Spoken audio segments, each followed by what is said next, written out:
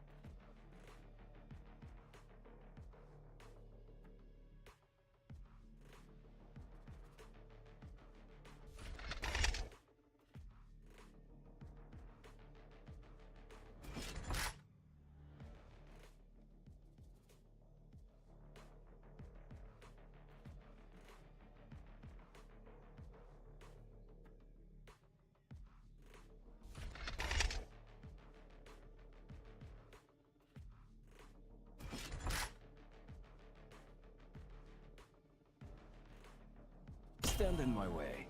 I dare you.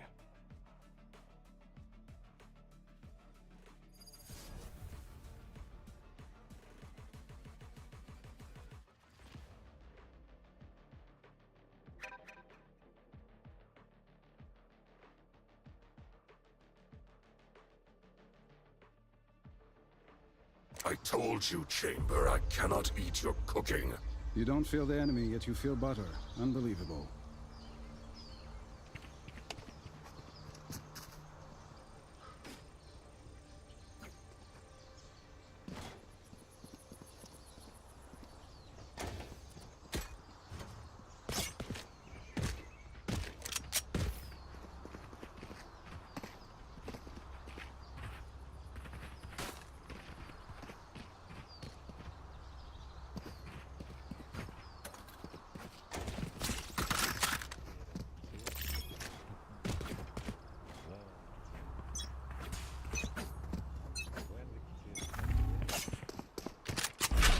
Many enemies lead. Shadows traveling. Shadows traveling. Trevor! Here!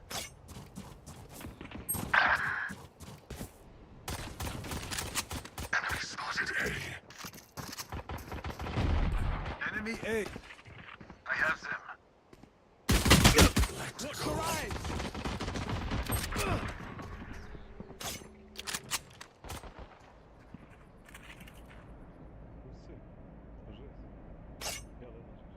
Spike down A. Last player standing.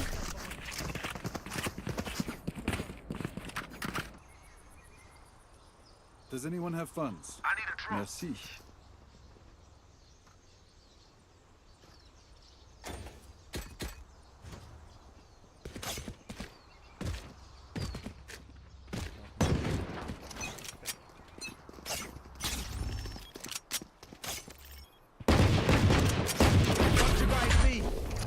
Concussing!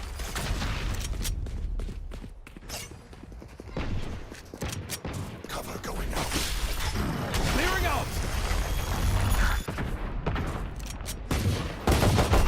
Reloading.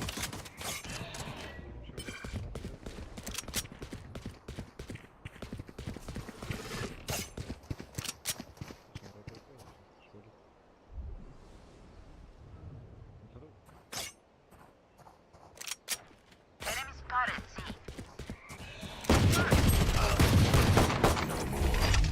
Flash out!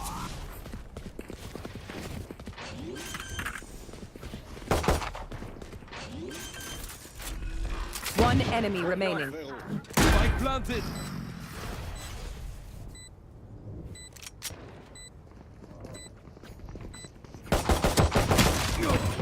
Defender spot. Last player standing.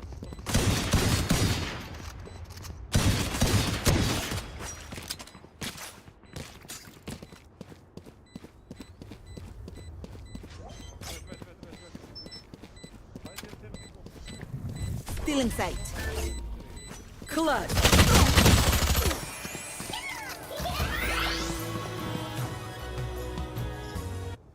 Omen, you got a new energy about you these days. I can feel it, man. Oh, you do too. I need a drop. Cheers.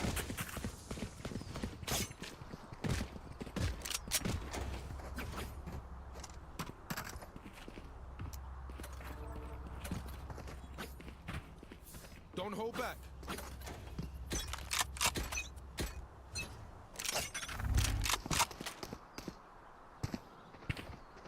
Enemy spotted C.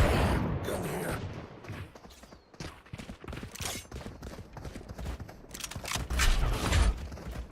Cover going out. Trevor! Blinding!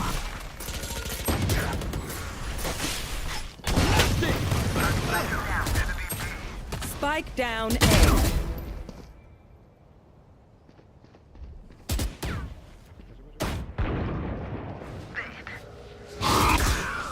One enemy remaining. Cutting their vision. Reloading. Cutting their vision. Last player standing.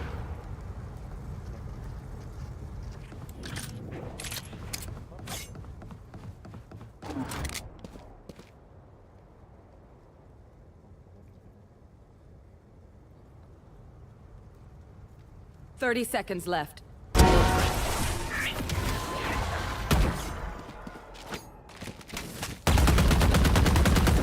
They couldn't kill us. Now they're dead.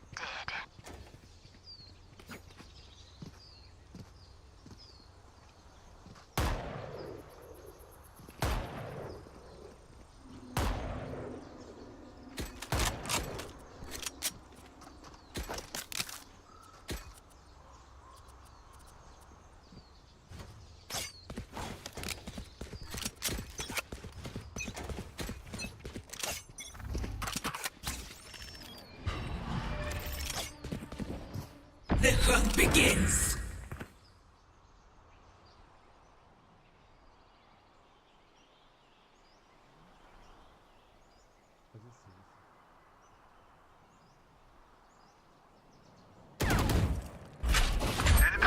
Concussing!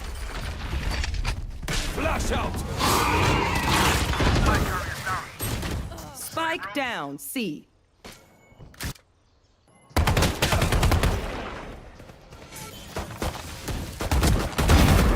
I have the Full spike. baby. My ultimate's ready.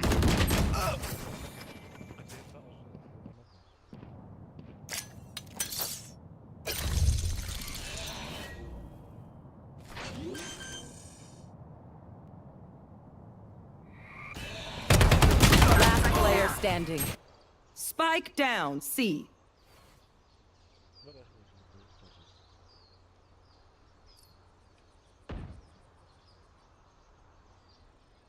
Thirty seconds left.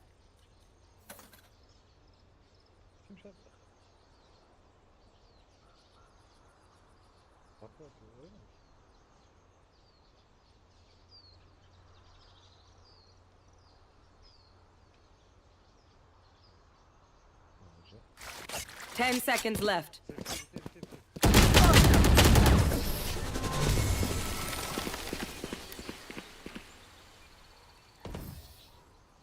If you're not being shot at, you're doing something wrong.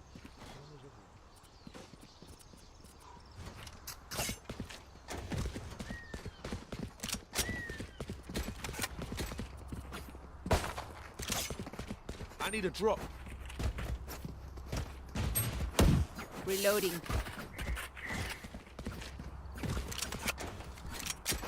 Light the way. Does anyone have funds?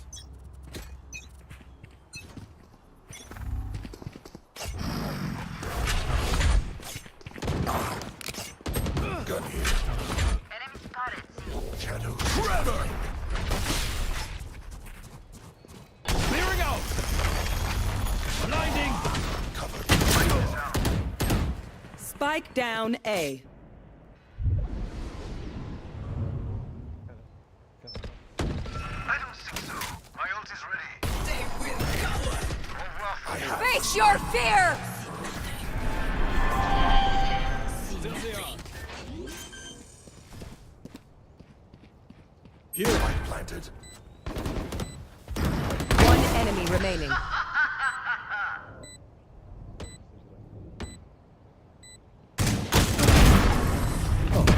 I am not cleaning this up.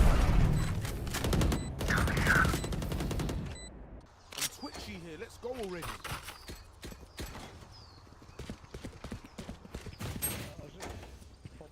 Does anyone have funds? Merci.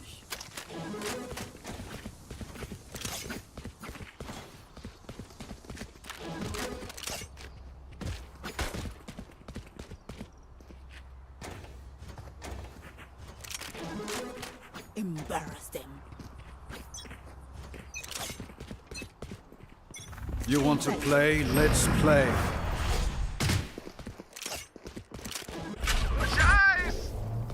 Cover going out.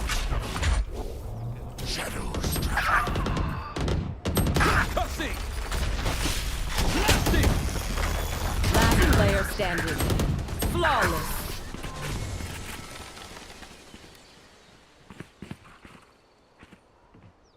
Let us see what they have planned for us this time. Need a drop. Does anyone have funds?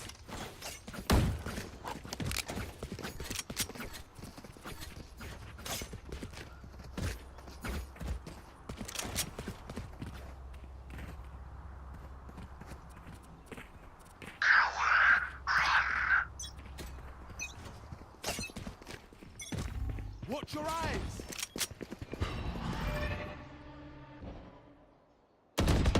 Sure.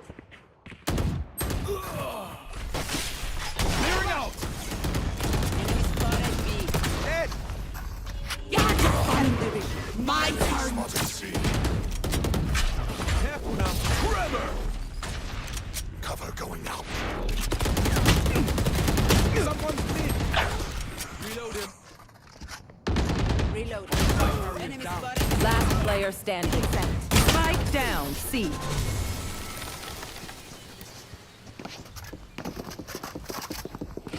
Look for my shadows. They will hide you.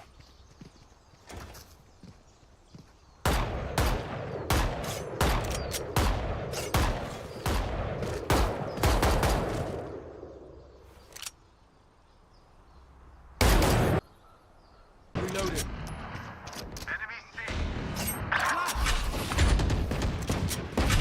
Embarrassing. Concussing! Going up. Last player standing. Spike down A.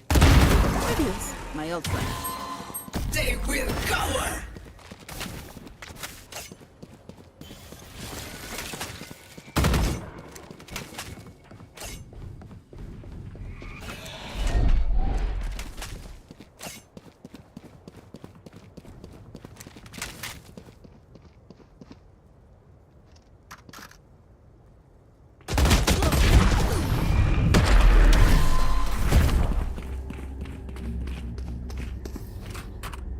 Deep breaths, everyone. Your hearts are pounding.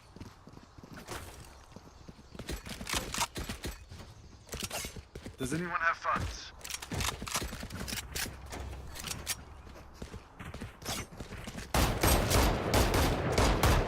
Does anyone have funds?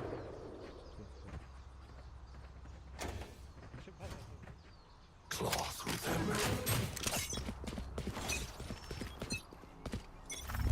Harm their vision. Trevor! Blasting! Spike down A.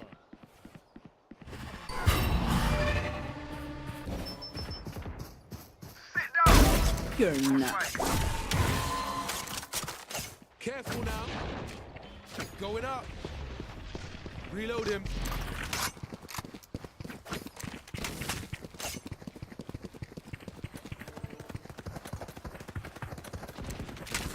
Plant the spike.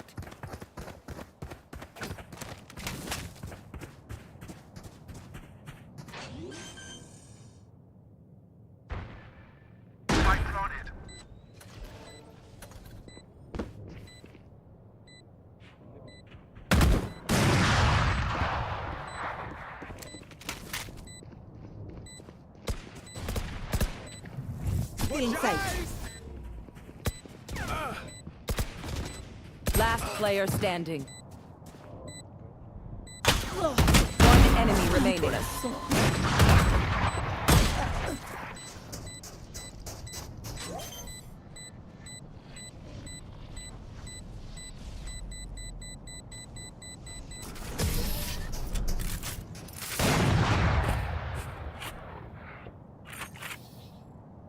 Strike at their weak points.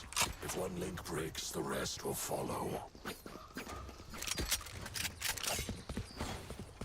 Does anyone have funds? Merci.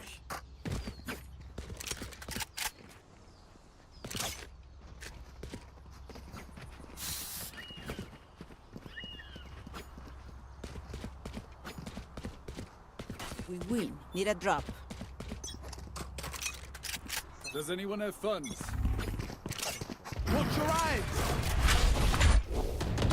Someone Concussing! Clearing out!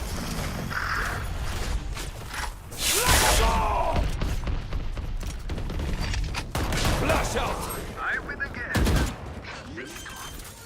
careful now. You will not kill my allies! Planted. You had your fun. My turn. Blinding! Reload it.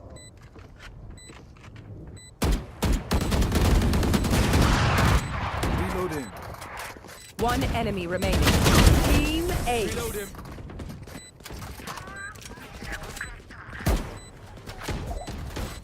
Their lives are so meaningless.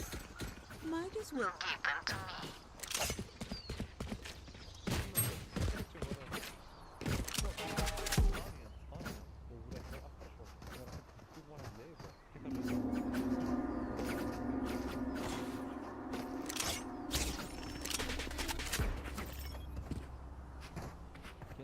I am everywhere.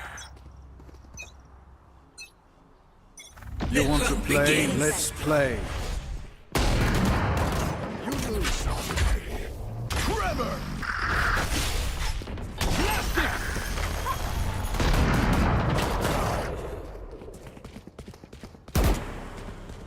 Cover going out. Shadows traveling. Spike planted! Flash out! Someone's A. Destroyed.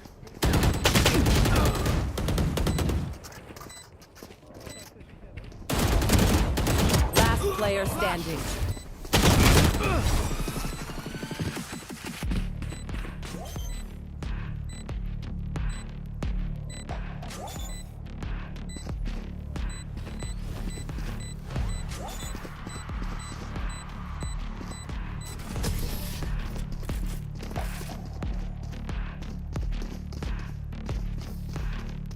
Last round before the switch. Spend everything. We keep nothing.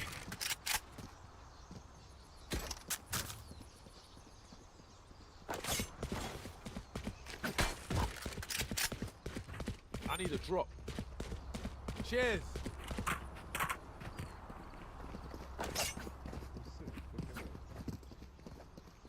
Bonne chance, mes amis.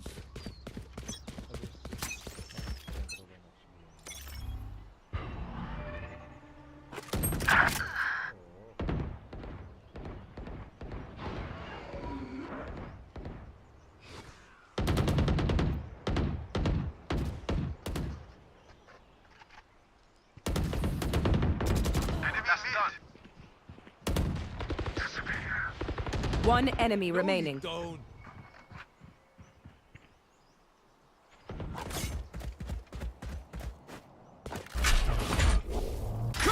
Concussing! Clearing out!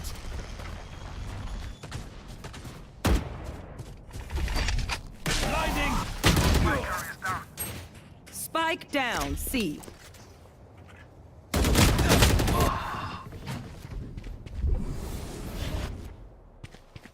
Watch your eyes!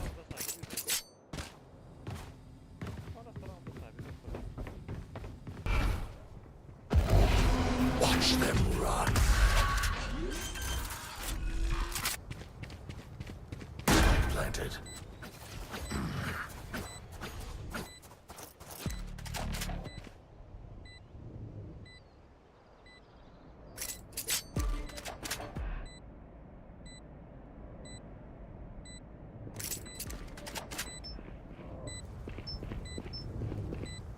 Come on, let's go! Rest. It is done. Switching sides. I survived obliteration. I will survive them.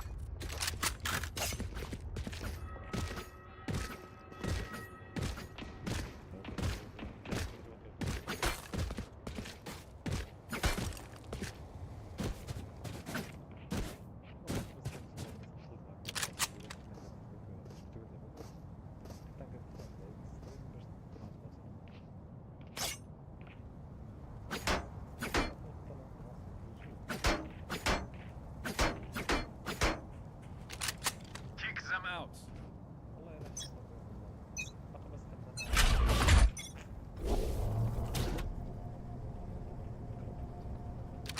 Someone's A.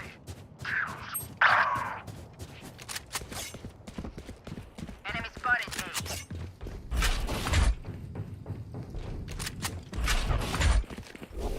Tremor! You're out.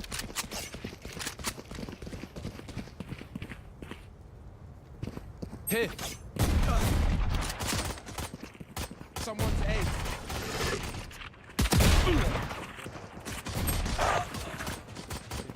Spike down, A. Flash! One enemy remaining. Last player standing.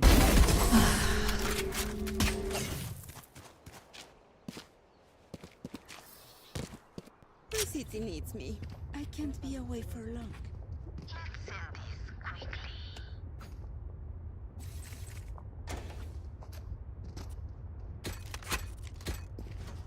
I need a drop. Cheers.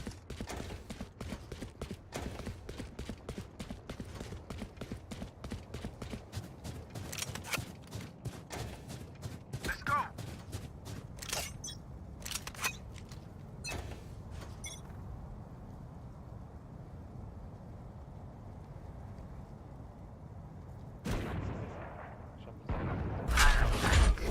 Concussing!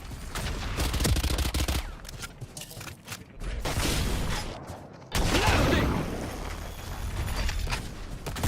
Flash out! Spike down, C. Careful now. Flash! Watch your eyes! Reloaded. One enemy remaining.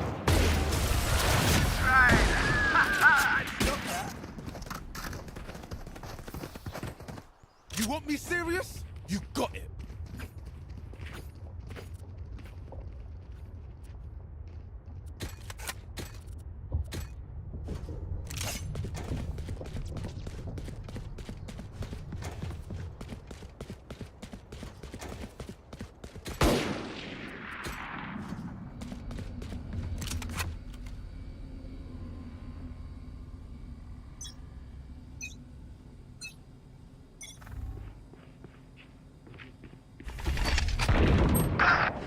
Blinding!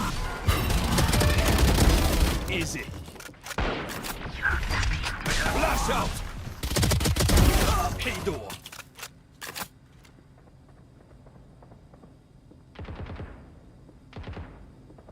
Enemy spotted, C.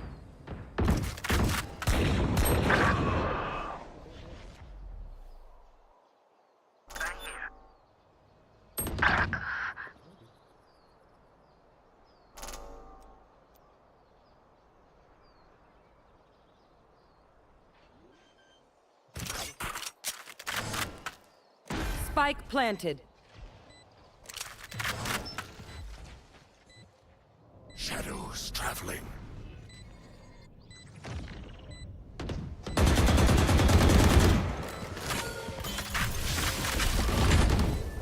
Trevor! Spot cover going out.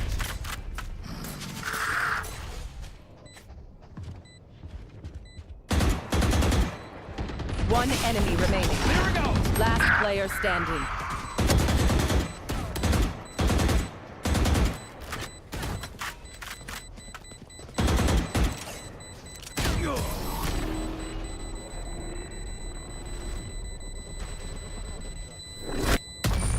The enemy only looks composed. Their hearts tell a different story. I need a drop.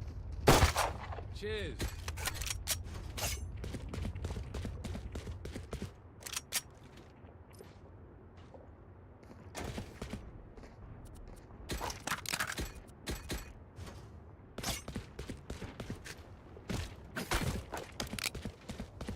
Let me show you how the boss does it.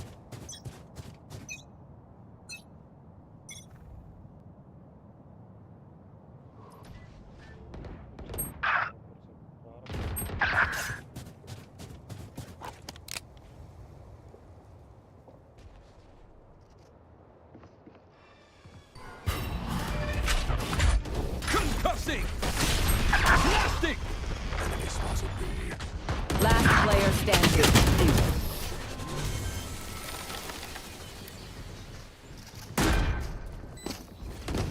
Stay alive. I want their life, not yours.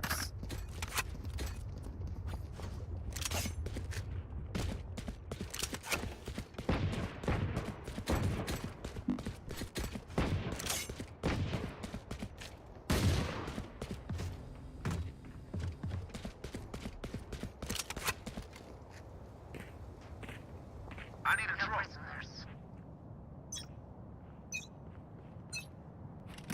The hunt begins. Trevor! Cutting their vision. Lightning! Gun here. Spike down. C.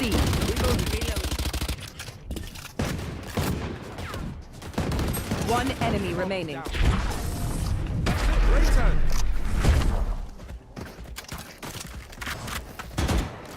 We doing this or what? Need a drop.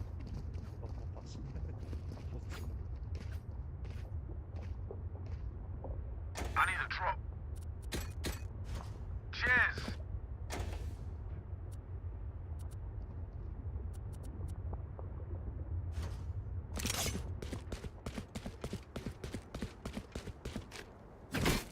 I will be their nightmare. You want to play? Let's play. Enemy spotted A.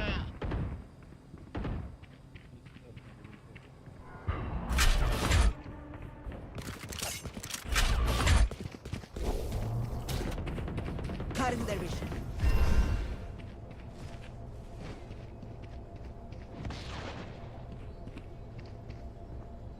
Watch your eyes. Concussing! Clearing out! Multiple enemies A. Still in sight. Flash out!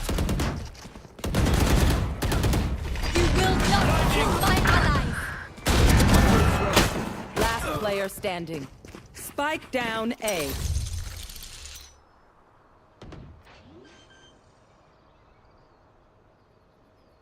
Spike planted.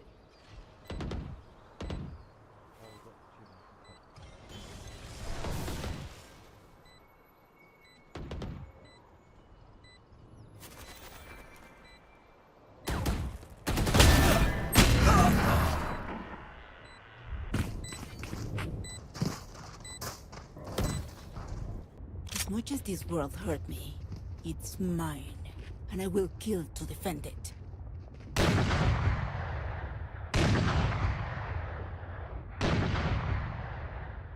Need a drop.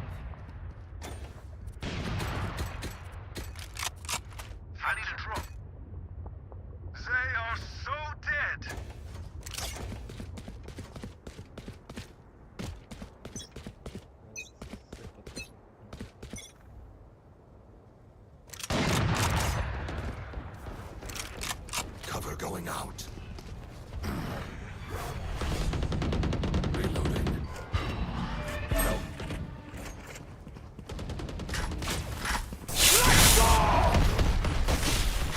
Blasting! Face your fear!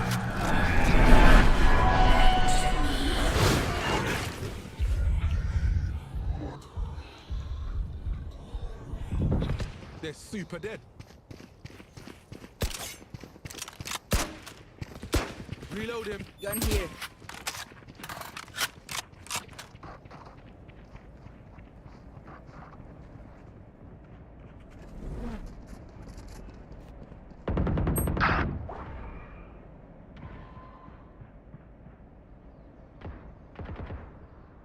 Spike planted.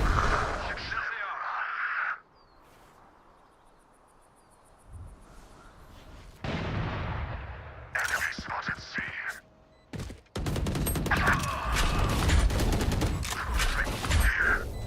Trevor! Reload. One enemy remaining.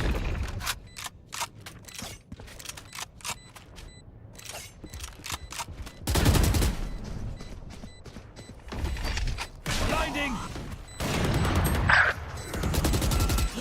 You had your fun. My turn. You will expect me to work.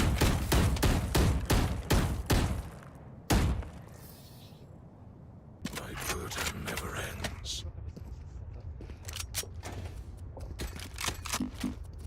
I need a drop.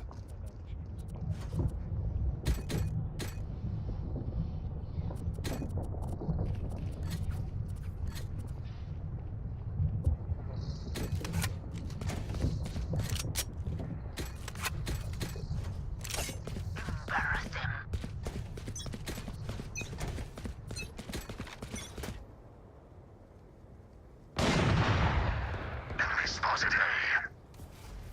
Shadows traveling.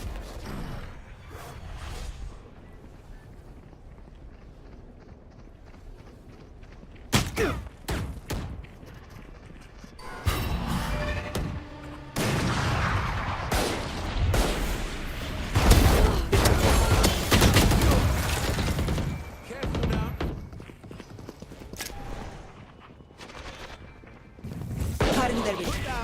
My ultimate's ready.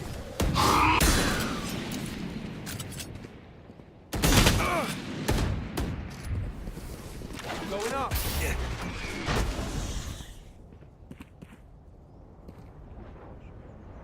Flash.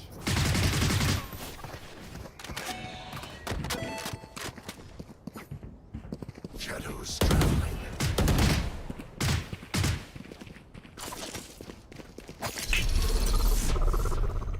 Reloading. 30 seconds left. Watch your eyes. There. One enemy remaining.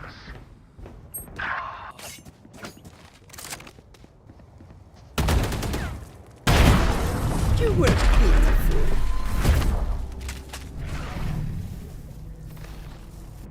They're just batteries. And I need a recharge.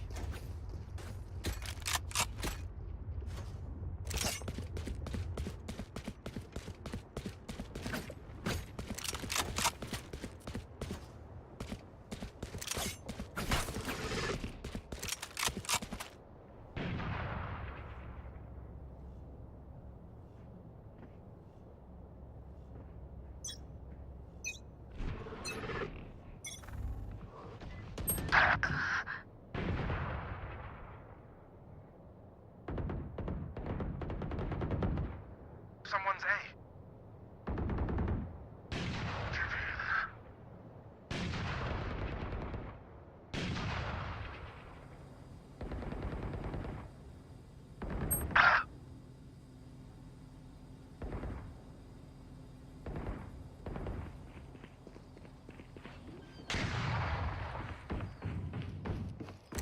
Spike planted.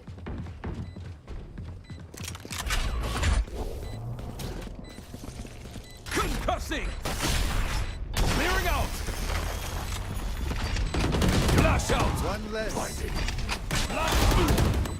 Cover going out. Enemy A. Last player standing.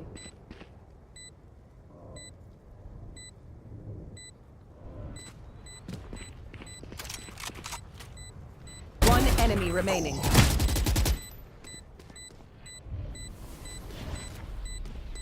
What's another death? No.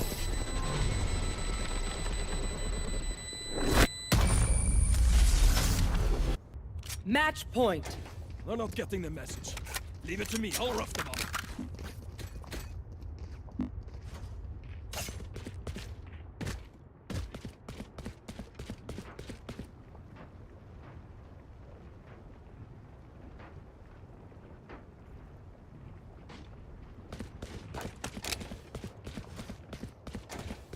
This one's for the fam back home. The hunt begins. They will cover. Bunch of guys mid.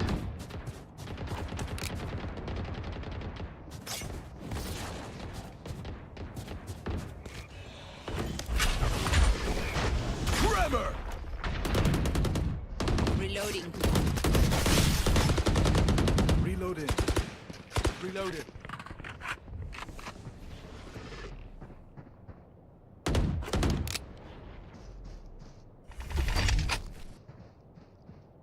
Flash out!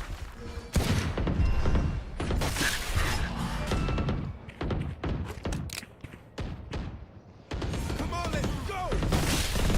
Spike down mid. Guys mid.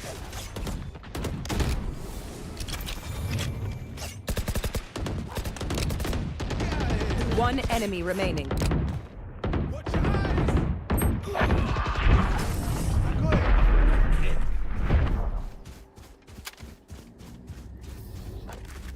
Look your enemy in the eye. It helps with accuracy. Does anyone have funds? Merci. I need a drop.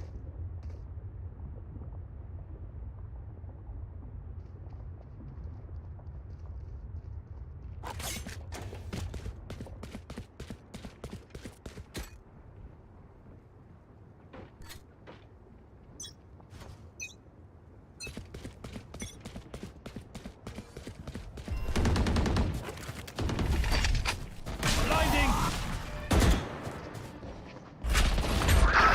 Concussing! Enemy Flash out!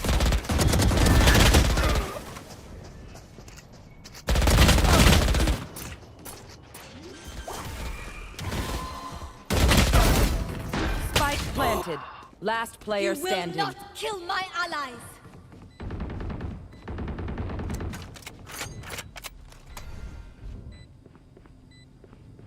Face your fear!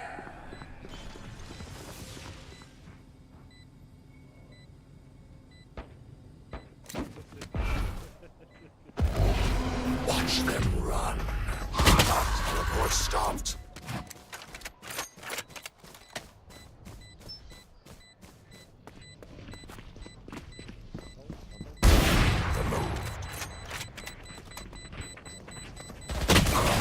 Thrifty. Attackers win.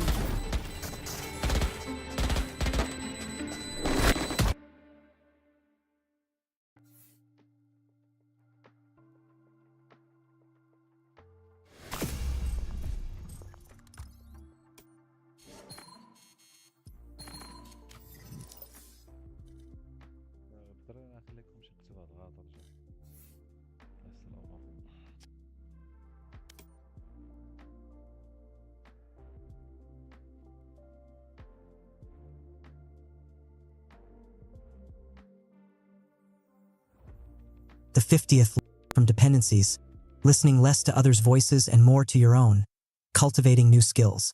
As happened with Carter and with 50, you will find that self-reliance becomes the habit and that anything that smacks of depending on others will horrify you. Keys to fearlessness. I am owner of my might, and I am so when I know myself as unique. Max Stirner. As children, we all faced a similar dilemma. We began life as willful creatures who had yet to be tamed. We wanted and demanded things for ourselves, and we knew how to get them from the adults around us. And yet, at the same time, we were completely dependent on our parents for so many important things: comfort, protection, love, guidance. And so from deep inside, we developed an ambivalence. We wanted the freedom and power to move on our own, but we also craved the comfort and security only others could give us. In adolescence, we rebelled against the dependent part of our character. We wanted to differentiate ourselves from our parents and show that we could fend for ourselves. We struggled to form our own identity and not simply conform to our parents' values. But as we get older, that childhood ambivalence tends to return to the surface. In the face of so many difficulties and competition in the adult world, a part of us yearns to return to that childish position of dependence. We maintain an adult face and work to gain power for ourselves, but deep inside we secretly wish that our spouses, partners, friends, or bosses could take care of us and solve our problems. We must wage a ferocious war against this deeply embedded ambivalence, with a clear understanding of what is at stake. Our task as an adult is to take full possession of that autonomy and individuality we were born with. It is to finally overcome the dependent phase in childhood and stand on our own. We must see the desire for a return to that phase as regressive and dangerous. It comes from fear of being responsible for our success and failure, of having to act on our own and make the hard decisions. We will often package this as the opposite, that by working for others, being dutiful, fitting in, or subsuming our personality to the group, we are being a good person. But that is our fear speaking and deluding us. If we give in to this fear, then we will spend our lives looking outward for salvation and never find it. We will merely move from one dependency to another. For most of us, the critical terrain in this war is the work world. Most of us enter adult life with great ambitions for how we will start our own ventures, but the harshness of life wears us down. We settle into some job and slowly give in to the illusion that our bosses care about us and our future, that they spend time thinking of our welfare. We forget the essential truth that all humans are governed by self-interest. Our bosses keep us around out of need, not affection. They will get rid of us the moment that need is less acute or they find someone younger and less expensive to replace us. If we succumb to the illusion and the comfort of a paycheck, we then neglect to build up self-reliant skills and merely postpone the day of reckoning when we are forced to fend for ourselves. Your life must be a progression towards ownership, first mentally of your independence, and then physically of your work, owning what you produce. Think of the following steps as a kind of blueprint for how to move in this direction. Step 1. Reclaim dead time. When Cornelius Vanderbilt, 1794 to 1877, was 12 years old, he was forced to work for his father in his small shipping business. It was drudge work and he hated it. Cornelius was a willful, ambitious child, and so in his mind he made the following determination. Within a couple of years he was going to start his own shipping enterprise. This simple decision altered everything. Now this job was an urgent apprenticeship. He had to keep his eyes open, learn everything he could about his father's business, including how he could do things better. Instead of dull labor, it was now an exciting challenge. At the age of 16, he borrowed $100 from his mother. He used the money to buy a boat and began ferrying passengers between Manhattan and Staten Island. Within a year, he paid back the loan. By the time he was 21, he had made a small fortune and was on his way to becoming the wealthiest man of his time. From this experience, he established his lifelong motto: never be a minion, always be an owner. Time is the critical factor in our lives, our most precious resource. The problem when we work for others is that so much of this becomes dead time that we want to pass as quickly as possible, time that is not our own. Almost all of us must begin our careers working for others, but it is always within our power to transform this time from something dead to something alive. If we make the same determination as Vanderbilt to be an owner and not a minion, then that time is used to learn as much as we can about what is going on around us. The political games, the nuts and bolts of this particular venture, the larger game going on in the business world, how we could do things better. We have to pay attention and absorb as much information as possible. This helps us endure work that does not seem so rewarding. In this way, we own our time and our ideas before owning a business. Remember, your bosses prefer to keep you in dependent positions. It is in their interest that you do not become self-reliant, and so they will tend to hoard information. You must secretly work against this and seize this information for yourself. Step 2. Create little empires. While still working for others, your goal at some point must be to carve out little areas that you can operate on your own, cultivating entrepreneurial skills. This could mean offering to take over projects that others have left undone or proposing to put into action some new idea of your own, but nothing too grandiose to raise suspicion. What you are doing is cultivating a taste for doing things yourself, making your own decisions, learning from your own mistakes. If your bosses do not allow you to make such a move on any scale, then you are not in the right place.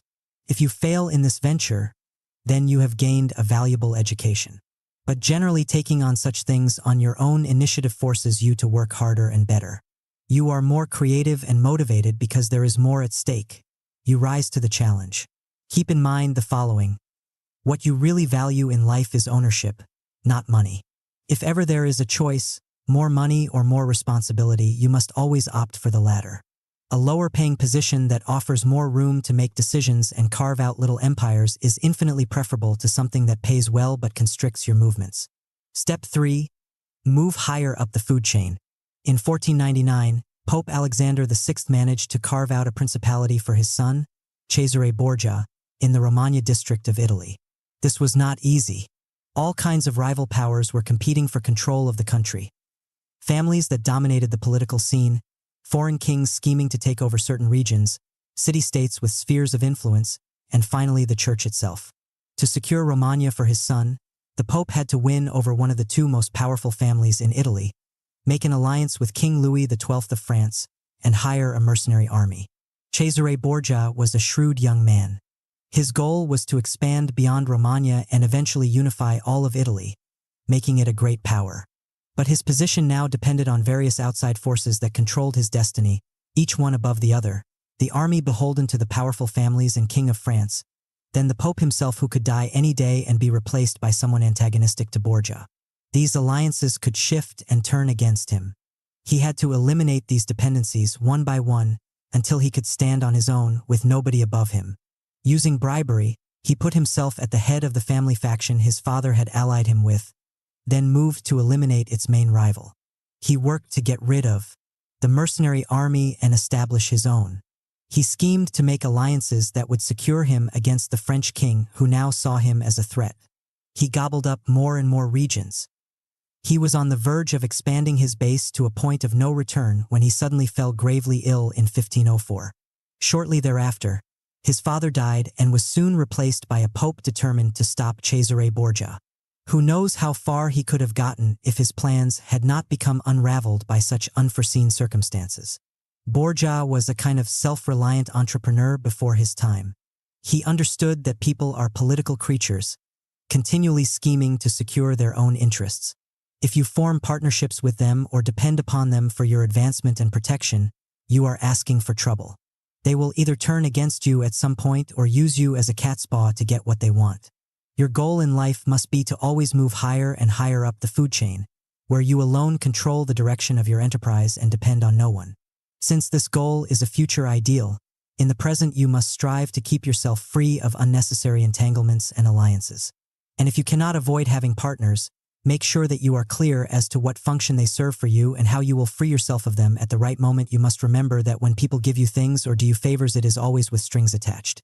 They want something from you in return, assistance, unquestioned loyalty, and so forth. You want to keep yourself free of as many of these obligations as possible, so get in the habit of taking what you need for yourself instead of expecting others to give it to you. Step 4. Make your enterprise a reflection of your individuality. Your whole life has been an education in developing the skills and self-reliance necessary for creating your own venture, being your own boss.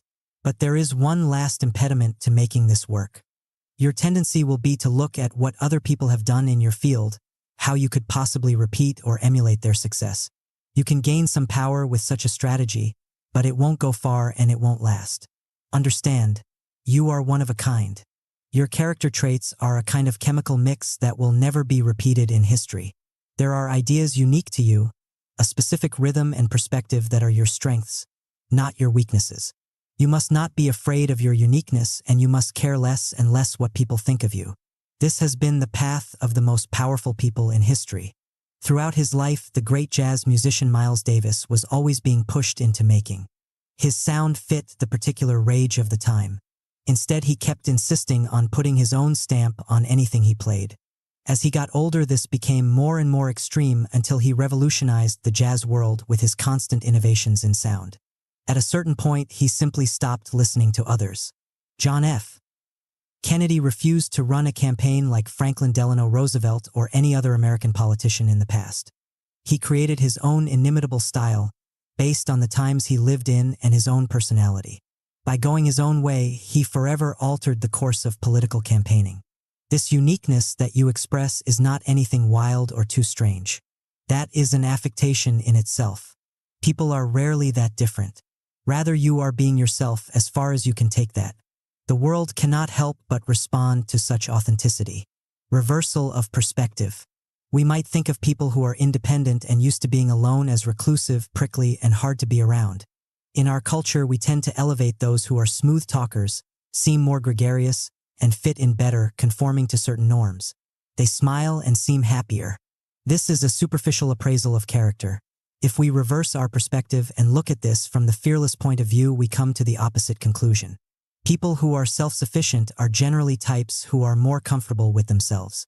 They do not look for things that they need from other people. Paradoxically, this makes them more attractive and seductive. We wish we could be more like that and want to be around them, hoping that some of their independence might rub off on us.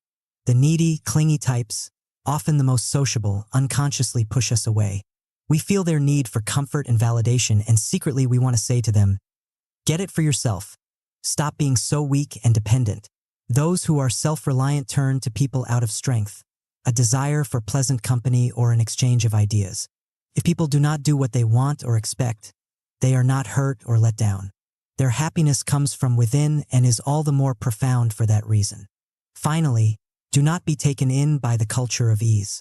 Self-help books and experts will try to convince you that you can have what you want by following a few simple steps. Things that come easy and fast will leave you just as fast. The only way to gain self-reliance or any power is through great effort and practice. And this effort should not be seen as something ugly or dull. It is the process of gaining power over yourself that is the most satisfying of all, knowing that step by step you are elevating yourself above the dependent masses.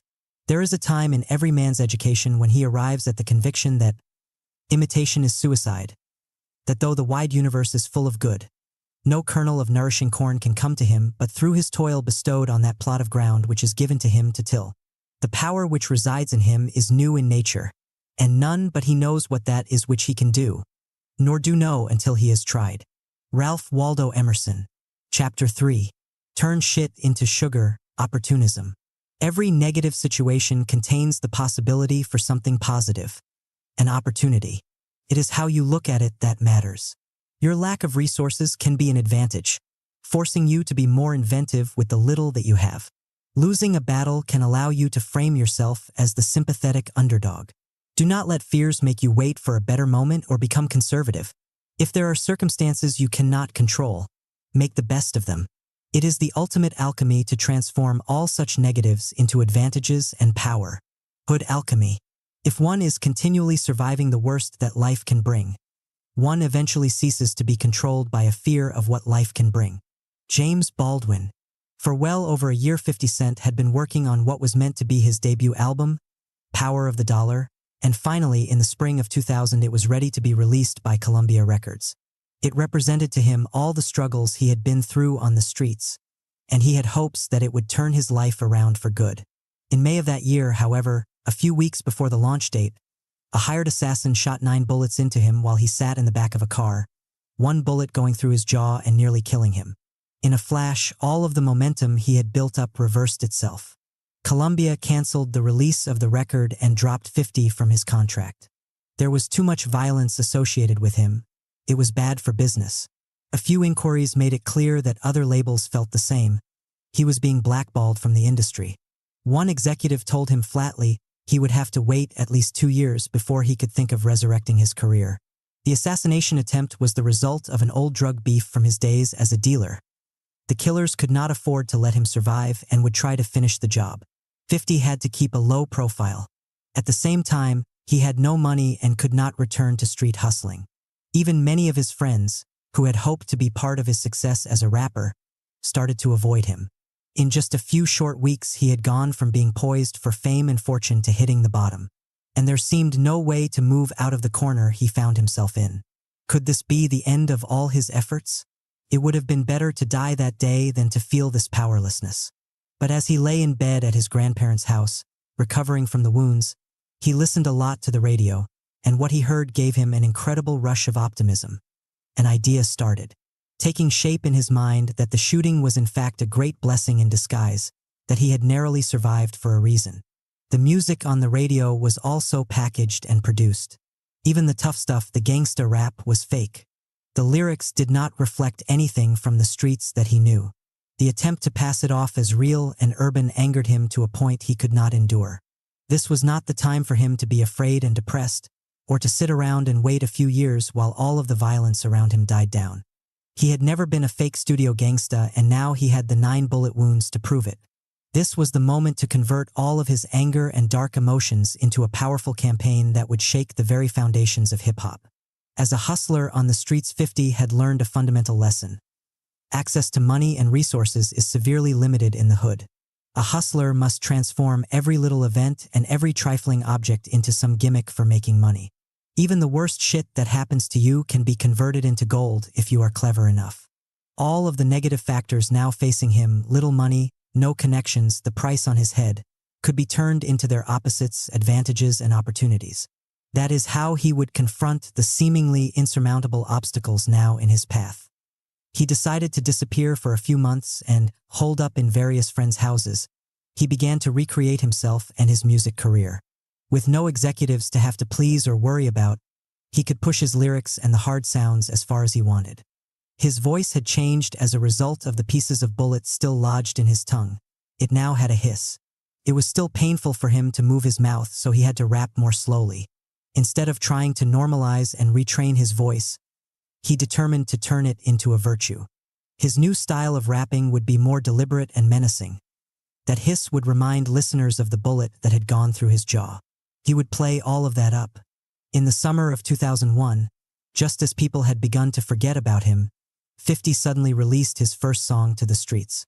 It was called Fuck You, the title and the lyrics summarizing how he felt about his killers and everyone who wanted him to go away. Just putting out the song was message enough. He was defying his assassins openly and publicly. 50 was back, and to shut him up they would have to finish the job. The palpable anger in his voice and the hard-driving sound of the song made it a sensation on the streets. It also came with an added punch. Because he seemed to be inviting more violence, the public had to grab up everything he produced before he was killed. The life and death angle made for a compelling spectacle. Now the songs started to pour out of him. He fed off all the anger he felt and the doubts people had had about him. He was also consumed with a sense of urgency. This was his last chance to make it, and so he worked night and day. 50's mixtapes began to hit the street at a furious pace. Soon he realized the greatest advantage he possessed in this campaign, the feeling that he had already hit bottom and had nothing to lose. He could attack the record industry and poke fun at its timidity. He could pirate the most popular songs on the radio and put his own lyrics over them to create wicked parodies. He didn't care about the consequences. And the further he took this, the more his audiences responded. They loved the transgressive edge to it. It was like a crusade against all the fake crap on the radio, and to listen to 50 was to participate in the cause. On and on he went, transforming every conceivable negative into a positive. To compensate for the lack of money to distribute his mixtapes far and wide, he decided to encourage bootleggers to pirate his tracks and spread his music around like a virus. With the price still on his head, he could not give concerts or do any kind of public promotion. But somehow he turned even this into a marketing device. Hearing his music everywhere but not being able to see him only added to the mystique and the attention people paid to him. Rumors and word of mouth helped form a kind of 50 mythology. He made himself even scarcer to feed this process. The momentum now was devastating. You could not go far in New York without hearing his music blasted from some corner. Soon one of his mixtapes reached the ears of Eminem, who decided this was the future of hip-hop and quickly signed 50 in early 2003 to his and Drive Dre's label, Shady Aftermath, completing one of the most rapid and remarkable turnarounds in fortune in modern times. The fearless approach. Every negative is a positive. The bad things that happen to me, I somehow make them good. That means you can't do anything to hurt me. 50 Cent. Events in life are not negative or positive. They are completely neutral. The universe does not care about your fate. It is indifferent to the violence that may hit you or to death itself. Things merely happen to you. It is your mind that chooses to interpret them as negative or positive. And because you have layers of fear that dwell deep within you, your natural tendency is to interpret temporary obstacles in your path as something larger, setbacks and crises. In such a frame of mind, you exaggerate the dangers. If someone attacks and harms you in some way, you focus on the money or position you have lost in the battle, the negative publicity, or the harsh emotions that have been churned up. This causes you to grow cautious, to retreat, hoping to spare yourself more of these negative things. It is a time, you tell yourself, to lay low and wait for things to get better. You need calmness and security. What you do not realize is that you are inadvertently making the situation worse. Your rival only gets stronger as you sit back. The negative publicity becomes firmly associated with you. Being conservative turns into a habit that carries over into less difficult moments. It becomes harder and harder to move to the offensive. In essence, you have chosen to cast life's inevitable twists of fortune as hardships, giving them a weight and endurance they do not deserve. What you need to do, as 50 discovered, is take the opposite approach. Instead of becoming discouraged and depressed by any kind of downturn, you must see this as a wake-up call, a challenge that you will transform into an opportunity for power. Your energy levels rise. You move to the attack, surprising your enemies with boldness. You care less what people think about you, and this paradoxically causes them to admire you. The negative publicity is turned around. You do not wait for things to get better. You seize this chance to prove yourself. Mentally framing a negative event as a blessing in disguise makes it easier for you to move forward. It is a kind of mental alchemy, transforming shit into sugar. Understand, we live in a society of relative prosperity, but in many ways this turns out to be a detriment to our spirit. We come to feel that we naturally deserve good things, that we have certain privileges due to us. When setbacks occur, it is almost a personal affront or punishment. How could this have happened? We ask. We either blame other people or we blame ourselves. In both cases, we lose valuable time and become unnecessarily emotional. In places like the hood or in any kind of materially impoverished environment, the response to hardship is much different. Their bad things happening assume a kind of normality. They are part of daily life. The hustler thinks, I must make the most of what I have, even the bad stuff, because things are not going to get better on their own. It is foolish to wait. Tomorrow may bring even worse shit. If 50 had waited, as he had been counseled, he would be just another rapper who had had a moment of success and then faded quickly away. The hood would have consumed him. This hustler mindset is more realistic and effective. The truth is that life is by nature harsh and competitive. No matter how much money or resources you have accumulated, someone will try to take them from you, or unexpected changes in the world will push you backward. These are not adverse circumstances, but merely life as it is. You have no time to lose to fear and depression, and you do not have the luxury of waiting. All of the most powerful people in history demonstrate in one way or another this fearless attitude towards adversity. Look at George Washington. He was a wealthy landowner, but his attitude towards life had been forged by years fighting for the British in the French and Indian War, amid the harsh environment of frontier America. In 1776, Washington was made Supreme Commander of the American Revolutionary Army. At first glance, this position seemed more like a curse. The army was a semi-organized mob. It had no training, was poorly paid and outfitted, and its morale was low. Most of the soldiers did not really believe they could succeed in defeating the all-powerful British. Throughout 1777, British forces pushed this weak American army around, from Boston to New York, until by the end of the year Washington had been forced to retreat to New Jersey. This was the darkest moment in his career and in the war for independence. Washington's army had dwindled to a few thousand men. They had little food and were poorly clothed during one of the bitterest winters in memory. The American Continental Congress, fearing imminent disaster, fled from Philadelphia to Baltimore. Assessing this situation, a cautious leader would have chosen to wait out the winter, muster more troops, and hope for some change in fortune. But Washington had a different mindset. As he perceived it, his army would be considered by the British as too weak to pose any threat. Being small, his army could move without the enemy's knowledge and launch an attack that was all the more surprising for coming out of nowhere. Moving to the attack would excite the troops and gain some much-needed positive publicity. Thinking in this manner, he decided to lead a raid on an enemy garrison in Trenton, which proved to be a great success. He followed this up with an attack on British supplies at Princeton. These daring victories captivated the American public. Confidence had been restored in Washington as a leader and the American army as a legitimate force. From then on, Washington waged a guerrilla-style war, wearing out the British with the great distances they had to cover. Everything was turned around. Lack of funds and experience led to a more creative way of fighting. The smallness of his forces allowed him to torment the enemy with fluid maneuvering over rough terrain. At no point did he decide to wait for more troops or more money or better circumstances. He went continually on the attack with what he had. It was a campaign of supreme fearlessness, in which all negatives were converted into advantages. This is a common occurrence in history. Almost all great military and political triumphs are preceded by some kind of crisis. That is because a substantial victory can only come out of a moment of danger and attack. Without these moments, leaders are never challenged, never get to prove themselves. If the path is too smooth, they grow arrogant and make a fatal mistake.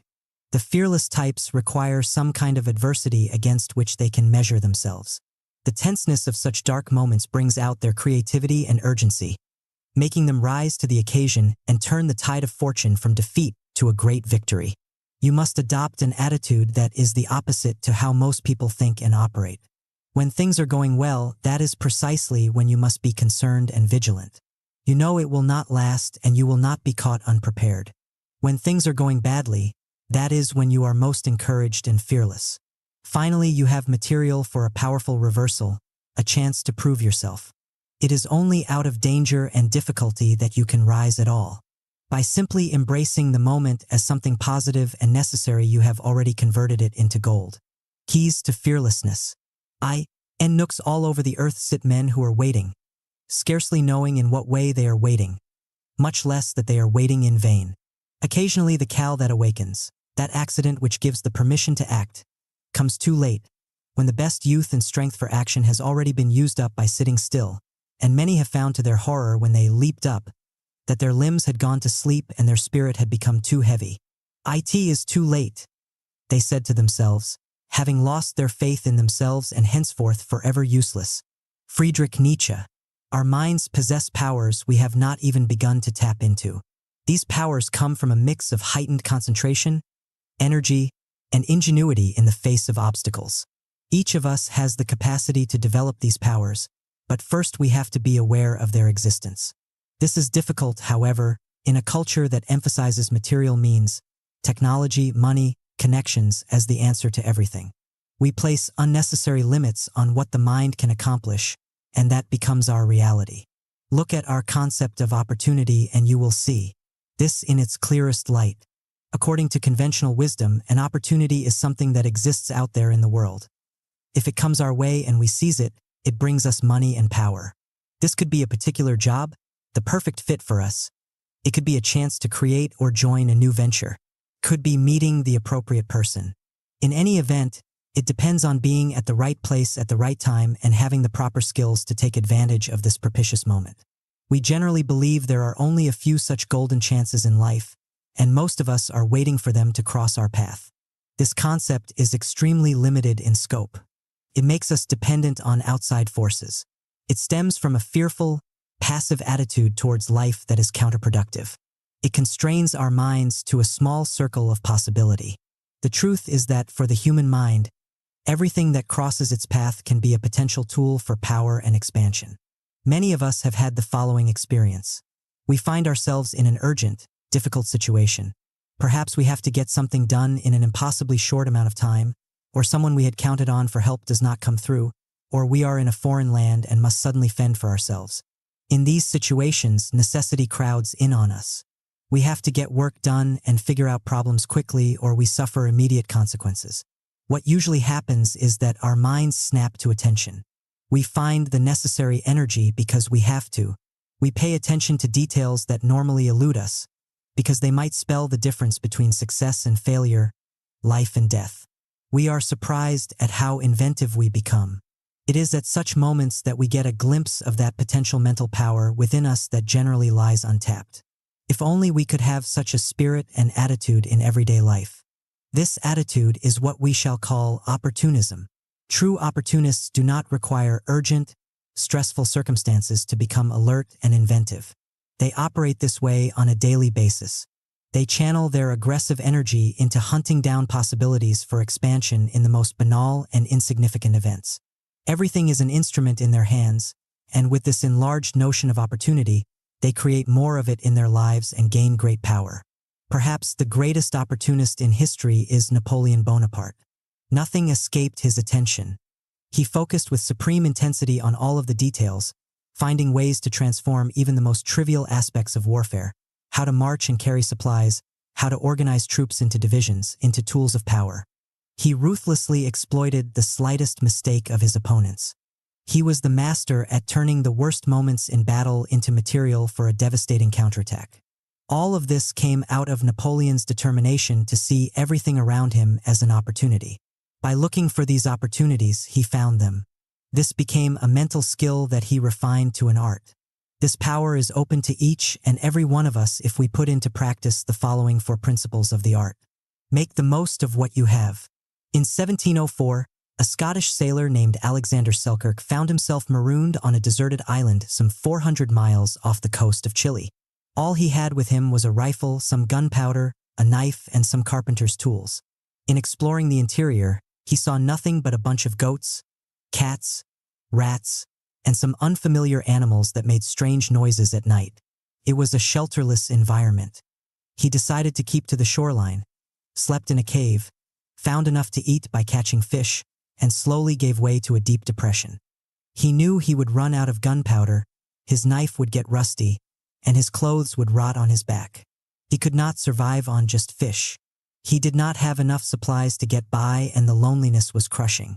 If only he had brought over more materials from his ship. Then suddenly the shoreline was invaded by sea lions. It was their mating season. Now he was forced to move inland. There, he could not simply harpoon fish and sit in a cave brooding. He quickly discovered that this dark forest contained everything he needed.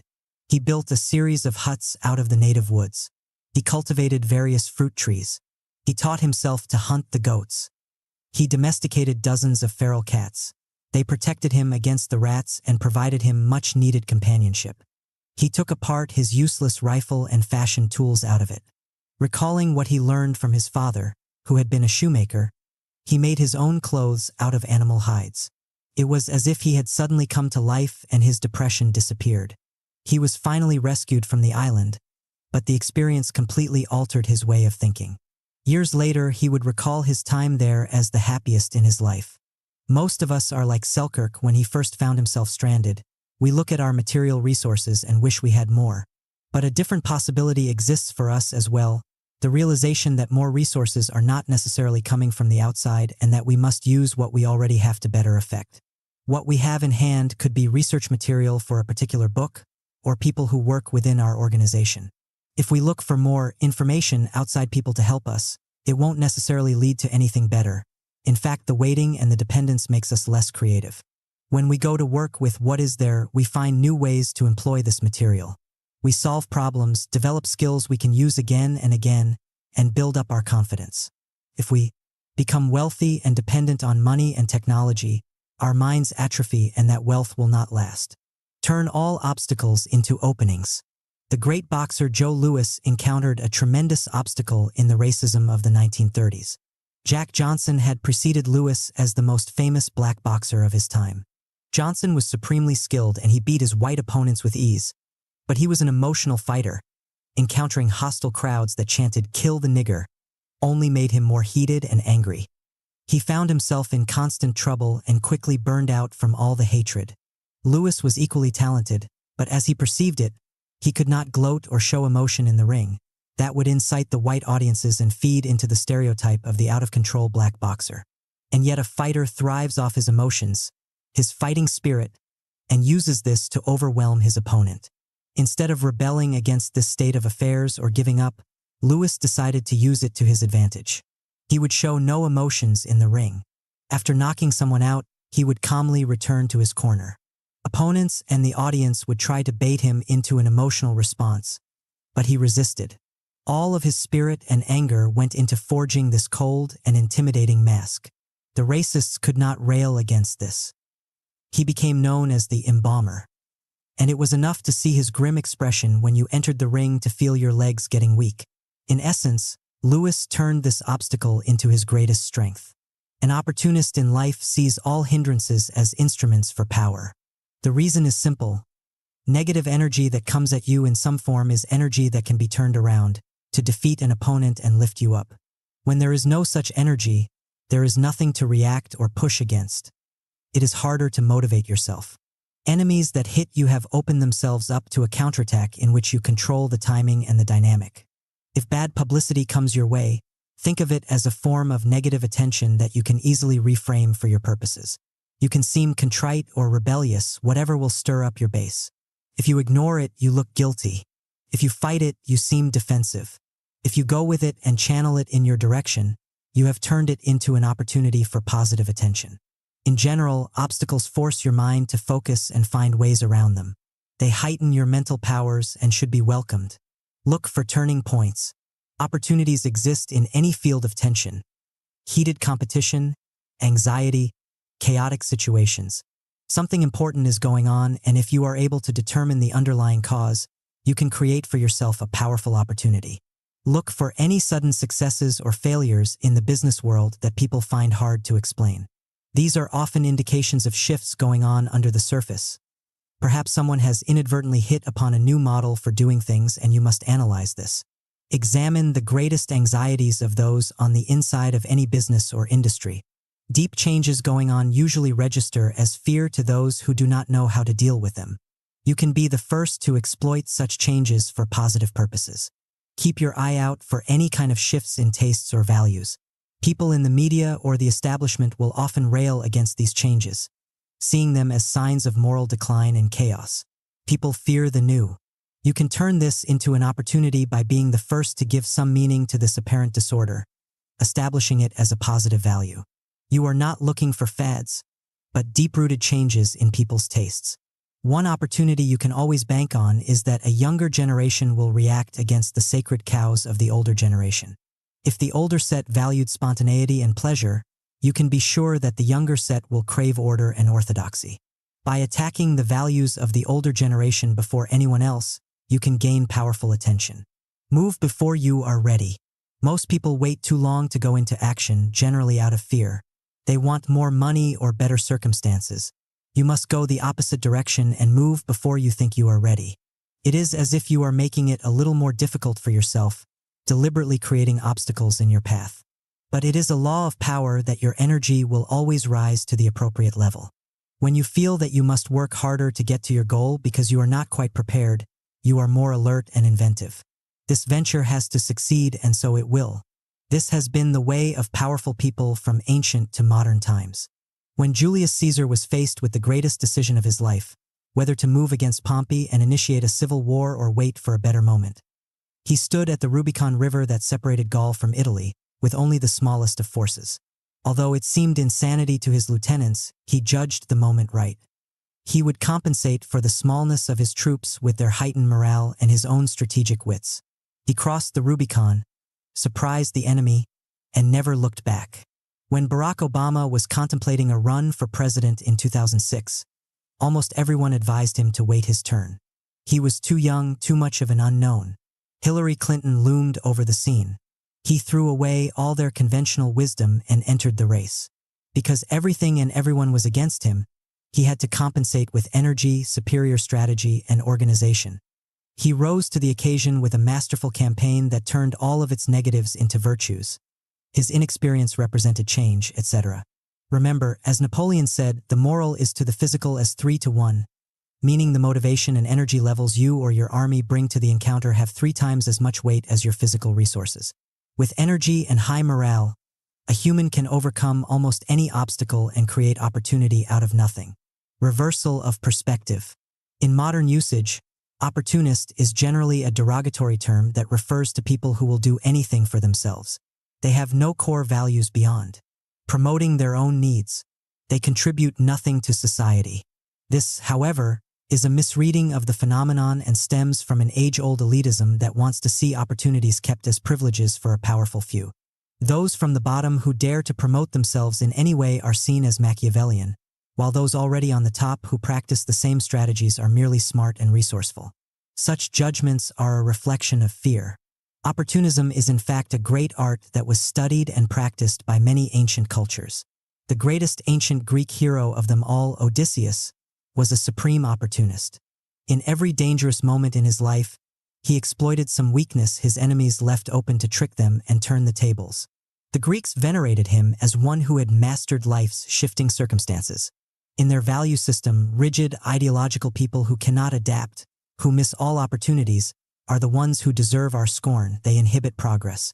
Opportunism comes with a belief system that is eminently positive and powerful, one known to the Stoic philosophers of ancient Rome as amor fati, or love of fate. In this philosophy, every event is seen as fated to occur. When you complain and rail against circumstances, you fall out of balance with the natural state of things. You wish things were different. What you must do instead is accept the fact that all events occur for a reason, and that it is within your capacity to see this reason as positive. Marcus Aurelius compared this to a fire that consumes everything in its path. All circumstances become consumed in your mental heat and converted into opportunities. A man or woman who believes this cannot be hurt by anything or anyone. Without doubt, princes become great when they overcome difficulties and hurdles put in their path. When fortune wants to advance a new prince, she creates enemies for him, making them launch campaigns against him so that he is compelled to overcome them and climb higher on the ladder that they have brought him. Therefore, many judge that a wise prince must skillfully fan some enmity whenever the opportunity arises, so that in crushing it he will increase his standing. Niccolò Machiavelli. Chapter 4. Keep moving, calculated momentum. In the present there is constant change and so much we cannot control. If you try to micromanage it all, you lose even greater control in the long run. The answer is to let go and move with the chaos that presents itself to you. From within it, you will find endless opportunities that elude most people. Don't give others the chance to pin you down. Keep moving and changing your appearances to fit the environment. If you encounter walls or boundaries, slip around them. Do not let anything disrupt your flow. The hustlers flow. The old musicians stay where they are and become like museum pieces under glass. Safe, easy to understand, playing that tired old shit over and over again. Bebop was about change, about evolution. IT wasn't about standing still and becoming safe. If anybody wants to keep creating, they have to be about change. Miles Davis. When Curtis Jackson first started hustling in the late 1980s, it was a chaotic world that he entered. Crack cocaine had hit the streets and turned everything upside down. Now the corner hustler was unleashed. Moving to wherever there was money to be made, this new breed of drug dealer had to contend with hundreds of scheming rivals, the erratic drug addicts, the old-style gang leaders who were trying to muscle their way back into the business, and the police who swarmed over the area. It was like the Wild West out there. Every man for himself, making up his own rules as he went along. Some couldn't stand this. They wanted structure, somebody to tell them when to get up and get to work. They didn't last too long in this new order. Others thrived on all the anarchy and freedom. Curtis was of the latter variety. Then one day everything changed. An old-style gangster nicknamed the Godfather made a play for control over the drug traffic of Southside Queens, and he succeeded. He installed his son Jermaine in Curtis's neighborhood, and the son quickly laid down the law. The family was there to bring order to the business. Jermaine would be selling these purple top capsules for a cheap price. It would be one size fits all, his capsules or nothing. Nobody could compete with his prices, and any hustler that tried to defy him would be intimidated into submission. They were now all working for Jermaine. Curtis found this hard to accept. He did not like any kind of authority. He kept trying to get around Jermaine's tight grip on the area by selling his own stuff on the sly, but Jermaine and his team of enforcers kept catching him. Finally, they inflicted a good beating on him, and he decided it would be wise to surrender. For the time being, Jermaine liked Curtis's independent spirit and decided to take the youth under his wing, schooling him on what he was up to. He had done some time in prison and had studied business and economics there. He was going to run the crack cocaine business according to a model inspired by some of the more successful corporations in America. He aimed for control of the local drug business through cheap prices and a complete monopoly on traffic. That was the evolution of all successful enterprises, even the new ones such as Microsoft. He personally hated all the disorder on the streets. It was bad for business and made him uneasy. One day he drove by in his red Ferrari and invited Curtis to come along for a ride. He drove to the nearby Baisley projects, which were controlled back then by the Pharaohs, a gang that was heavily invested in the crack trade and notorious for its violent ways. Curtis watched, with growing discomfort, as Jermaine explained to its leaders his plan for the neighborhood. He couldn't have freelancers and gangs operating on the margins of his empire. The Pharaohs would have to fall in line as well, but he'd find a way to make it profitable for them. The man's arrogance was increasing by the day. Perhaps he would follow this visit up with some violent act to show the Pharaohs he meant what he said. But Curtis had a real bad feeling from that afternoon. Over the next few days, he did whatever he could to avoid running into Jermaine. Sure enough, a week later Jermaine was shot in the head and killed in one of the back alleyways of the hood. Everyone knew who did it and why. In the months to come, Curtis thought long and hard about what had happened. A part of him had identified with Jermaine. He too had great ambitions and wanted to forge some kind of empire within the hood. With all the competition on the streets, this could never be an easy task. It was natural then for someone like Jermaine to decide that the only way to create this empire was through force and the buildup of a monopoly. But such an effort was futile. Even if he had lasted longer, there were too many people operating on the fringes who resented his takeover and would have done whatever they could to sabotage him. The fiends would have grown tired of his one-size-fits-all approach. They liked variety, even if it was only in the color of the capsules. The police would have taken notice of his large operation and tried to break it up. Jermaine had been living in the past, in ideas cooked up in prison in the 1970s, the grand era of the drug lord. Time had passed him by, and in the ruthless dynamic of the hood, he paid for this with his life. What was needed was a new skill set, a different mentality for handling the chaos. And Curtis would be the hustler to develop these skills to the maximum. For this purpose, he let go of any desire to dominate an area with one large operation.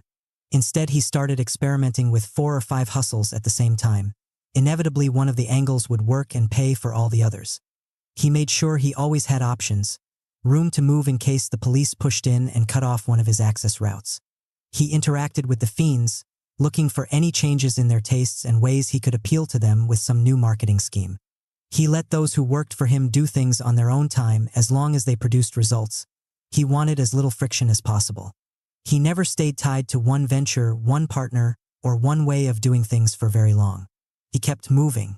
The chaos of the streets was part of his flow, something he learned to exploit by working from within it.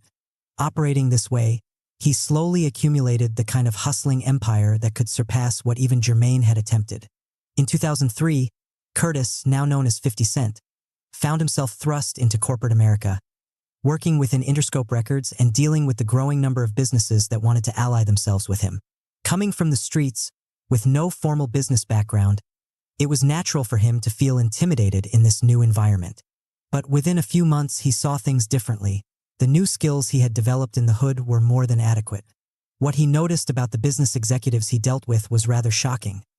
They operated by these conventions that seemed to have little to do with the incredible changes going on in the business environment. The record industry, for instance, was being destroyed by digital piracy, but the executives could only think of somehow maintaining their monopoly on ownership and distribution. They were incapable of adapting to the changes. They interacted only with themselves, not with their customer base, so their ideas never evolved. They were living in the past when all of the business models were simple and control was easy to come by. They had the Jermaine mentality through and through, and in 50's mind they would someday suffer a similar fate. 50 would stay true to his street strategies. He would opt for fluid positions and room to move. This meant branching out into ventures that were not at all traditional for a rapper, Vitamin Water, a line of books, an alliance with General Motors and Pontiac. These associations seemed disorderly and random, but it was all tied to his compelling image that he continued to shape. He worked 5 different angles at the same time. If one venture failed, he learned and moved on. The business world was like a laboratory that he would use for constant experimentation and discovery. He would mix and mingle with his employees up and down the line, and with his audience, allowing them to alter his ideas. The centerpiece of this flow strategy would be the internet, a chaotic space with endless opportunity for a hustler like himself. Without knowing exactly where it would lead, he began putting together his own website. At first, it was a place to showcase new videos and get feedback from the public. Soon it began to morph into a social network, bringing together his fans from all over the world. This gave him endless space to market his brand and track the changing moods of his audience. His website would continue to evolve like a living organism. He placed no limits on what it could become. Years later, having moved beyond music into as many varied realms as possible, 50 could look back on all the people he had left far behind. The record executives, fellow rappers, and business leaders who had gone astray amid all the rapid fluctuations in the early part of the century. A whole gallery of germane types who had no flow. No matter the changes to come, he would continue to thrive in this new Wild West environment, just as he had on the streets. The fearless approach. 50 Cent is a person I created. Soon it will be time to destroy him and become somebody else. 50 Cent. As infants, we were surrounded by many things that were unfamiliar and unpredictable. People acting in ways that did not make sense, events that were hard to figure out. This was the source of great anxiety. We wanted the world around us to be more familiar. What was not so predictable became associated in our minds with darkness and chaos, something to dread. Out of this fear, a desire was born deep inside of us to somehow gain greater control over the people and events that eluded our grasp. The only way we knew how to do this was to grab and hold, to push and pull, exerting our will in as direct a manner as possible to get people to do what we wanted. Over the years, this can become a lifelong pattern of behavior, more subtle as an adult but infantile at heart. Every individual we come across in life is unique, with his or her own energy, desires, and history. But wanting more control over people, our first impulse is generally to try to push them into conforming to our moods and ideas, into acting in ways that are familiar and comfortable to us. Every circumstance in life is different, but this elicits that old fear of chaos and the unknown. We cannot physically make events more predictable, but we can internally create a feeling of greater control by holding on to certain ideas and beliefs that give us a sense of consistency and order. This hunger for control, common to all of us, is the root of so many problems in life. Staying true to the same ideas and ways of doing things makes it that much harder for us to adapt to the inevitable changes in life. If we try to dominate a situation with some kind of aggressive action, this becomes our only option. We cannot give in or adapt or bide our time. That would mean letting go of our grip, and we fear that. Having such narrow options makes it hard to solve problems. Forcing people to do what we want makes them resentful. Inevitably, they sabotage us or assert themselves against our will. What we find is that our desire to micromanage the world around us comes with a paradoxical effect. The harder we try to control things in our immediate environment, the more likely we are to lose control in the long run. Most people tend to think of these forms of direct control as power itself, something that shows strength, consistency, or character. But in fact, the opposite is the case. They are forms of power that are infantile and weak, stemming from that deep-rooted fear of change and chaos. Before it is too late, you need to convert to a more sophisticated, fearless concept of power, one that emphasizes fluidity. Life has a particular pace and rhythm, an endless stream of changes that can move slowly or quickly. When you try to stop this flow mentally or physically by holding on to things or people, you fall behind. Your actions become awkward because they are not in relation to present circumstances. It is like moving against a current as opposed to using it to propel you forward. The first and most important step is to let go of this need to control in such a direct manner. This means that you no longer see change and chaotic moments in life as something to fear, but rather as a source of excitement and opportunity. In a social situation in which you want the ability to influence people, your first move is to bend to their different energies. You see what they bring and you adapt to this, then find a way to divert their energy in your direction. You let go of the past way of doing things and adapt your strategies to the ever-flowing present. Often what seems like chaos to us is merely a series of events that are new and hard to figure out. You cannot make sense of this apparent disorder if you are reactive and fearful, trying to make everything conform to patterns that exist only in your mind. By absorbing more of these chaotic moments with an open spirit, you can glimpse a pattern, a reason why they are occurring, and how you can exploit them. As part of this new concept, you are replacing the old stalwart symbols of power, the rock, the oak tree, etc., with that of water, the element that has the greatest potential force in all of nature. Water can adapt to whatever comes its way, moving around or over any obstacle. It wears away rock over time. This form of power does not mean you simply give in to what life brings you and drift. It means that you channel the flow of events in your direction, letting this add to the force of your actions and giving you powerful momentum. In places like the Hood, the concept of flow is more developed than elsewhere. In such an environment, obstacles are everywhere. Those who live there cannot move and make a good living beyond the confines of the Hood. If they try to control too many things and become aggressive, they tend to make their lives harder and shorter. The violence they initiate only comes back at them with equal force. With so many physical limitations, hustlers have learned to develop mental freedom. They cannot let their minds be bothered by all these hindrances. Their thoughts have to keep moving, creating new ventures, new hustles, new directions in music and clothes. That is why trends change so quickly in the Hood, which often serves as the engine for new styles in the culture at large. With people, hustlers have to adapt to all of their differences, wearing the mask that is appropriate for each situation, deflecting people's suspicions. Hustlers are consummate chameleons. If they can maintain this mental and social fluidity, they can feel a degree of freedom beyond all the physical confinements of the Hood. You too face a world full of obstacles and limitations. A new environment where the competition is more global, complicated, and intense than ever before. Like the hustler, you must find your freedom through the fluidity of your thoughts and your constant inventiveness. This means having a greater willingness to experiment, trying several ventures without fear of failing here or there. It also means constantly looking to develop new styles, new directions you can take, freeing yourself up from any inertia that comes with age. In a world full of people who are too conventional in their thinking, who respect the past far too much, such flow will inevitably translate into power and more room to move. The fearless types in history all reveal a greater capacity to handle chaos and to use it for their purposes. No greater example of this can be found than Mao Zedong. China in the 1920s was a country on the verge of radical change.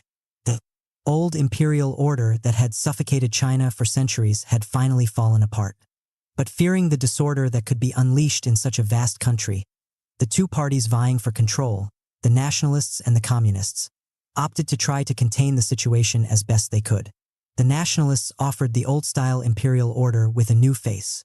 The communists decided to impose on China the Lenin model, waging a proletariat revolution, centered in urban areas, controlling key cities in the country and enforcing strict adherence to party dogma among its followers. This had worked well in the Soviet Union, creating order in a short period of time, but it had no relevance to China. By the end of the decade, the strategy was failing miserably. On the verge of annihilation, the communists turned to Mao, who had a totally different concept of what to do. Mao had been raised in a small village among the country's vast peasant population. As part of his upbringing, he was immersed in the ancient belief systems of Taoism, which saw change as the essence of nature and conforming to these changes as the source of all power. In the end, according to Taoism, you are stronger by having a softness that allows you to bend and adapt. Mao was not afraid of the vast size and population of China. The chaos this could represent would simply become part of his strategy. His idea was to enlist the help of the peasantry so that communist soldiers could blend into the countryside like fish in water. He would not attack city centers or try to occupy any single position in the country. Instead, he would move the army around, like a vaporous force that would attack and then disappear, the enemy never knowing where it was coming from or what it was up to. This guerrilla force would stay in constant motion, allowing the enemy no breathing space and giving them a sense of chaos. The nationalists epitomized the opposite school of fighting, conventional to the core. When Mao finally unleashed on them his new brand of warfare, they could not adapt. They held on to key positions, while the communists encircled them in the vast spaces of China. The nationalists' control narrowed to the point of a few cities, and soon they crumbled completely in one of the most remarkably swift turnarounds in military history. Understand, it is not only what you do that must have flow, but also how you do things. It is your strategies, your methods of attacking problems, that must constantly be adapted to circumstances. Strategy is the essence of human action, the bridge between an idea and its realization in the world. Too often these strategies become frozen into conventions, as people mindlessly imitate what worked before. By keeping your strategies attuned to the moment, you can be an agent of change, the one who breaks up these dead ways of acting, gaining tremendous power in the process. Most people in life are rigid and predictable. That makes them easy targets. Your fluid, unpredictable strategies will drive them insane. They cannot foresee your next move or figure you out. That is often enough to make them give way or fall apart. Keys to fearlessness. Thus one's victories in battle cannot be repeated. They take their form in response to inexhaustibly changing circumstances. It can be likened to water, as water varies its flow according to the fall of the land. Sun Tzu. All of us have experienced at some point in our lives a feeling of momentum. Perhaps we do something that strikes a chord and we get recognized for it. This positive attention fills us with unusual confidence, which in turn attracts people to us. Now brimming with self-belief, we are able to pull off another good action. Even if it is not so perfect, people will now tend to overlook the rough patches. We have the aura of success about us. So many times in life, one good thing seems to follow another. This will go on until inevitably we disrupt the flow. Perhaps we overreach with an action that breaks the spell, or we keep repeating the same things and people grow tired of us and move on to someone else. Just as quickly, the opposite momentum can afflict us. Our own insecurities start to get in the way. The little imperfections that people overlooked before now seem glaring. We enter a run of bad fortune and feelings of depression render us more and more immobile. On either end of the spectrum, we recognize the phenomenon, but we treat it as if it were something mystical, beyond conscious control and explanation. But it is not as mysterious as we might think. In the midst of any run of momentum, we generally feel more open. We allow ourselves to be carried along. The confidence we have when things are going well makes people get out of our way or join our side, giving our actions added force. Sometimes a feeling of urgency, we have to get something done, pushes us to act in a particularly energetic manner, and this starts a good run. This is often accompanied with a feeling that we have little to lose by trying something bold. Perhaps feeling somewhat desperate, we loosen up and experiment. What ties this all together is that something inside of us opens up and we allow a greater range of motion. Our style becomes freer and bolder, and we move with the current. On the other hand, when a run of momentum ends, it is usually from something we do, a kind of unconscious self-sabotage. We react against this loosening up out of some fear of where it could lead us. We become conservative and the flow of energy stops, slowly reversing itself into stasis and depression. In many ways, we are the ones in control of this phenomenon, but it does not operate on a conscious enough level.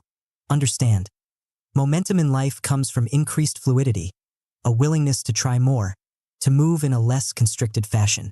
On many levels, it remains something hard to put into words, but by understanding the process, becoming more conscious of the elements involved, you can place your mind in a readied position, better able to exploit any positive movement in your life. Call this calculated momentum. For this purpose, you must practice and master the following 4 types of flow. Mental flow. In the time of Leonardo da Vinci's youth, mid-15th century, knowledge had hardened into rigid compartments. In one slot, there was philosophy and scholasticism. In another, the arts, which were considered more like simple crafts. In yet another, science, which was not yet very empirical. On the margins stood all forms of dark knowledge, the arts of the occult. Da Vinci was the illegitimate son of a notary, and because of this murky social position, he was denied the usual formal education, all of which became a great blessing in disguise.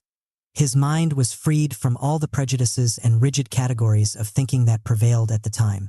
He went to serve an apprenticeship in the studio of the great artist Verrocchio, and once he began to learn there the craft of drawing and painting, a process was set in motion that led to the forming of one of the most original minds in the history of mankind.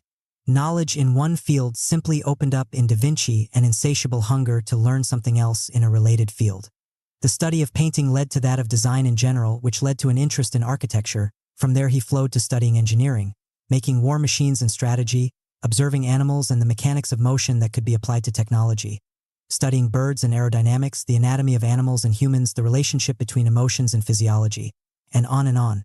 This incredible stream of ideas even overflowed into areas of the occult. His mind would recognize no boundaries. He sought the connections between all natural phenomena. In this sense, he was ahead of his time and the first real Renaissance man. His discoveries in various fields had a momentum, the intensity of one leading to another. Many could not understand him and thought he was eccentric, even erratic. But great patrons such as King François I of France, and even Cesare Borgia, recognized his genius and sought to exploit it. Today we have regressed to a point that resembles the pre-Renaissance. Knowledge has once again hardened into rigid categories, with intellectuals shut off in various ghettos. Intelligent people are considered serious by virtue of how deeply they immerse themselves in one field of study, their viewpoint becoming more and more myopic. Someone who crosses these rigid demarcations is inevitably considered a dilettante. After college, we are all encouraged to specialize, to learn one thing well and stick to it. We end up strangling ourselves in the narrowness of our interests.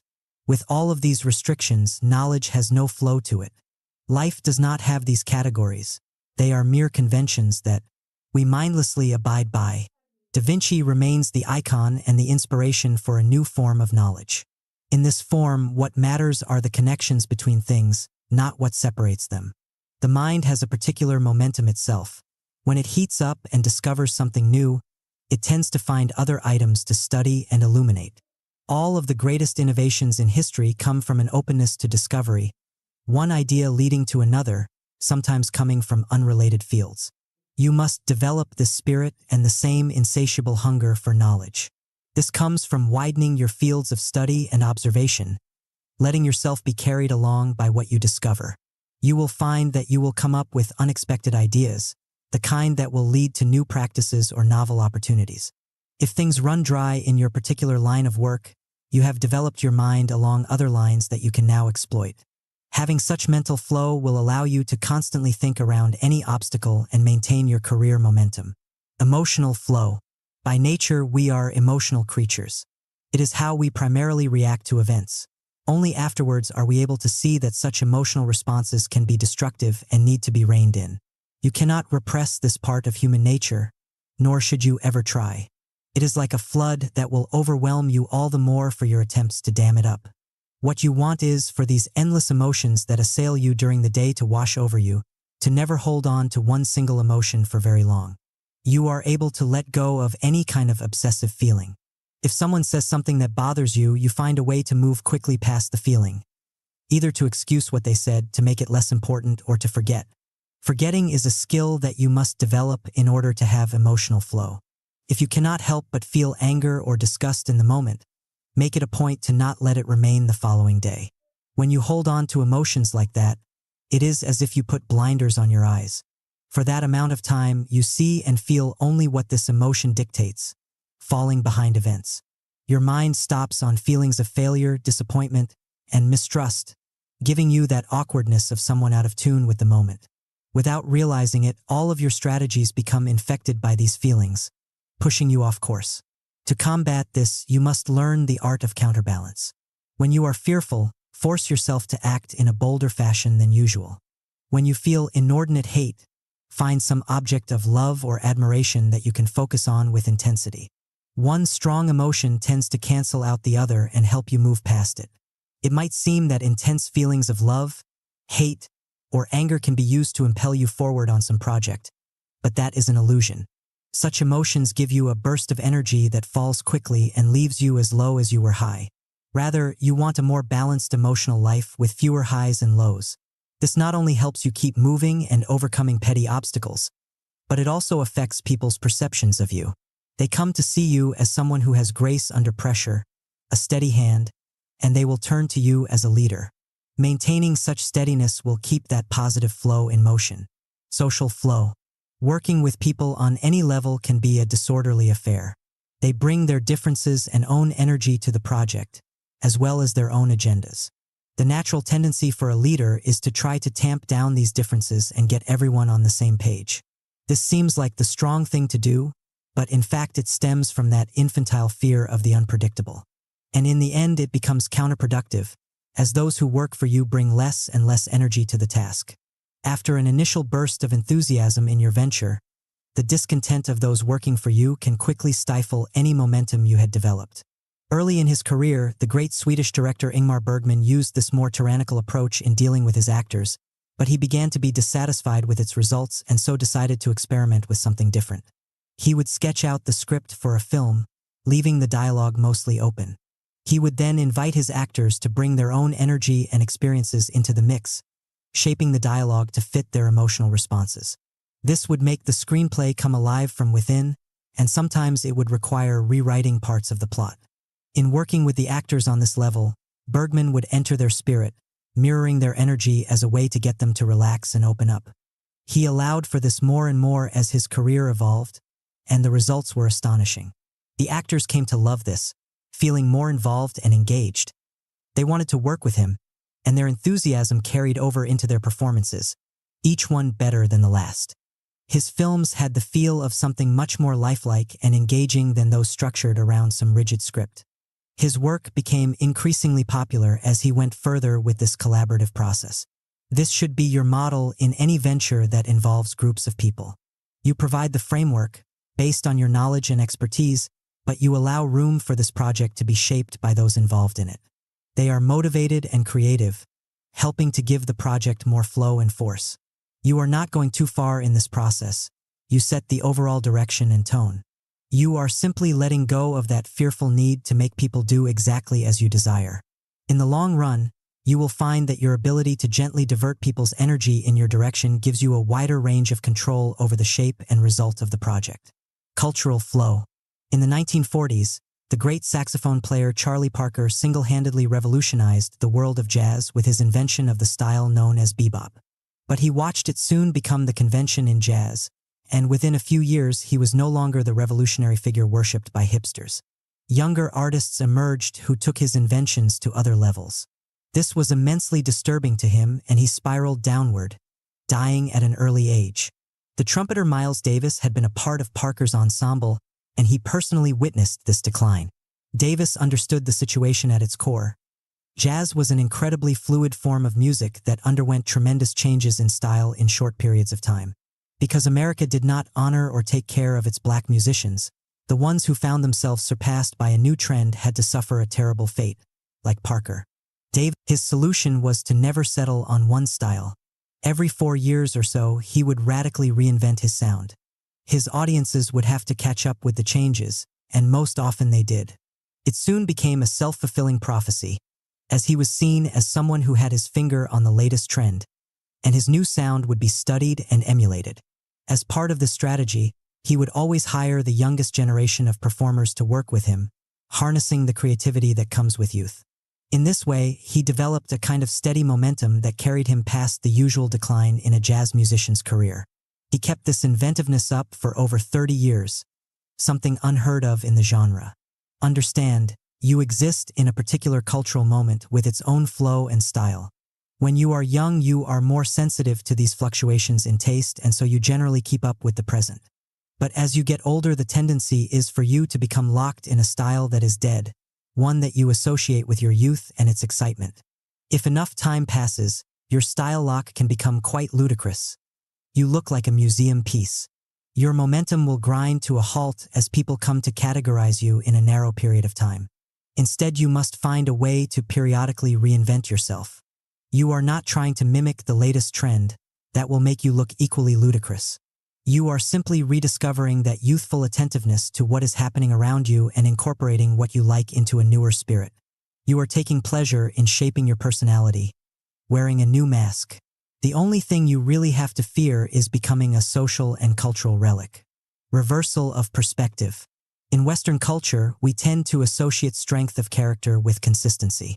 People who shift around too much with their ideas and image can be judged as untrustworthy and even demonic.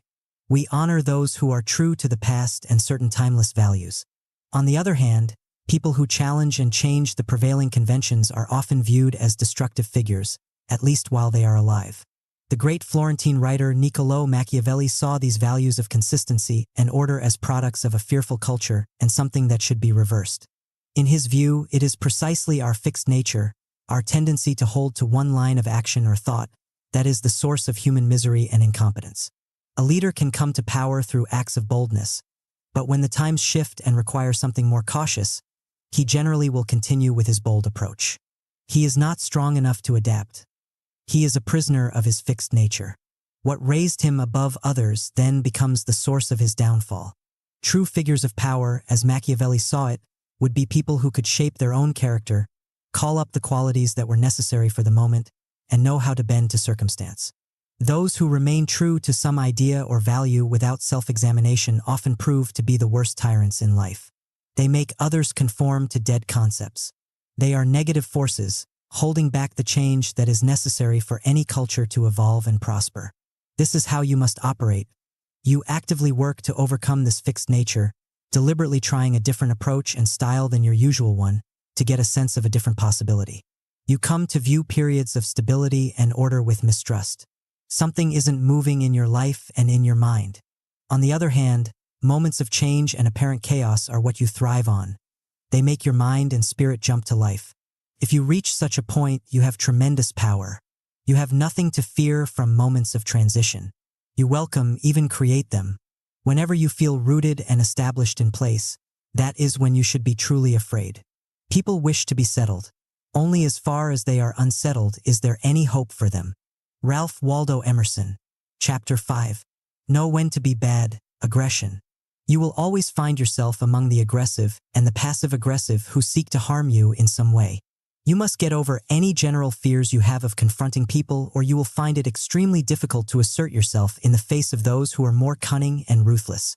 Before it is too late, you must master the art of knowing when and how to be bad, using deception, manipulation, and outright force at the appropriate moments. Everyone operates with a flexible morality when it comes to their self-interest. You are simply making this more conscious and effective. The hustler's setup. He hustler's every waking hour is lived with both the practical and the subconscious knowledge that if he ever relaxes, if he ever slows down, the other hungry, restless foxes, ferrets, wolves, and vultures out there with him won't hesitate to make him their prey. Malcolm X. In the summer of 1994, Curtis Jackson returned to Southside Queens after having served some time in a rehabilitation program for drug offenders. And to his surprise, in the year he had been away, the hustling game had dramatically changed. The streets were now more crowded than ever with dealers trying to make some money in the crack cocaine trade. Having grown weary over the heated rivalries and violence of the past 8 years, the hustlers had settled into a system where each would have his own corner or two. The drug fiends would come to them for quick transactions. It was easy and predictable for everyone. No need to fight or push people out of the way or even move around. When Curtis spread the word that he was looking to get his old crew together and start back where he had left off before rehab, he was met with suspicion and outright hostility. He could ruin the nice system they had in place with his ambitious hustling schemes. He had the feeling they would kill him before he could do anything, just to preserve this new order. The future suddenly seemed depressing and grim. He had decided months before to find a way out of the drug-dealing racket, but his plans depended on his ability to make some good money and save it so he could segue into a music career. Fitting into this one-corner system would mean he could never earn enough. A few years would go by and he would find it harder and harder to get out. But if he made a play to grab more turf and make some quick money, he would find few allies and many enemies among his fellow hustlers. It was not in their interest that he be allowed to expand his business. The more Curtis pondered the situation, the angrier he became. It seemed to him that everywhere he turned, people were trying to get in his way, restrain his ambitions, or tell him what to do.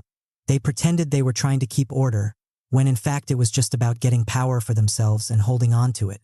In his experience, whenever he wanted something in life, he couldn't afford to be nice and submissive. He had to get active and forceful. It would be natural for him to feel a little skittish, coming fresh out of jail and trying to get his old life back together. But what he really had to be afraid of was being stuck and settling for the corner hustler's life. Now was exactly the time to get aggressive, to be bad, and to disrupt the system that was designed only to keep people like him down. He thought back to the great hustlers he had known in the neighborhood. One of their most successful strategies was the setup, a variation on the old con game of bait and switch. You distract people with something dramatic and emotional, and while they are not paying attention to you, you grab what you want.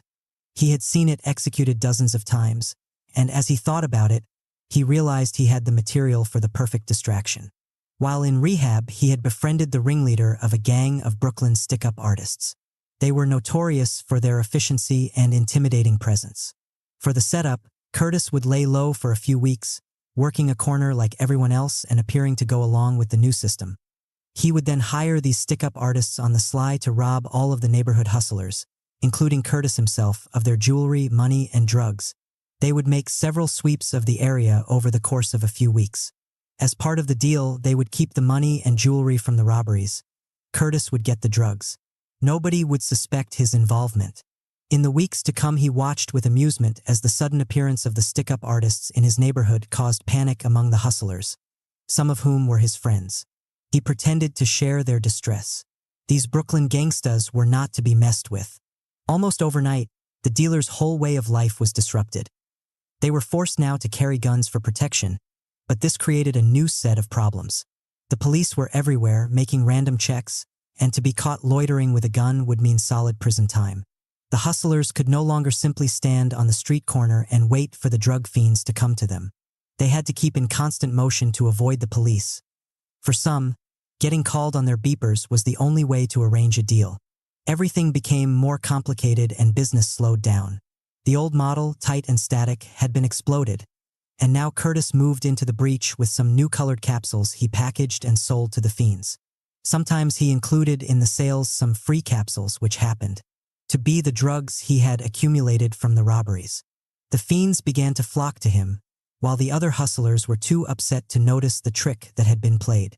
By the time they had figured it out, it was too late. Curtis had expanded his business and he was well on his way to buying his freedom. Several years later, Curtis, now known as 50 Cent, had carved out a path towards a career as a rapper. He had a deal with Columbia Records and the future looked reasonably bright. But 50 was not one to be duped by the usual dreams. He quickly saw that there was only so much room for the top performers who could bank on a solid career in this business. He, along with everyone else, was fighting for crumbs of attention. The artists might get temporary success with a hit here or there, but it wouldn't last, and they had no power to alter the dynamic. What was worse, 50 had made some enemies in the business. He was an ambitious hustler with talent. There were people who mistrusted and feared him. They worked behind the scenes to make sure he would not get far in the industry. As 50 had learned, talent and good intentions are never enough in this world. You need to be fearless and strategic.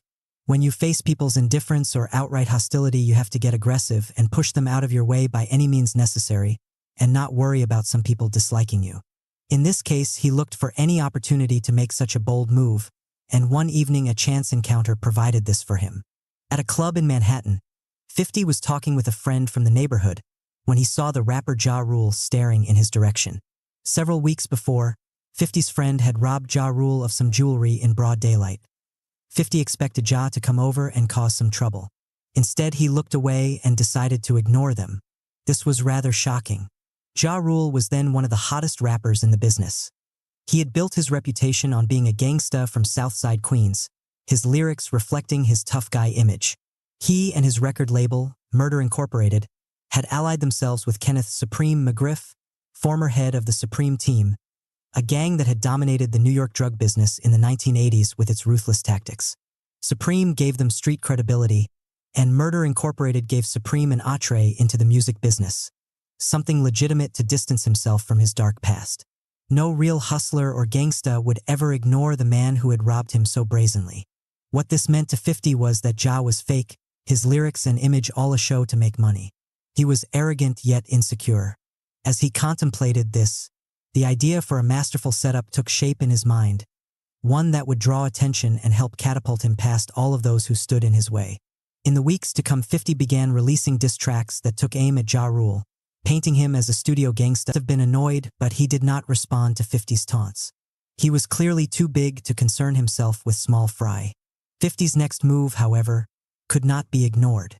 He released a song that detailed the activities of the most notorious gang leaders, including Supreme, in Southside Queens in the 1980s.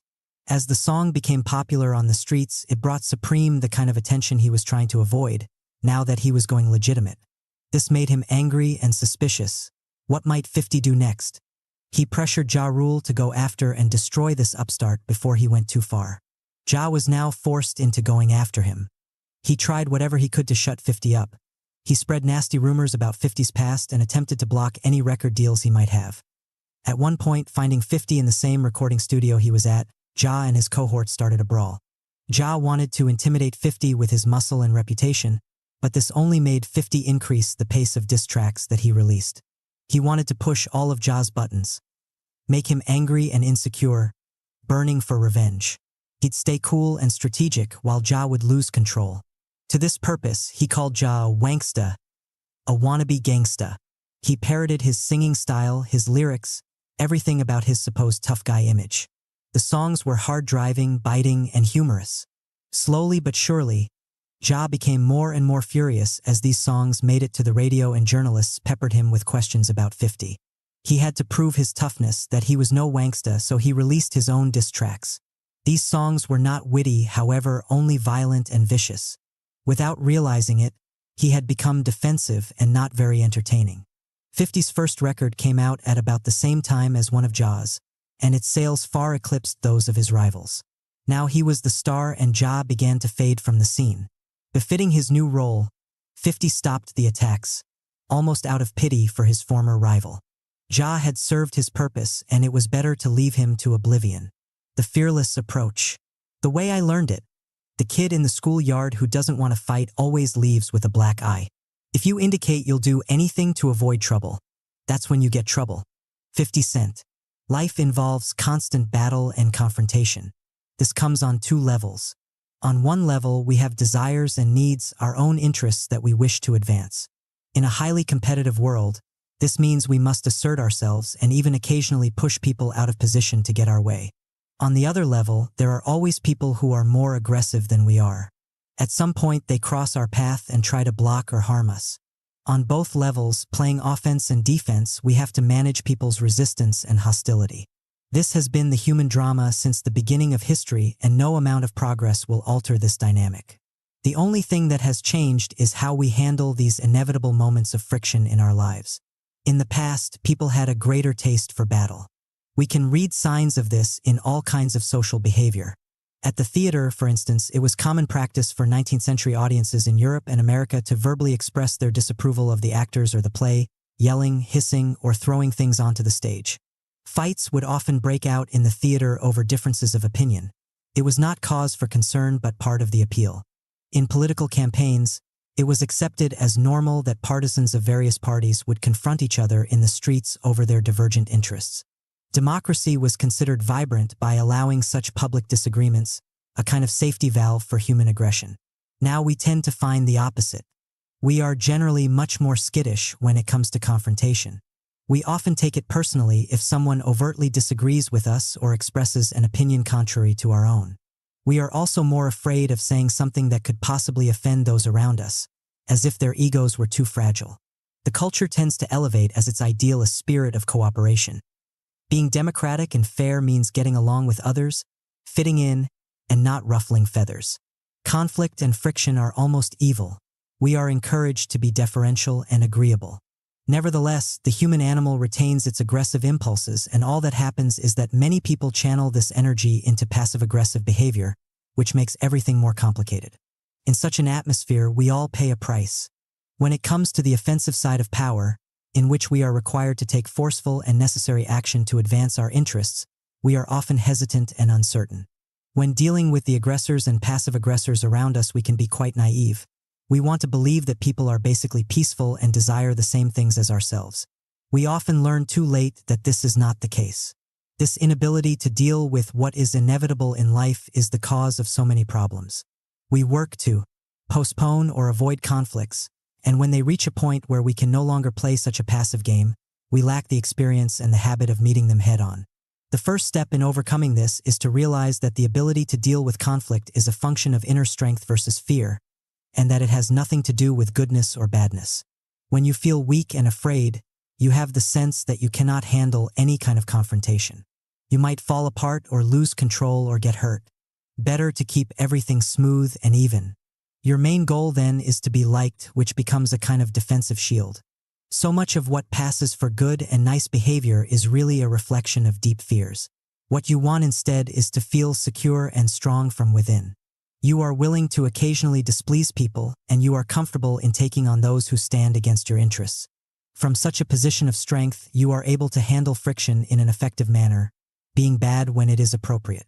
This inner strength, however, does not come naturally. What is required is some experience. This means that in your daily life you must assert yourself more than usual. You take on an aggressor instead of avoiding him. You strategize and push for something you want instead of waiting for someone to give it to you. You will generally notice that your fears have exaggerated the consequences of this kind of behavior. You are sending signals to others that you have limits they cannot cross, that you have interests you are willing to defend or advance. You will find yourself getting rid of this constant anxiety about confronting people. You are no longer tied to this false niceness that wears on your nerves. The next battle will be easier. Your confidence in handling such moments of friction will grow with each encounter. In the hood, people don't have the luxury of worrying about whether people like them. Resources are limited. Everyone is angling for power and trying to get what they can. It is a rough game, and there is no room for being naive or waiting for good things to happen. You learn to take what you need and feel no guilt about it. If you have dreams and ambitions, you know that to realize them you have to get active, make some noise, bruise a few people in your path. And you expect others to do the same to you. It is human nature, and instead of complaining, you simply must get better at protecting yourself. We all face a similar competitive dynamic. People all around us are struggling to advance their interests. But because our fights are more subtle and veiled, we tend to lose sight of the harsh aspects of the game. We are often too trusting in others in a future that will bring good things. We could use some of the toughness and realism that people who grow up in pressurized environments have. A simple line can be drawn: we all have ambitions and large goals for ourselves. We are either waiting for some perfect moment to realize them, or we are taking action in the present. This action requires some aggressive energy channeled in a smart manner and the willingness to displease a person or two who gets in our way. If we are waiting and settling for what we have, it is not because we are good and nice, but because we are fearful. We need to get rid of the fear and guilt we might have for asserting ourselves. It serves no purpose except to keep us down. The fearless types in history have often had to face a lot of hostility in their lives, and in doing so they invariably discover the critical role that one's attitude plays in thwarting people's aggression. Look at Richard Wright, the first best-selling African-American writer in U.S. history. His father abandoned his mother shortly after Wright's birth in 1908, and Wright knew only poverty and starvation as a child. His uncle, with whom they lived, was lynched by a white mob, and his family, Wright and his mother and brother, was forced to flee from Arkansas and wander across the South. When his mother fell ill and became an invalid, he was shunted from family to family, even spending time in an orphanage. The family members who took him in, themselves poor and frustrated, beat him incessantly. His classmates at school, sensing he was different, he liked to read books and was shy, taunted and ostracized him. At work, his white employers subjected him to endless indignities, such as beatings and dismissals from the job for no apparent reason. These experiences created in him intricate layers of fear. But as he read more books about the wider world and thought more deeply, a different spirit rose inside of him, a need to rebel and not accept the status quo. When an uncle threatened to beat him over a triviality, he decided he had had enough. Although just a child, he clutched 2 razor blades in his hands and told the uncle he was prepared to go down fighting. He was never bothered by that uncle again. Seeing the power he had with such an attitude, he now made it something more calculated and under control. When conditions at work became impossible, he would leave the job, a sign of impertinence to the white employers, who spread word of this around town. He didn't care if people thought he was different, he was proud of it. Feeling like he was going to be trapped in Jackson, Mississippi, for the rest of his life and yearning to escape to the north, he became a criminal for the first and last time in his life, stealing enough to pay his way out of town. He felt more than justified in doing this. This spirit permeated his life to the very end. As a successful writer now living in Chicago, he felt that his novels were being misread by the white public. They invariably found a way to soften his message about racial prejudices, to see what they wanted to see in his work. He realized he had been holding back, tailoring his words to appeal to them. He had to rise again above this fear of pleasing others and write a book that could not be misread, that would be as bleak as the life he had known. This became Native Son, his most famous and successful novel. What Wright had discovered was simple. When you submit in spirit to aggressors or to an unjust and impossible situation, you do not buy yourself any real peace. You encourage people to go further, to take more from you, to use you for their own purposes. They sense your lack of self-respect and they feel justified in mistreating you. When you are humble, you reap the wages of humility. You must develop the opposite, a fighting stance that comes from deep within and cannot be shaken. You force some respect. This is how it is in life for everyone. People will take from you what they can. If they sense that you are the type of person who accepts and submits, they will push and push until they have established an exploitative relationship with you. Some will do this overtly. Others are more slippery and passive-aggressive. You must demonstrate to them that there are lines that cannot be crossed. They will pay a price for trying to push you around. This comes from your attitude, fearless and always prepared to fight. It radiates outward and can be read in your manner without you having to speak a word. By a paradoxical law of human nature, trying to please people less will make them more likely in the long run to respect and treat you better. Keys to fearlessness.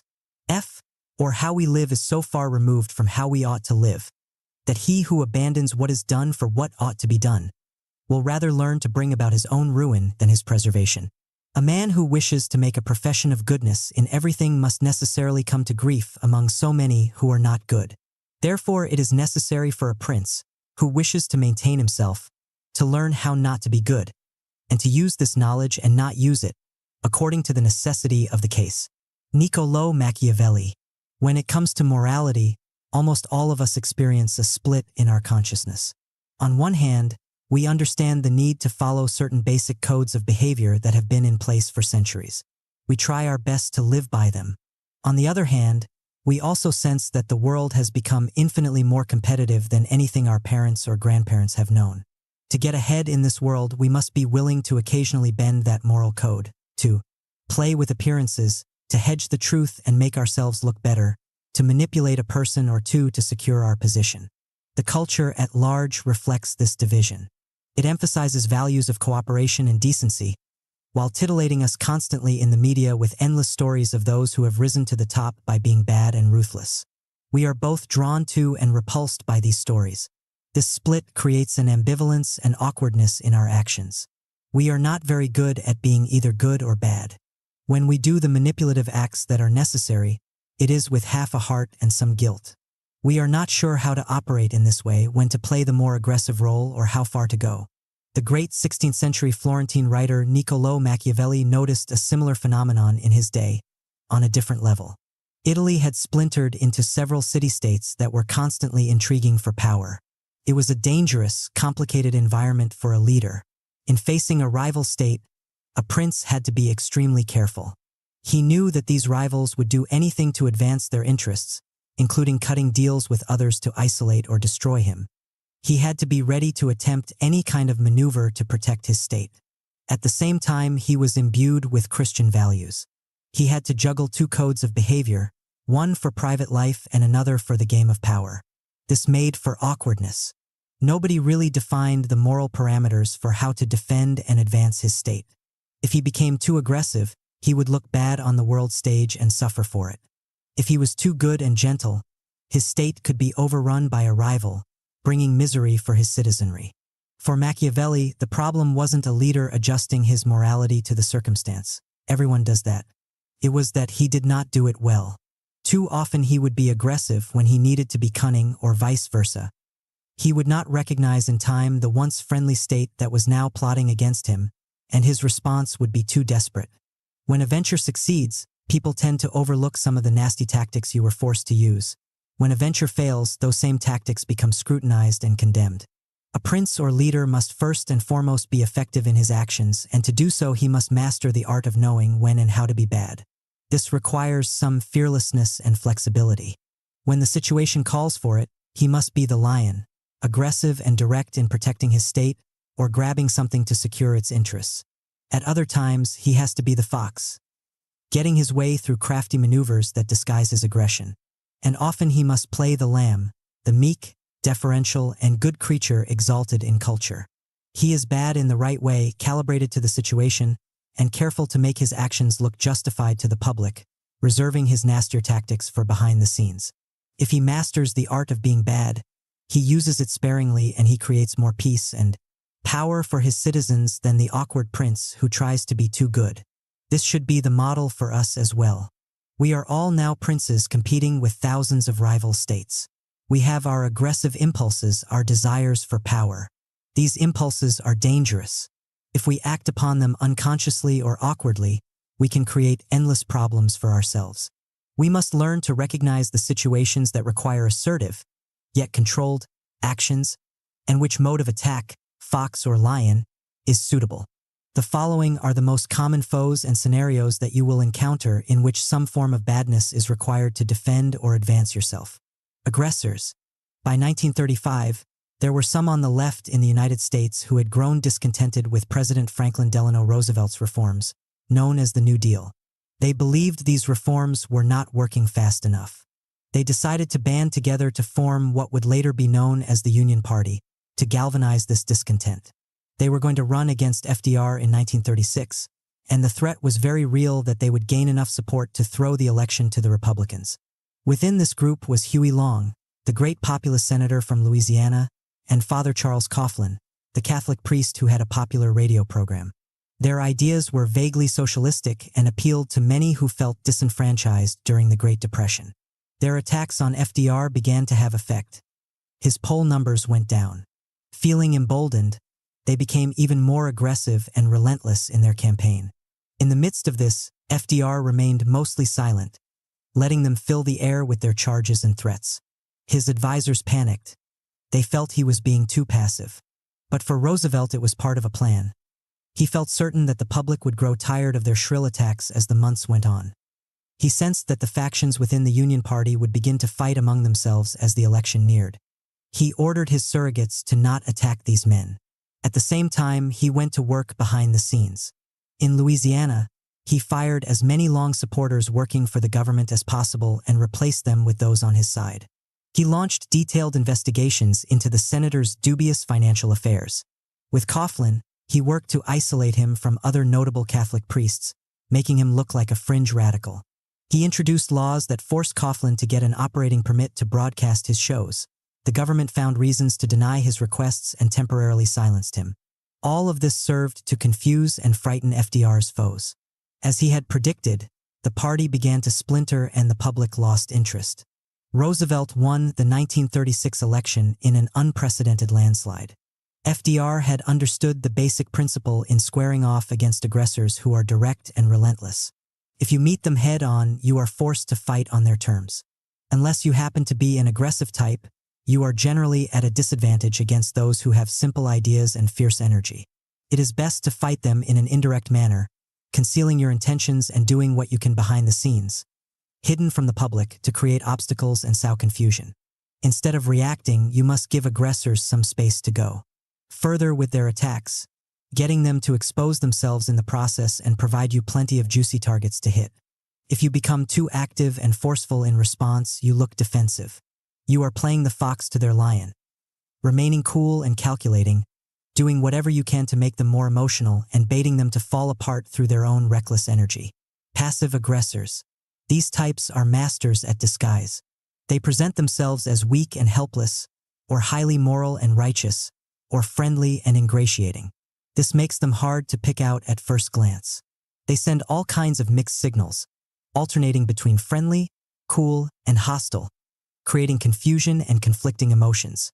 If you try to call them on their behavior, they use this confusion to make you feel guilty, as if you were the one who was the source of the problem. Once you are drawn into their dramas with your emotions engaged, it can be very difficult to detach yourself. The key is recognizing them in time to take appropriate action. When the Grand Duchess Catherine, future Empress of Russia, Catherine the Great, met her husband-to-be, Peter, she felt he was an innocent child at heart.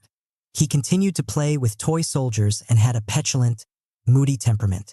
Then shortly after their marriage in 1745, she began to detect a different side to his character. In private, they got along well enough. But then she would hear from second-hand sources all kinds of nasty stories about how he had regretted their marriage and how he preferred her chambermaid. What was she to believe, these stories or his geniality when they were together? After he became Tsar Peter III, he would graciously invite Catherine to visit him in the morning. but then he would ignore her. When the royal gardener stopped delivering her favorite fruits, she found out it was on his orders. Peter was doing everything he could to make her life miserable and humiliate her in subtle ways. Fortunately, Catherine figured out early on that he was a master manipulator. His childish exterior was clearly there to distract attention from his petty, vindictive core. His goal, she believed, was to bait her into doing something rash that would give him an excuse to isolate or get rid of her. She decided to bide her time, be as gracious as possible, and win over some key allies in the court and the military, many of whom had come to despise the Tsar. Finally, certain of her allies' support, she instigated a coup that would get rid of him once and for all. When it became clear that the military had sided with Catherine and that he was to be arrested, Peter started to beg and plead with her. He would change his ways and they would rule together. She did not reply. He sent another message saying he would abdicate, if only he could return peacefully to his own estate with his mistress. She refused to bargain. He was arrested and soon thereafter murdered by one of the coup intriguers, perhaps with the approval of the Empress. Catherine was a classic fearless type. She understood that, with passive aggressors, you must not get emotional and drawn into their endless intrigues. If you respond indirectly with a kind of passive aggression yourself, you play into their hands. They are better at this game than you are. Being underhanded and tricky only spurs on their insecurities and intensifies their vindictive nature. The only way to treat these types is to take bold, uncompromising action that either discourages further nonsense or sends them running away. They respond only to power and leverage. Having allies higher up the chain can serve as a means of blocking them. You are playing the lion to their fox, making them afraid of you. They see there will be real consequences if they continue their behavior in any form. To recognize such types, look for extremes in behavior that are not natural, too kind, too ingratiating, too moral. These are most likely disguises that are worn to deflect attention from their true nature. Better to be proactive and take precautionary measures the moment you feel they are trying to get into your life. Unjust situations. Sometime in the early 1850s, Abraham Lincoln came to the conclusion that the institution of slavery was the great stain on our democracy and had to be eliminated. But as he surveyed the political landscape, he became concerned. The politicians on the left were too noisy and righteous. In their fervor to promote abolition, they would polarize the country, and the slaveholders could easily exploit these political divisions to maintain their way of life for decades. Lincoln was the consummate realist. If your goal is to end an injustice, you have to aim for results, and that requires being strategic and even deceptive. To end slavery, he would be willing to do almost anything. He decided he was the politician best suited for this cause. His first step was to present a moderate front to the public in the 1860 campaign and after his election to the presidency. He gave the impression that his main goal was to maintain the Union and to gradually phase slavery out of existence through a policy of containment. When war became inevitable in 1861, he decided to lay a clever trap for the South, baiting them into an attack on Fort Sumter that would force him to declare war. This made it seem that the North was the victim of aggression. All of these maneuvers were designed to keep his support in the North relatively unified. To oppose him was to oppose his efforts to defeat the South and maintain the Union, the slavery issue slipping into the background. This unified front on his side made it almost impossible for the enemy to play political games. As the tide of the war turned in favor of the North, he gradually shifted to more radical positions, stated in the Emancipation Proclamation and his Gettysburg Address, knowing he had more leeway to reveal his real goals and act on them. Leading the North to victory in the war, he had even more room to continue his campaign. In sum, to defeat slavery, Lincoln was prepared to publicly manipulate opinion by concealing his intentions and to practice outright deceit in his political maneuverings. This required great fearlessness and patience on his part, as almost everyone misread his intentions and criticized him as an opportunist. Some still do. In facing an unjust situation, you have two options. You can loudly proclaim your intentions to defeat the people behind it, making yourself look good and noble in the process. But in the end, this tends to polarize the public. You create one hardened enemy for every sympathizer won over to the cause, and it makes your intentions obvious. If the enemy is crafty, this makes it almost impossible to defeat them. Or, if it is results you are after, you must learn instead to play the fox, letting go of your moral purity. You resist the pull to get emotional, and you craft strategic maneuvers designed to win public support. You shift your position to suit the circumstance, baiting the enemy into actions that will win you sympathy. You conceal your intentions. Think of it as war short of unnecessary violence. You are called to do whatever it takes to defeat the enemy. There is no nobility in losing if an injustice is allowed to prevail. Static situations. In any venture, people quickly create rules and conventions that must be followed. This is often necessary to instill some discipline and order. But most often these rules and conventions are arbitrary. They are based on something that was successful in the past but might have little relevance to the present. They are often instruments for those in power to maintain their grip and keep the group unified. If this goes on long enough, they become stultifying and crowd out any new ways for doing things. In such a situation, what is called for is the total destruction of these dead conventions, creating space for something new. In other words, you must be the complete lion, as bad as can be. This was how several important black jazz musicians, such as Charlie Parker, Thelonious Monk, and Dizzy Gillespie, responded to the musical conventions that had hardened in the early 1940s. From its more freewheeling earlier days, jazz had become co-opted by white performers and audiences. The sound that became popular, big band swing, was more controlled and regimented. To make any money in the business, you had to play by the rules and perform these popular genres. But even those black musicians who followed the conventions were still paid considerably less than their white counterparts. The only way around this oppressive situation was to destroy it with a completely new sound, in this case with something that later became known as bebop. This new genre went against all the current conventions. The music was wild and improvisatory. As it became popular, it gave these musicians some space to perform on their own terms and some control over their careers. Now the static situation was broken and the field was left open to the great jazz innovations of the 1950s and 60s. In general, you must be less respectful of the rules that other people have established. They do not necessarily fit the times or your temperament. And there is great power to be had by being the one to initiate a new order. Impossible dynamics. Sometimes in life you find yourself in a negative situation that cannot be improved no matter what you do. You might find yourself working for people who are irrational. Their actions seem to serve no purpose apart from imposing their power and making you miserable. Everything you do is wrong. Or it could be a relationship in which you are constantly forced to rescue a person. This usually involves types who present themselves as weak victims in need of attention and assistance. They stir up a lot of drama around them. No matter what you do, the need to be rescued keeps recurring.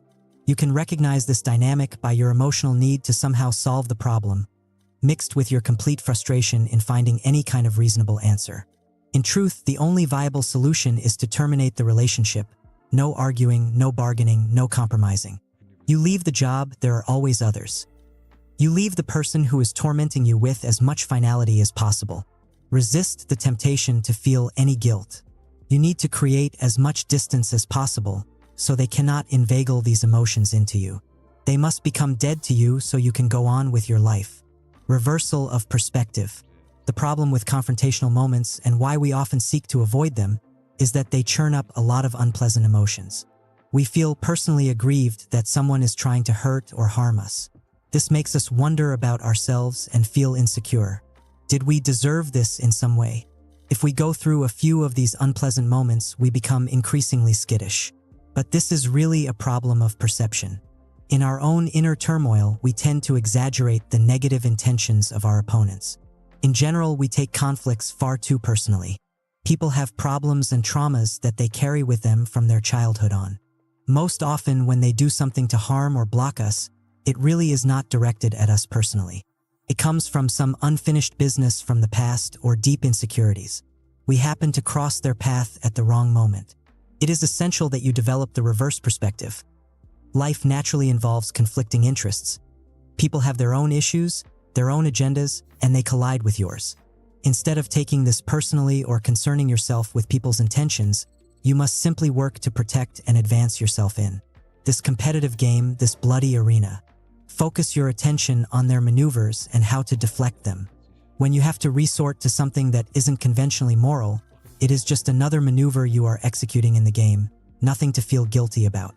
You accept human nature and the idea that people will resort to aggression. This calm, detached perspective will make it that much easier to design the perfect strategy for blunting their aggression. With your emotions unscathed by these battles, you will grow accustomed to them and will even take some pleasure in fighting them well. In the ring, our opponents can gouge us with their nails or butt us with their heads and leave a bruise, but we don't denounce them for it or get upset with them or regard them from then on as violent types. We just keep an eye on them, not out of hatred or suspicion, just keeping a friendly distance. We need to do that in other areas. We need to excuse what our sparring partners do and just keep our distance, without suspicion or hatred. Marcus Aurelius, Chapter 6. Lead from the front, authority. In any group, the person on top consciously or unconsciously sets the tone. If leaders are fearful, hesitant to take any risks, or overly concerned for their ego and reputation, then this invariably filters its way through the entire group and makes effective action impossible. Complaining and haranguing people to work harder has a counterproductive effect. You must adopt the opposite style. Imbue your troops with the proper spirit through your actions, not words.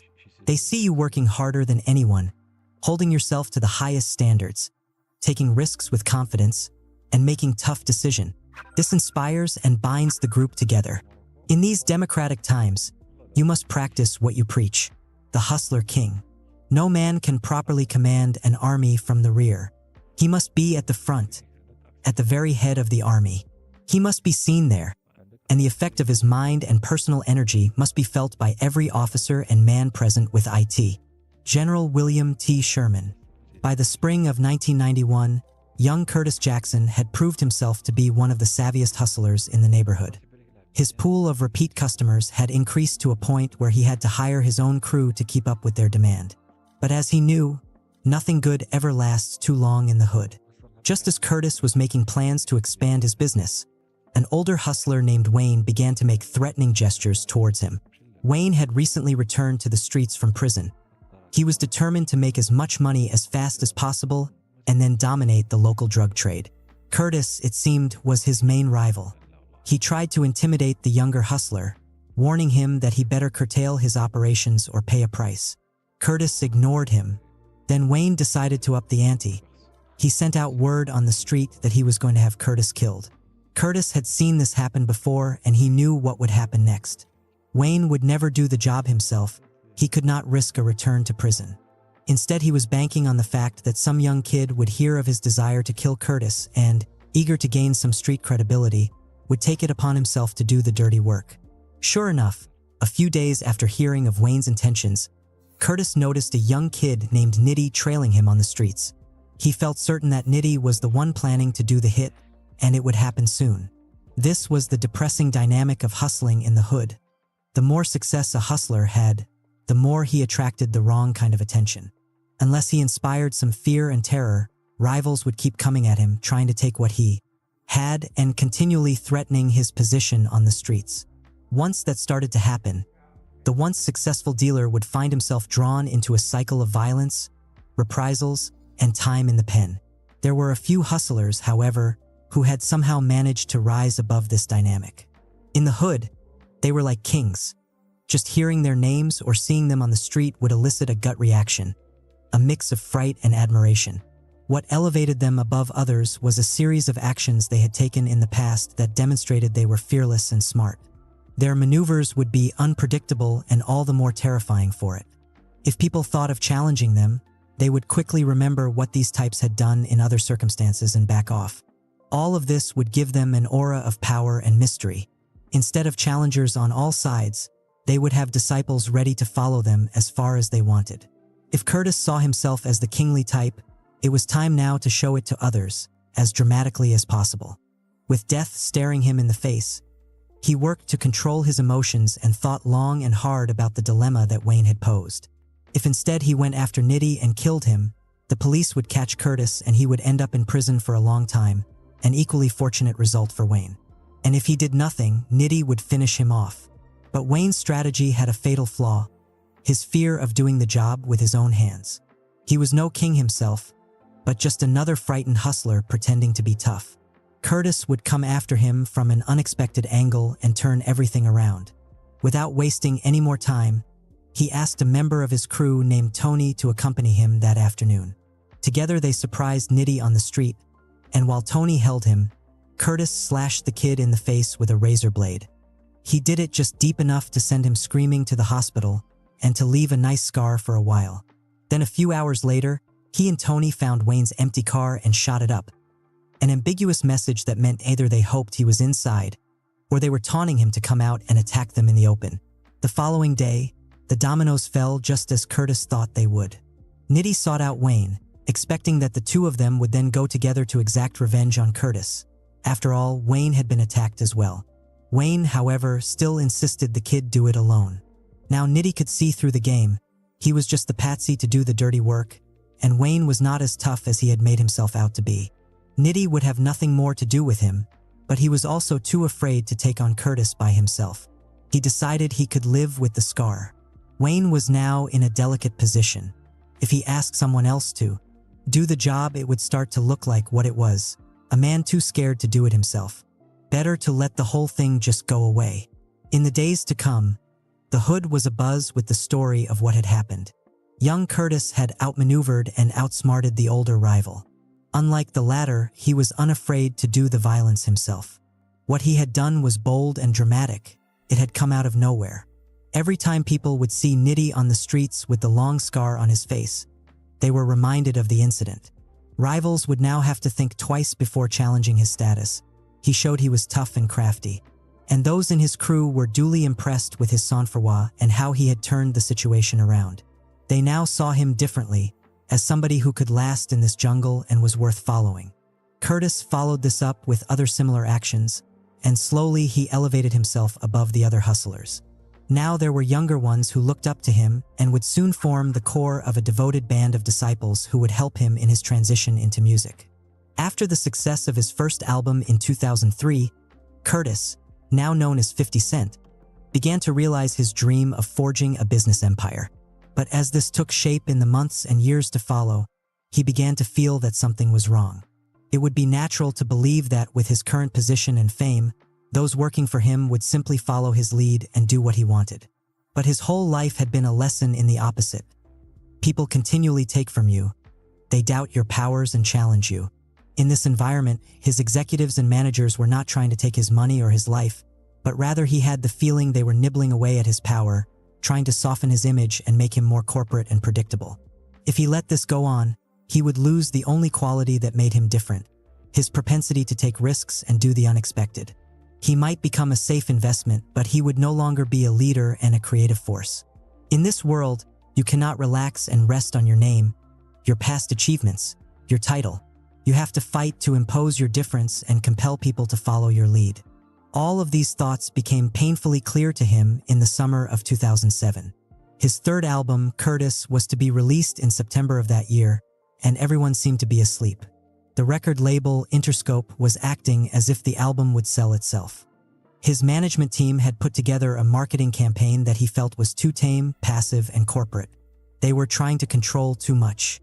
Then one August afternoon, an employee at G-Unit Records, 50's own label within Interscope, told him that a video from the upcoming album somehow just got leaked to the internet. If it spread, it would mess up the carefully orchestrated rollout of songs that had been planned for that month. 50 was the first to hear of this, and after contemplating what to do next, he decided it was finally time to shake up the dynamic, do the unpredictable, and play the part of the hustler king.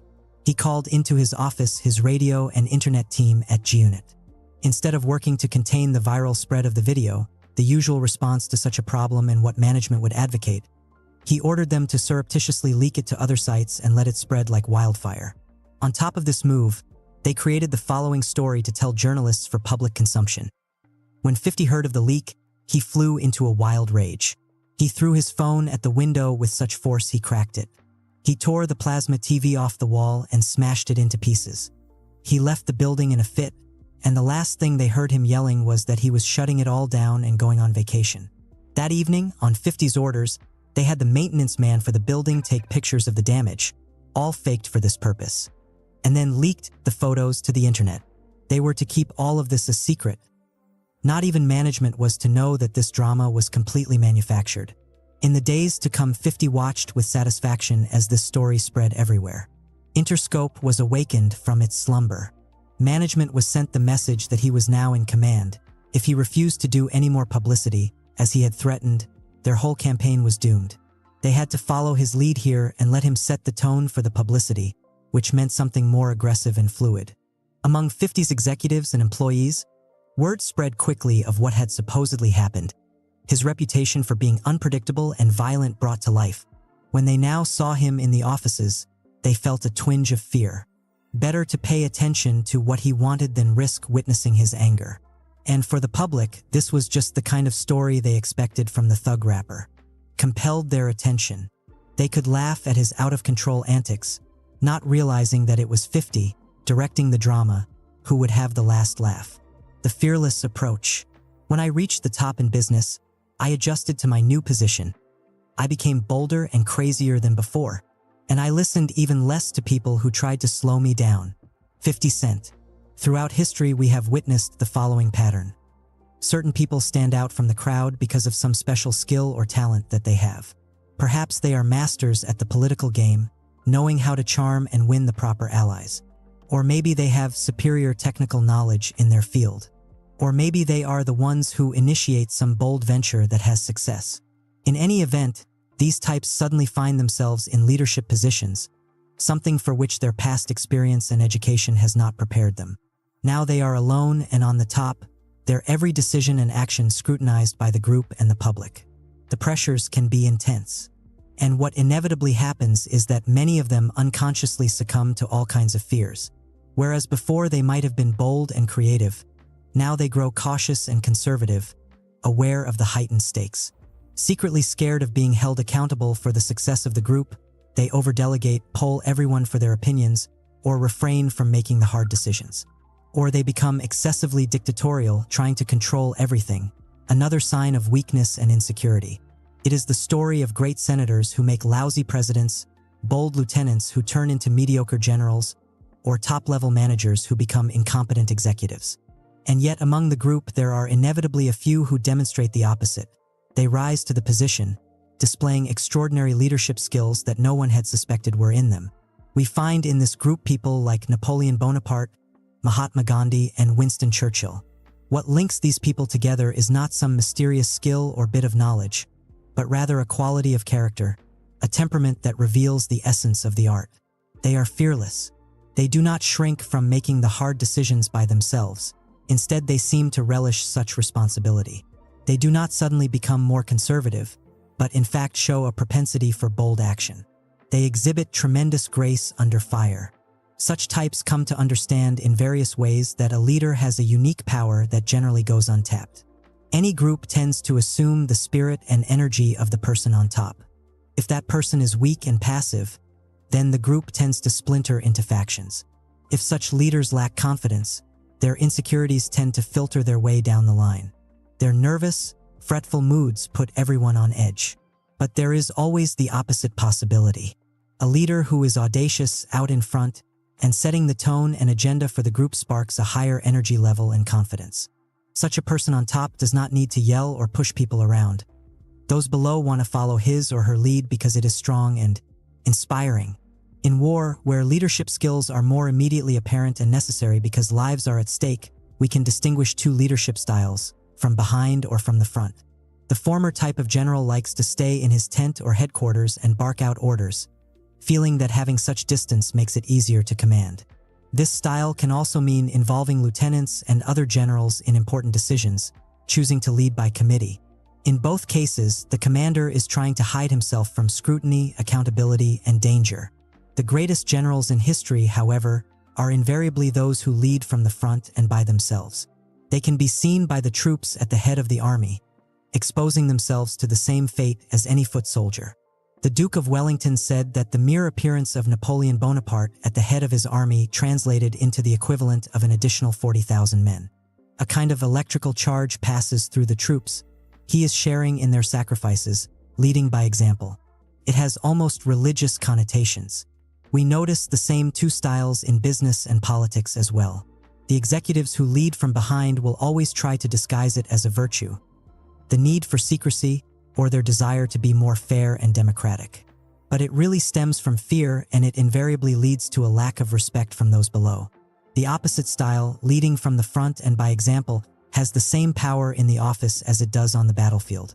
Leaders who work harder than anyone else, who practice what they preach, who are not afraid to be accountable for tough decisions or to take risks, will find they have created a well of respect that will pay great dividends down the road.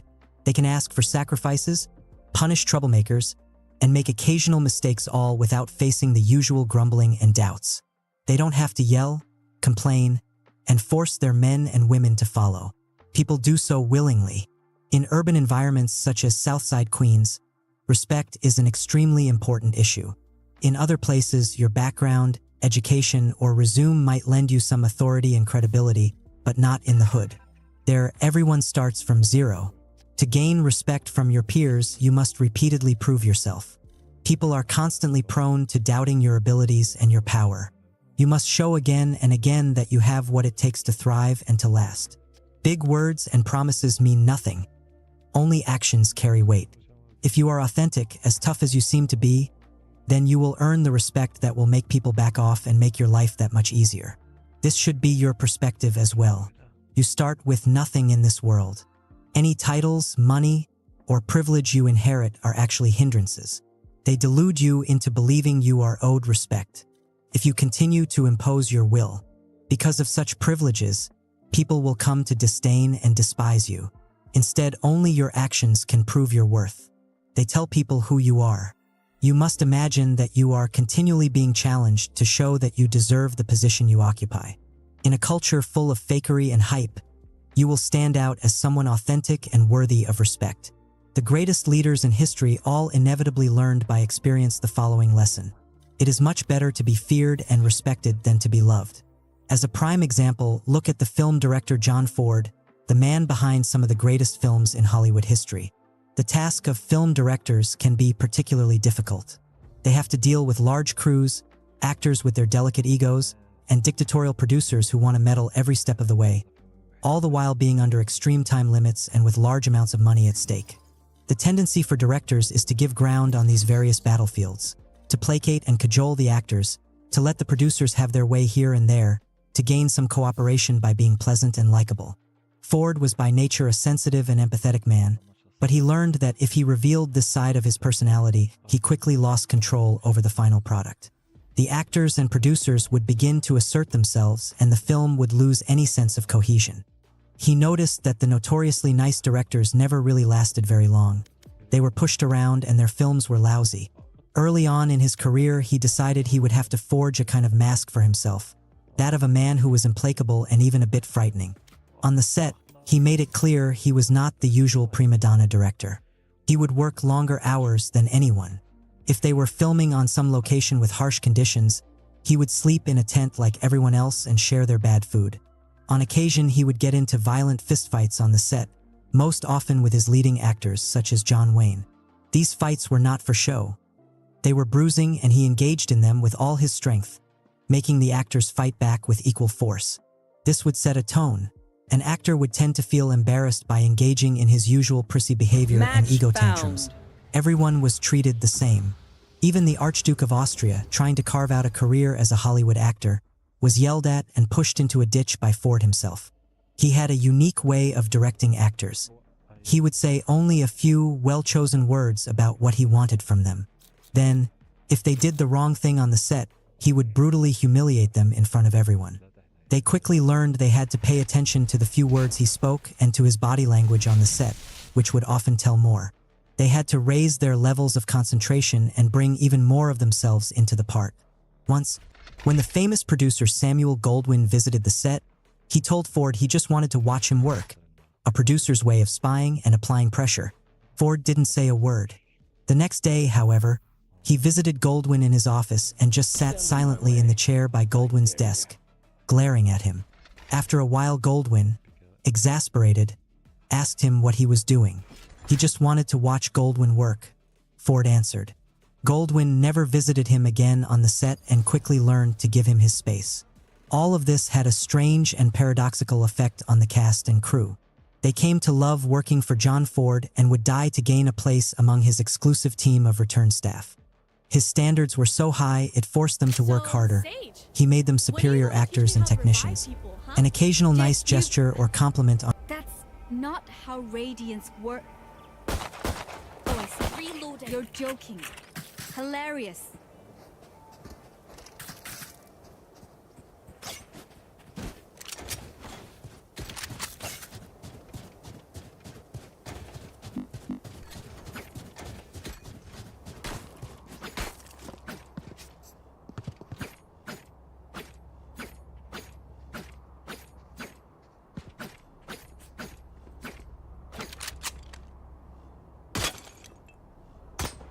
Reloading.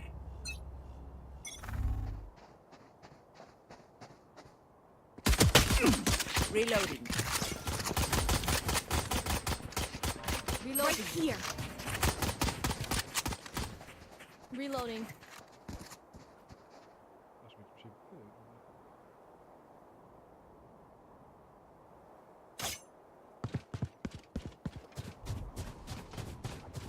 Enemy spotted B. Gun here. Stay in sight. Drop in a smoke. Enemy spotted. Reloading. Clearing out! Carrier down. Spike down B. Last player standing.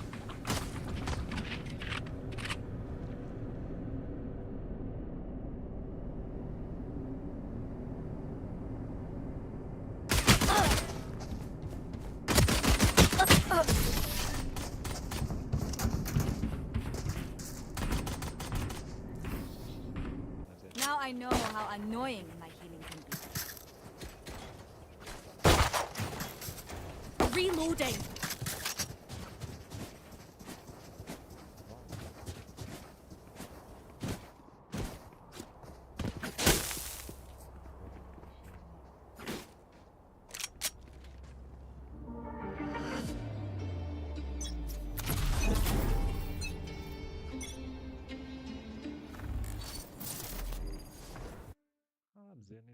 مزيانة بتطلع المابات تعال ما تحملهاش والله الا بحالي بحال بتطلع المابات ما عنديش مجال تابعنا حتى لهنا تابعنا المغرب ما يكذب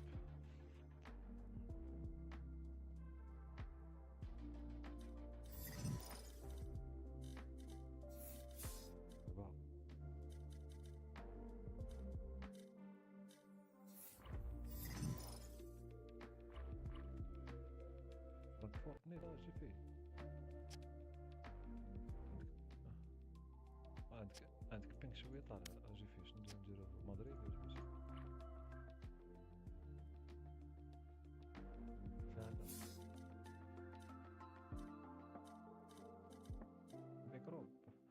ميكروب شحال هادي ما دخل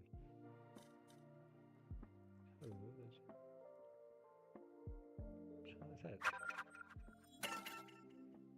بجوج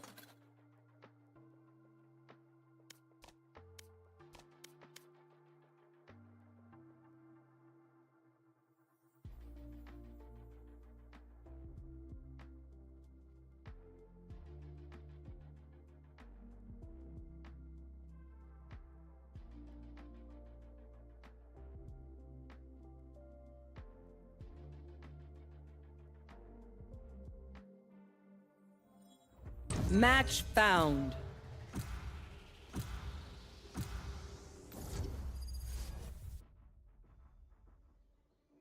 Ja.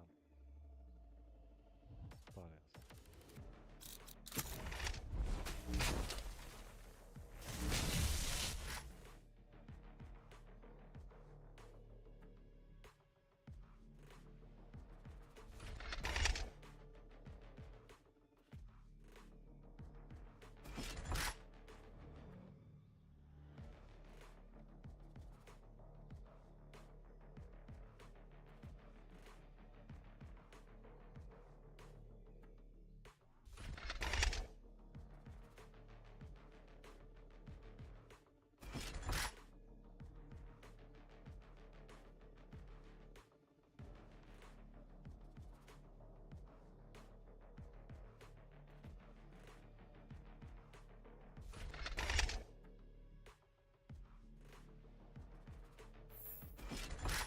Stand in my way. I dare you.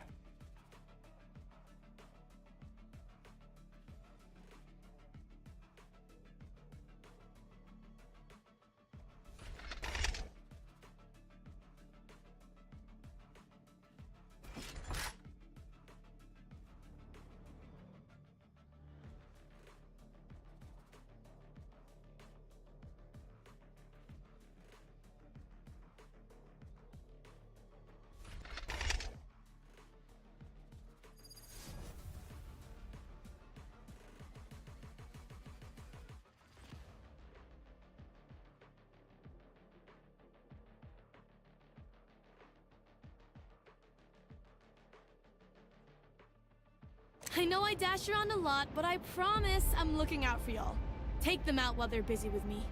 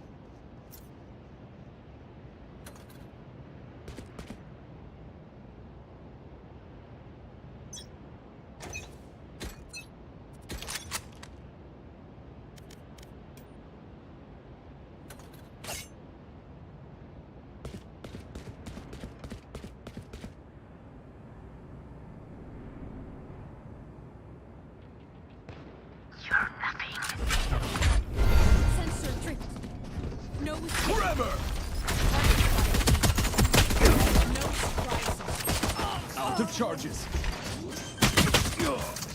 One enemy remaining.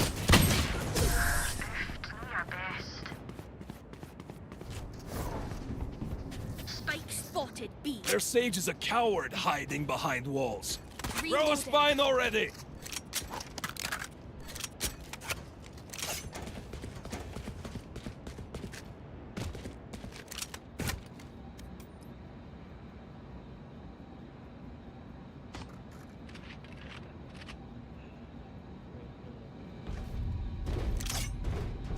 Don't let up!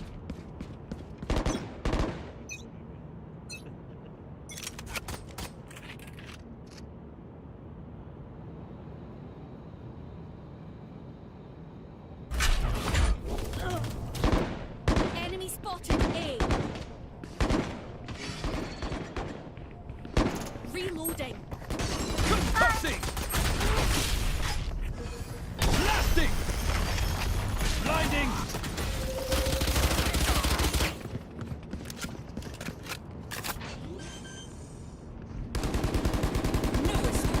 Spike planted.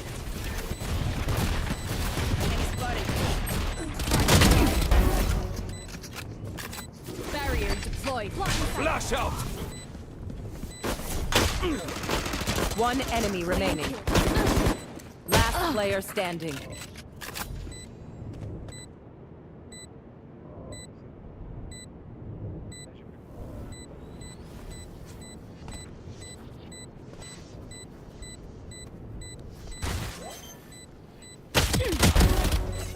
Iselin, dette får du til.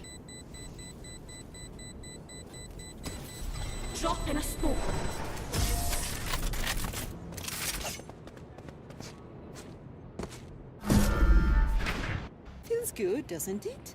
Now do it again.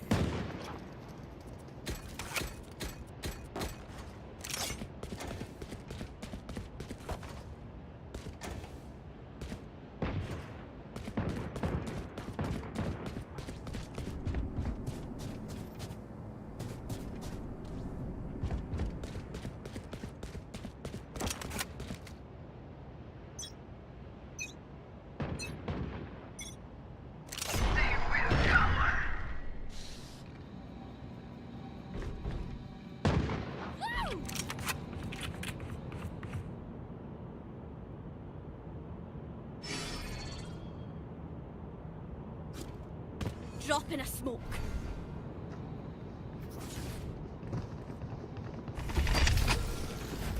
Blinding! Flash out! Spike planted. Too late. Clearing out!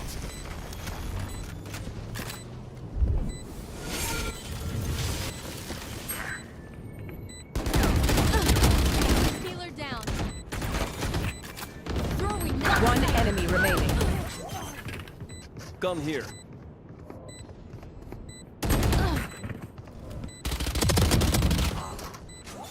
Get off my back. Change of plans. Right here. I feel bad for them. I Need a really drop. do. Just not enough to stop Thank you. winning.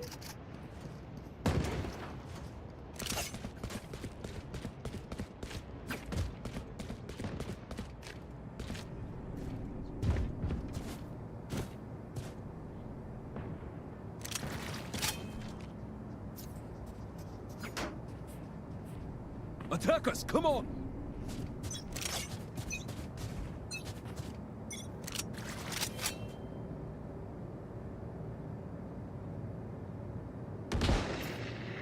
Enemy spotted. Enemy spotted B. Trevor!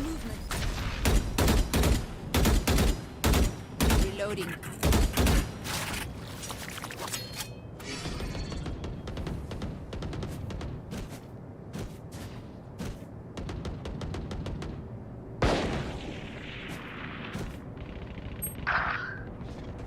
Cutting their vision. Spike down A.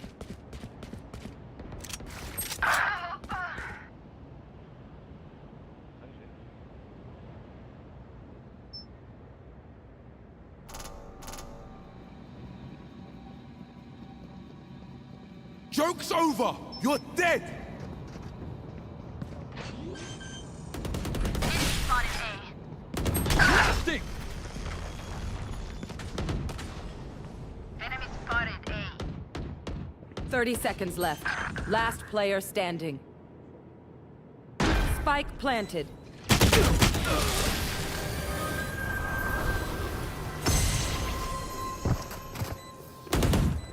As much as this world hurt me, it's mine.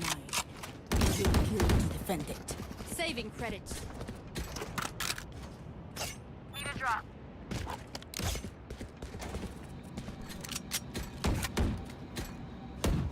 Right here.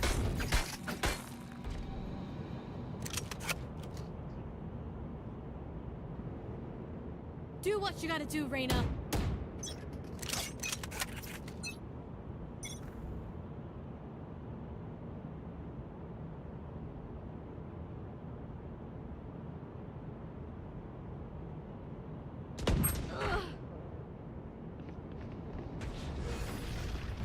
No peeking. Blinding! Clearing out! Spike planted. Headshot. My ult's ready. No escape. Flash out! Reloading. Enemy spotted A. Concussing! Got him. Cutting their vision. You're nuts. One enemy remaining. Last player standing. Still in sight.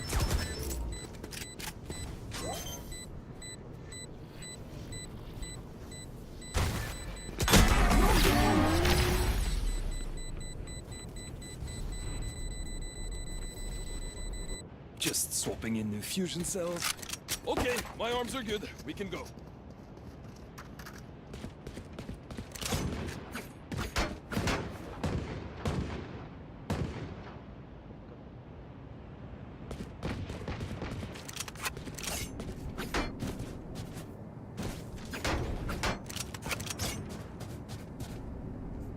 Let's go.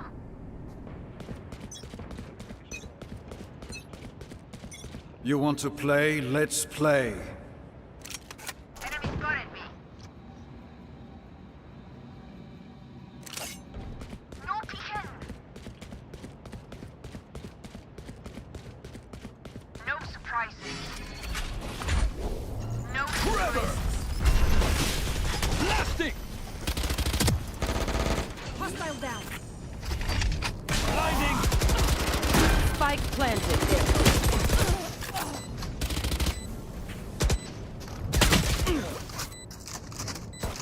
You disappoint me. What's this? Give me those back. It's one enemy remaining. My ult is ready. Last player standing.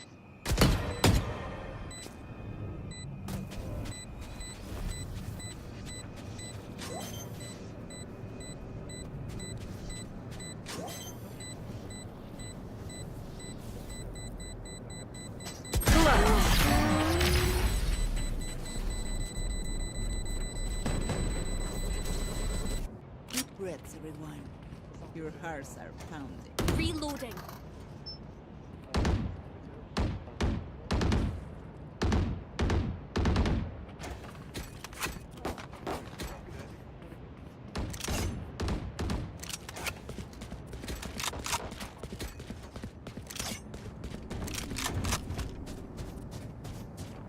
Stay strong. Barrier deployed.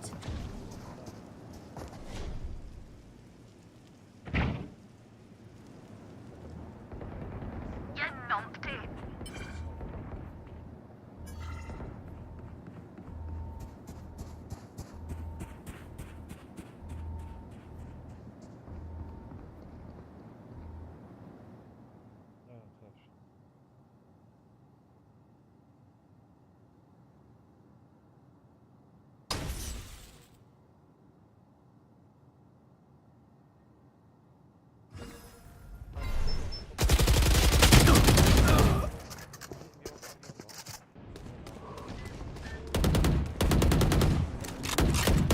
Reload. No escape.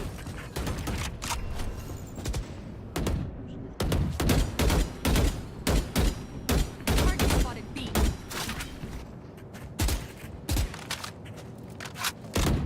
Reloading.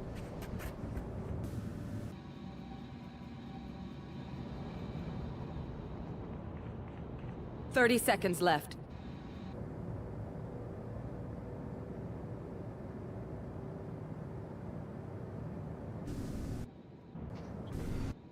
There. Sensor trick hadn't been. Got your fun. Sensor. My turn. Spike down B. Nothing there. 10 seconds left.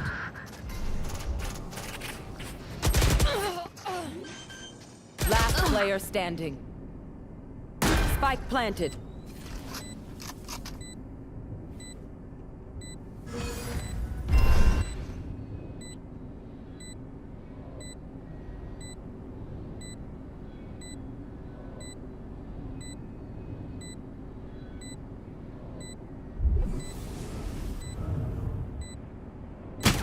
One enemy remaining. Refreshing.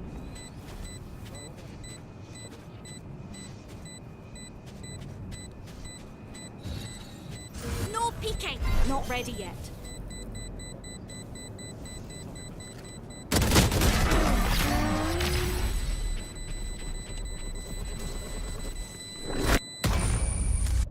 If you're not being shot at, you're doing something wrong.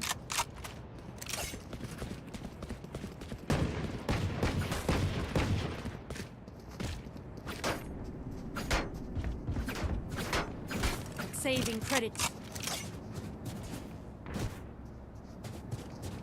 I'm gonna save.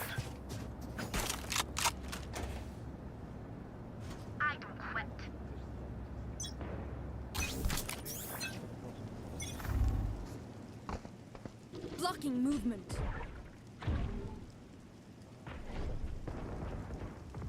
Multiple enemies A. Flash out!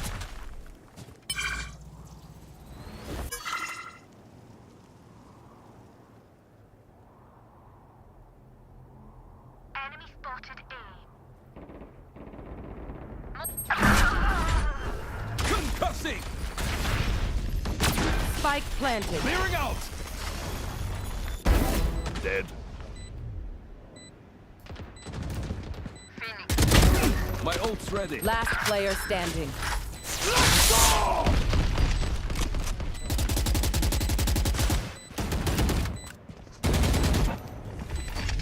Blinding!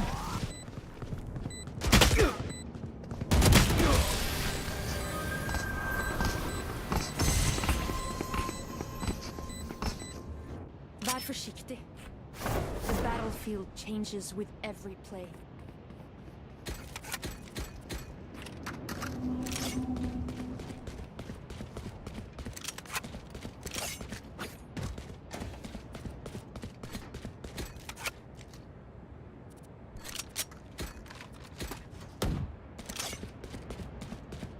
Reloading. Reloading.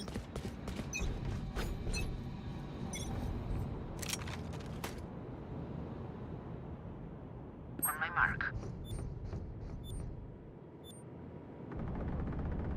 Drop in a smoke.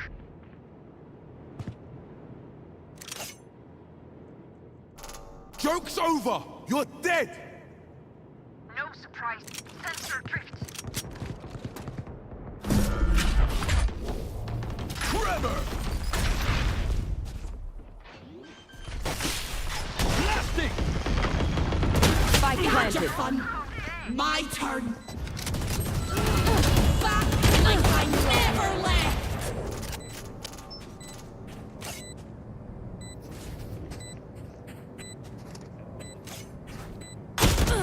Last player standing.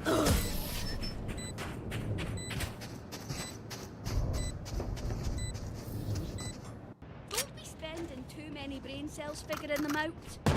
Overthinking is just as Bad as underthinking.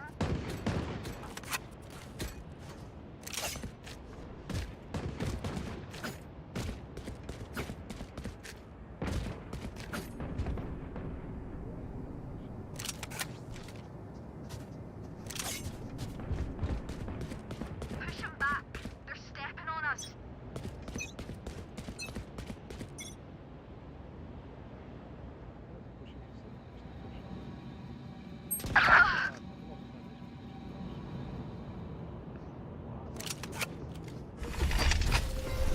Flash out! Spike planted. Be faster.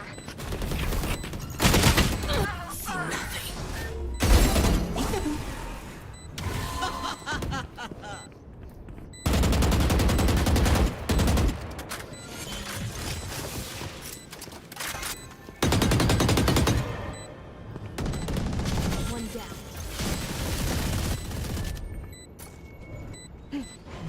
One enemy remaining. My ult ready.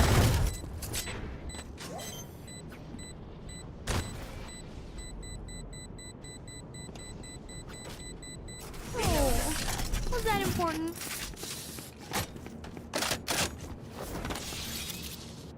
Their death demands our attention.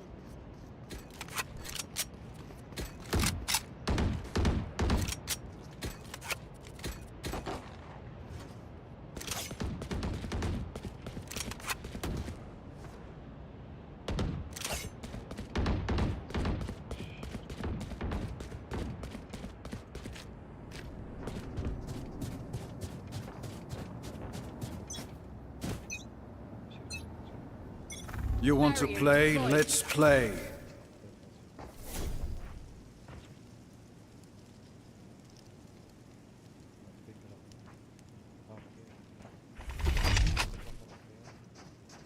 Blinding! Hey door! Cutting their vision.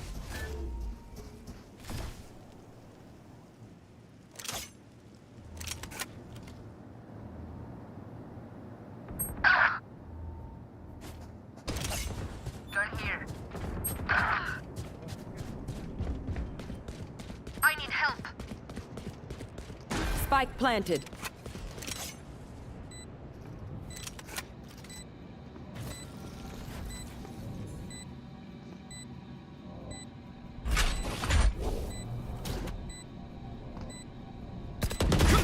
Problem solved.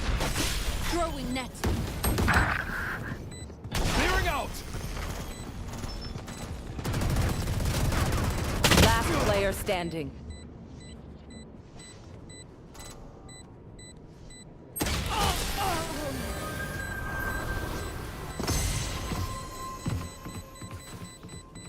Last round in the half. I didn't care how you do it. Just spend all your money. Maybe buy a shorty or two.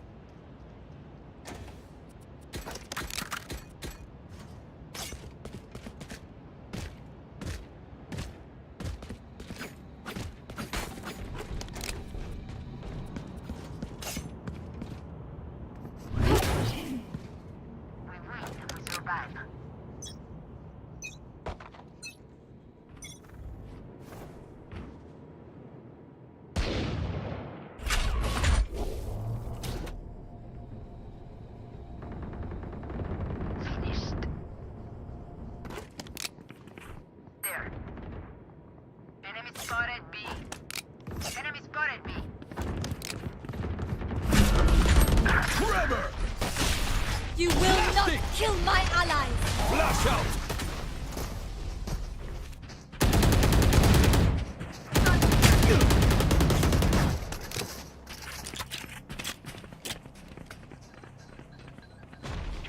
Pull them to their grave! Joke's over! You're dead! You had your fun. My turn. No surprises. I hear you, I catch you. Spike down B. Give me those back. One enemy remaining. Last one down.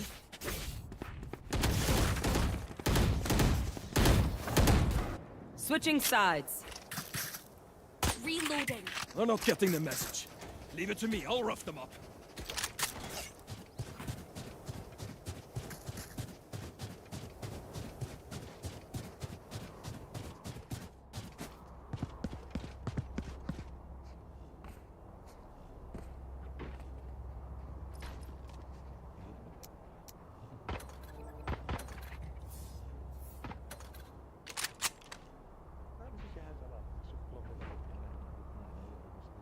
Could I have a drop? Need a drop. Thanks. No heroics. Follow protocol. Right here.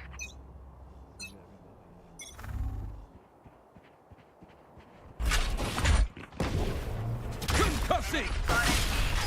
Clearing out! Target spotted B. Target down. Reloading. Reloading. Reloading.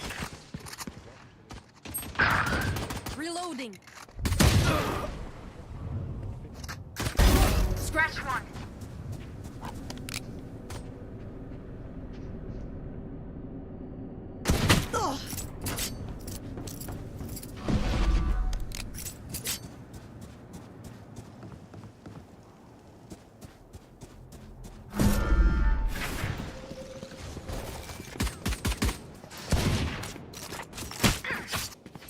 Down. Spike down A.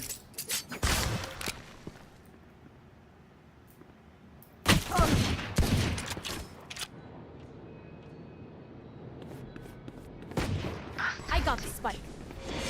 30 seconds left. One enemy Oops. remaining. Planted.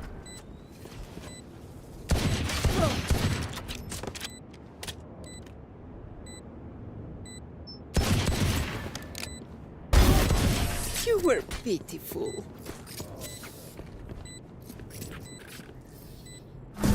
Combat is a means to an end. And we are the means.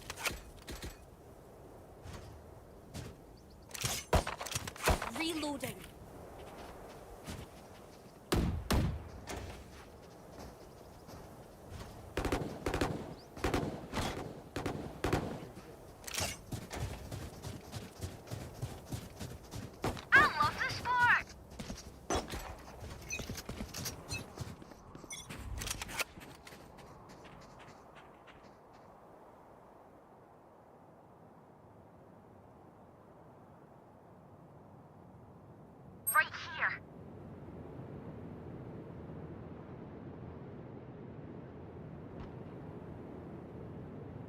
Right here. Enemy spotted B. Right here.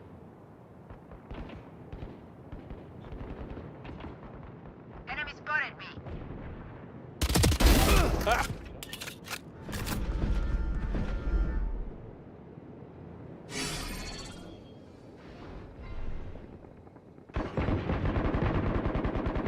Plant the spike. Plant the spike. Spike planted. No surprises. Good done. Target spotted A. Blocking sight. Forever! Blasting! Reloading. Healer down.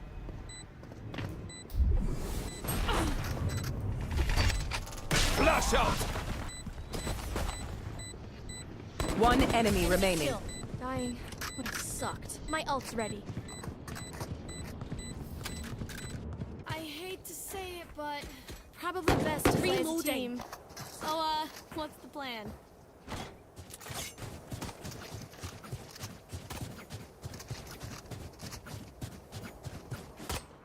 Reloading.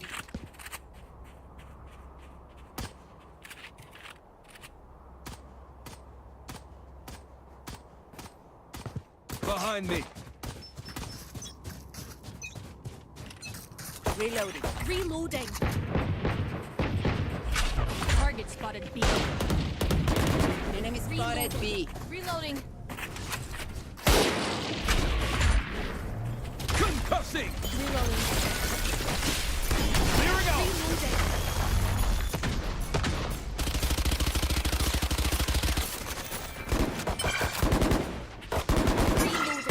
Reloading. Reloading.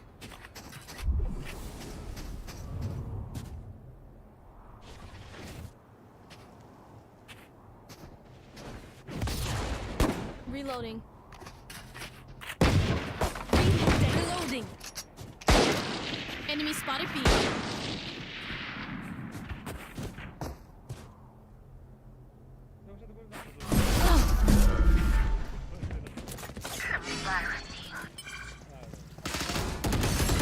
That's not out charge. Reloading. Blinding! Holograph. Ultimate ready. Barrier deployed.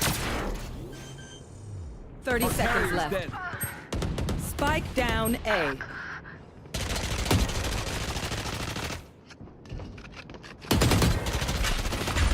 Forever!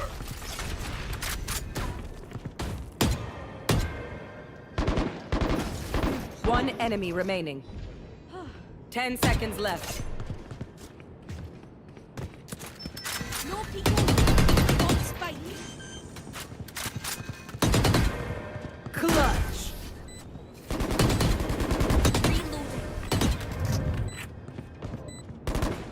They think themselves are equals. They are mistaken. Reloading.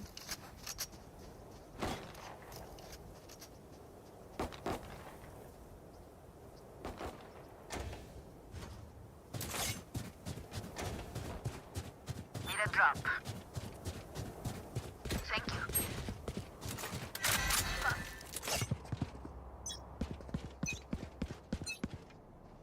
You want to play? Let's play. Enemy spotted B.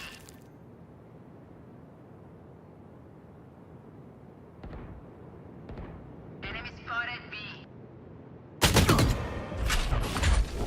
Concussing! Enemy spotted B.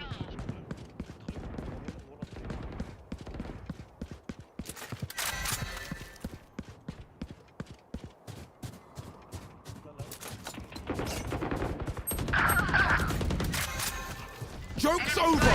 You're dead!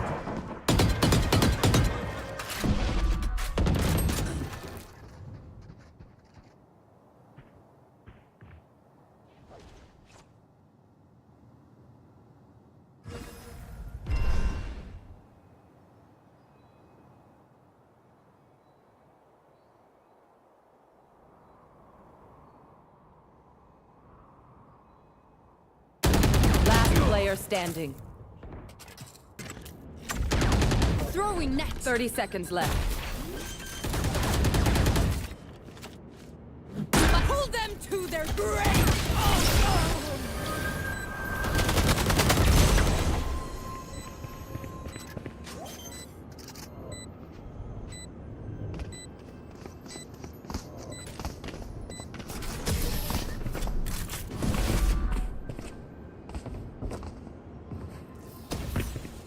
You're all more important than words on a brief.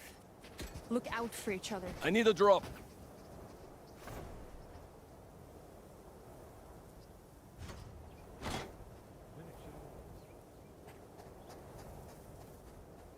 Tack, tack. Reloading. Reloading. In i skärselden. Reloading.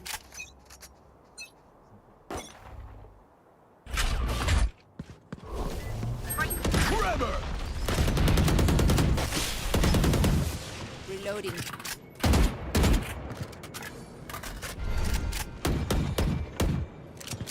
Reloading.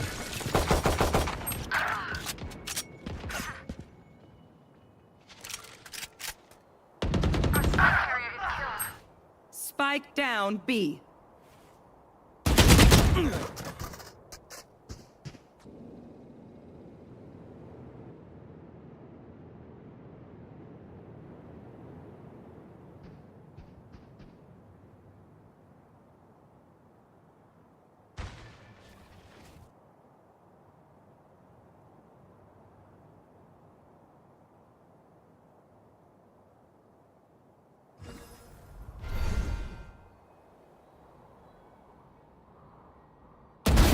Phoenix killed.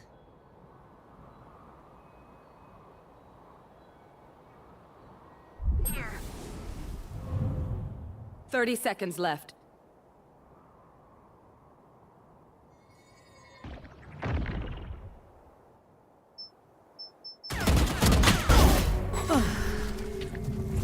Last player standing.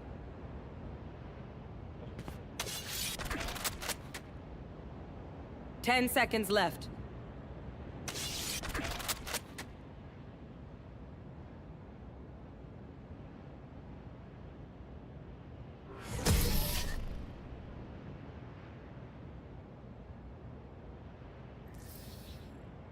I'm amped. Let's go. I got things to do. Spike here.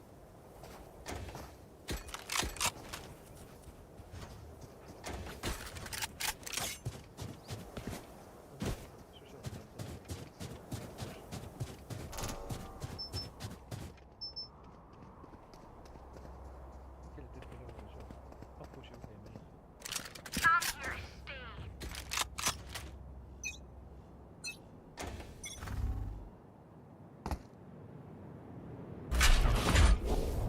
Concussing! Blasting! No mistake.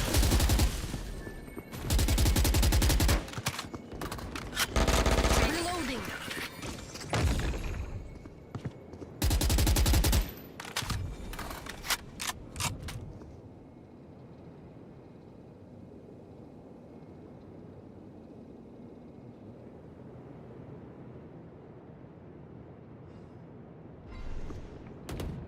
Enemy spotted A. Flash out! Blocking movement. Spike. Blinding! I got the spike. Target down. My ult is ready. Down. Back like Spike down A.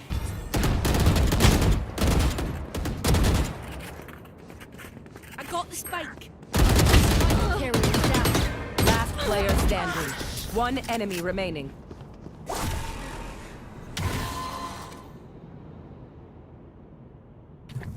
Still in sight.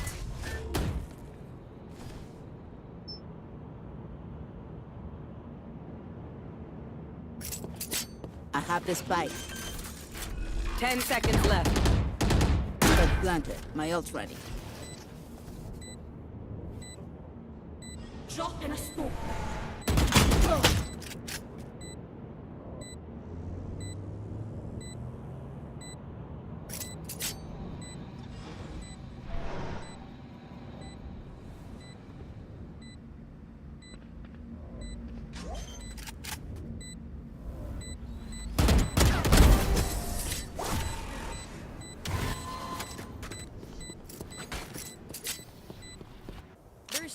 for the enemy to suffer. Kill them fast.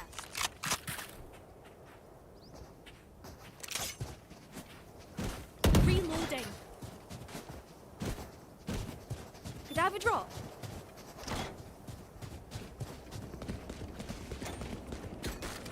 Thank you. Reloading. It begins. Reloading. They will cower. See nothing. Reloading.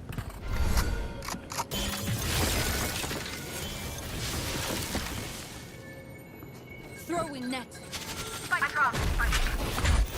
Trevor! Clearing out! Flash out! Reloading. Joke's over! Reloading. You're dead! Reloading.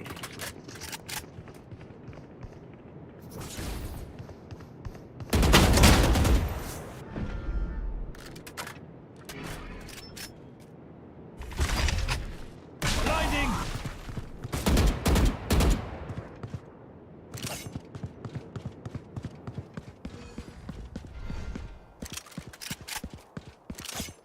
Spike planted.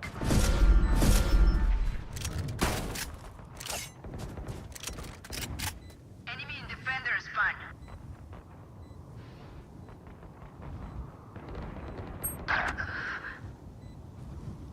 Target spotted B.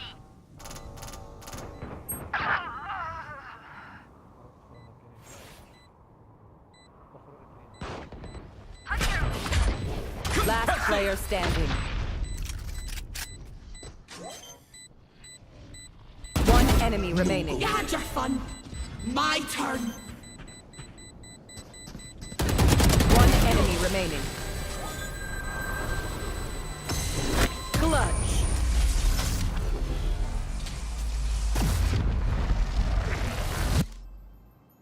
The city needs me. I can't be away for long. Let's end this quickly. Reloading.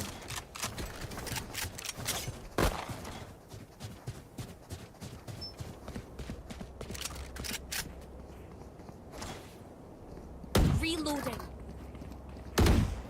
Reloading. For you, hermanita. Reloading.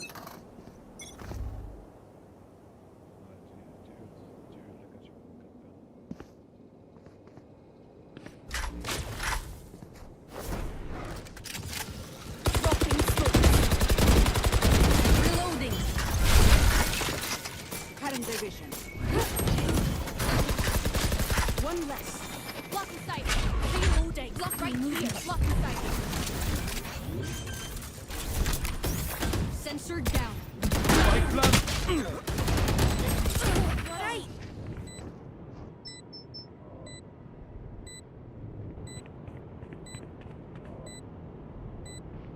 It's you and me. You will not kill my ally. Last player standing.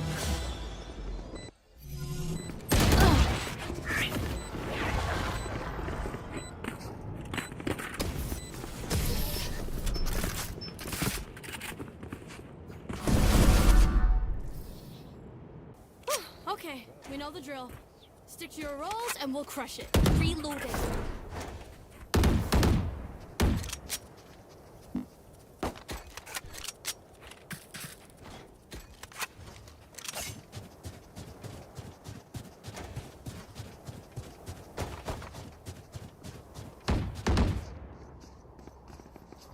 Reloading. It's gonna be fun. Reloading. Caution here.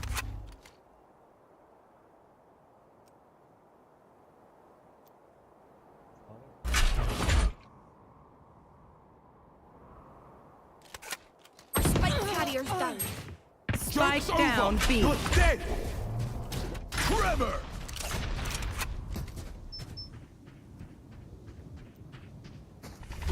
Flash out!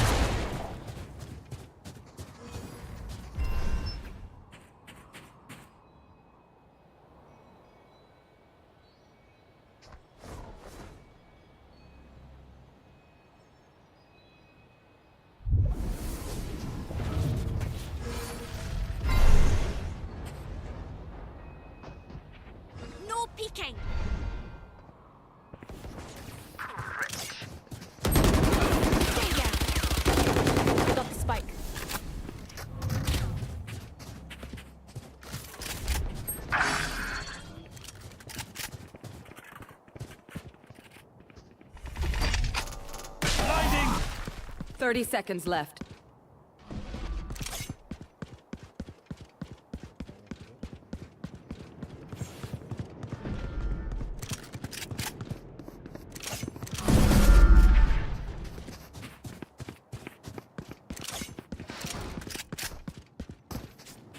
Ten seconds left. Spike planted.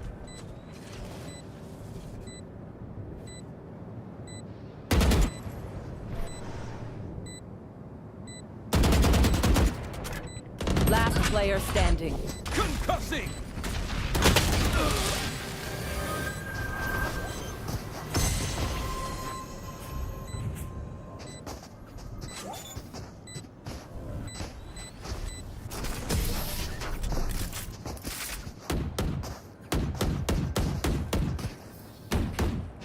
Match point. Make them regret their choice of profession.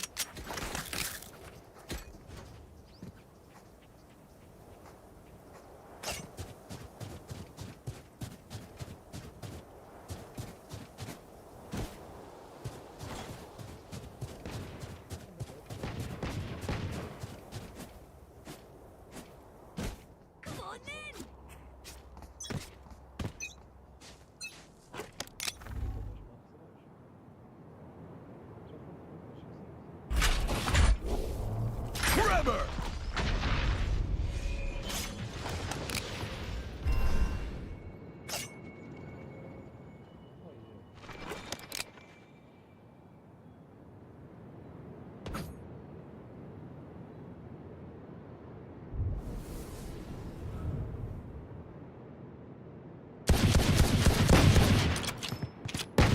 Reloading.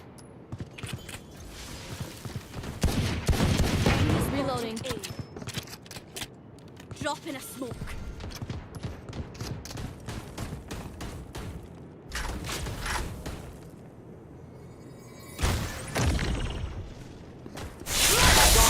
No peeking. Blasting!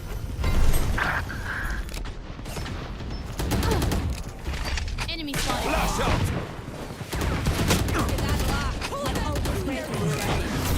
Reeling them in. I got the spike. Last player standing. Like Spike down A. No escape. Last player standing. Defenders win.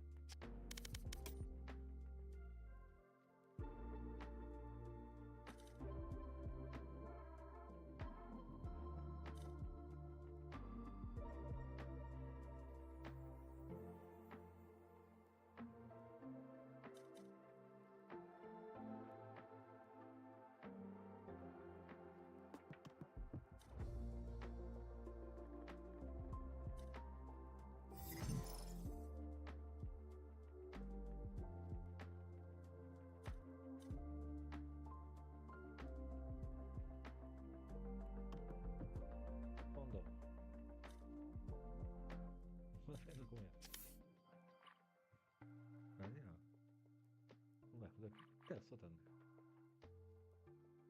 انت اللي غبوتي.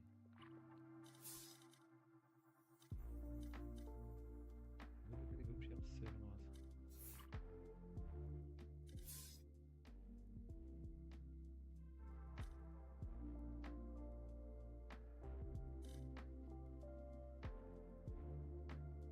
شوف لنا شي واحد ولا نصير.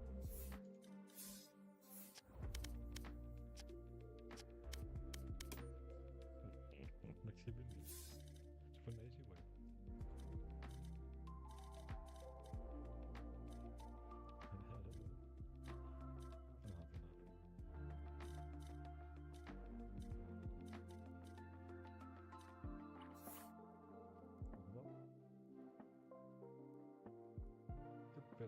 Pedro tiré APH. أخذت tiré Pedro tiré APH. واحد زيد واحد.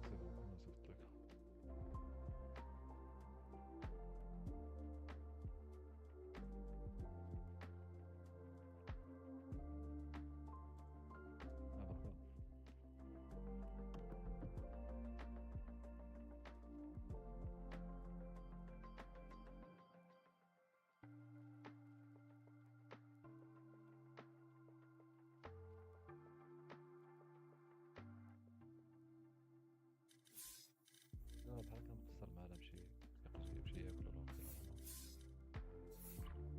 ما داك البين عندك الصوت طالع. تلعب بحال هكا. بداش في البي ان.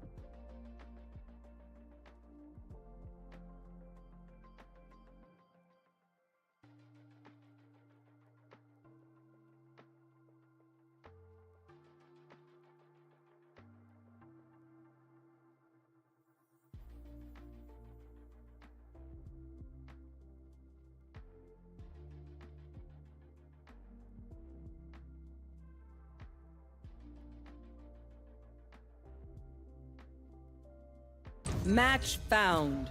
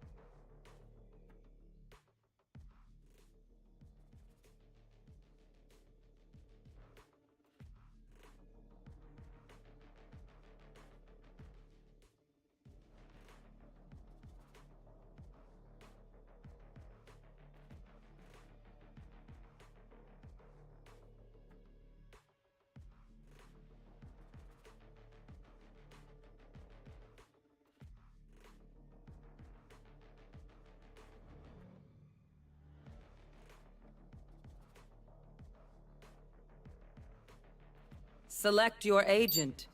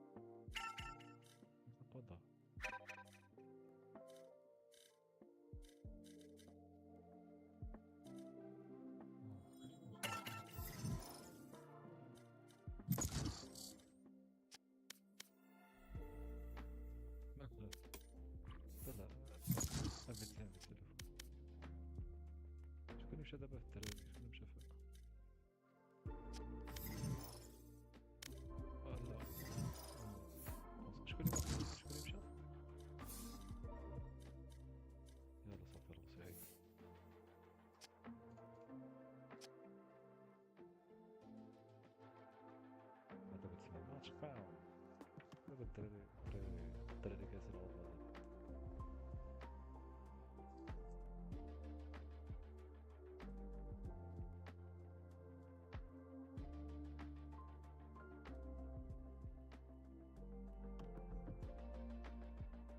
شو بغاش نعمل هو فين دابا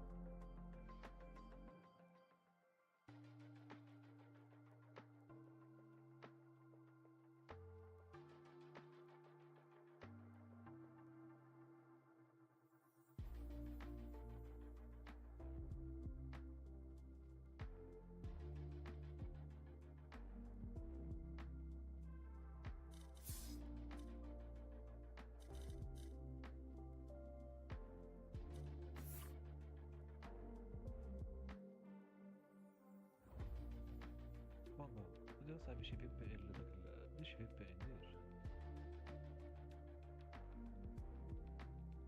اش من لوكاليزاسيون دير بعيدة انت ندير لها صاحبي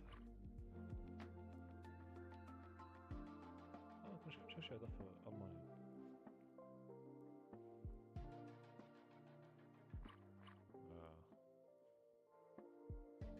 خاصني في وسط الماتش دابا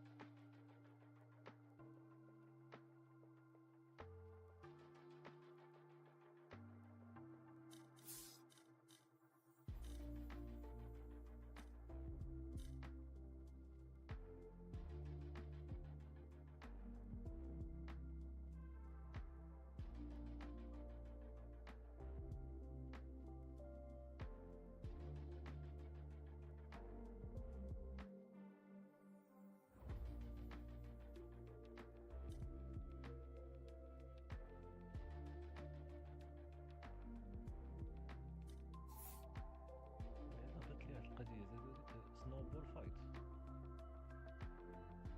بدلو السمية هذيك اللي كانت اسكريشن كاين اسكريشن مبقاش Match found.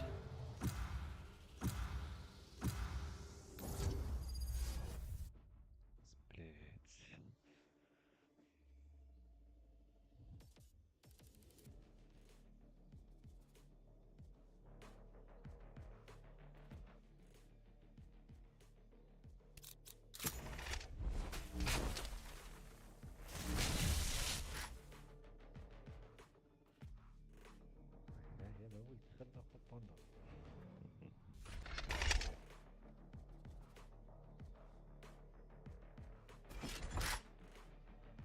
Stand in my way. I dare you.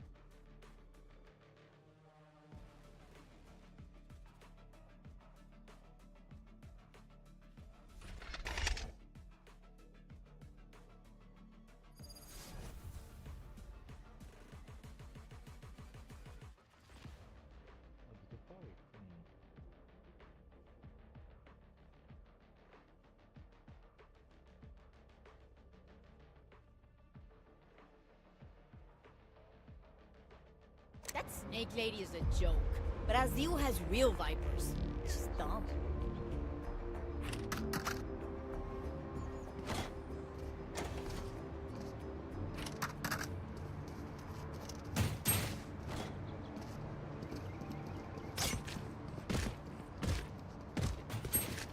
Spike's there.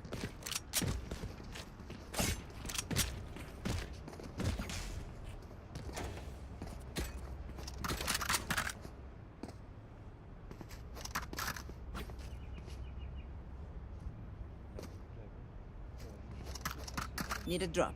Thank you.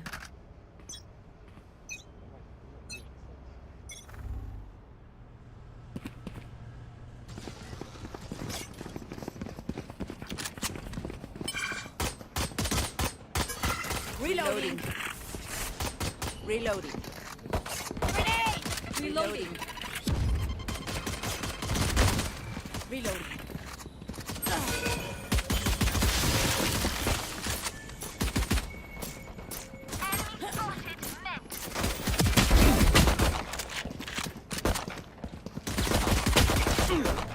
Reloading.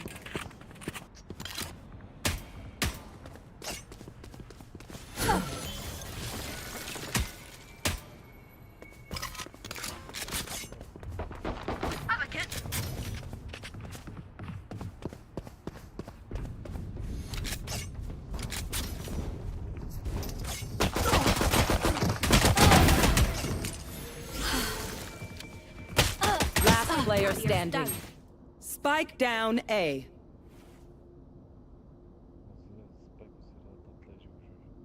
Spike 30 seconds left. I got the spike.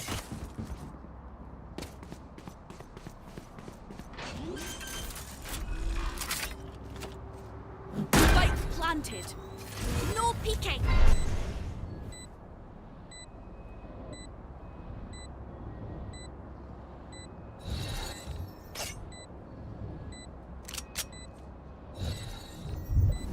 Drop in a smoke.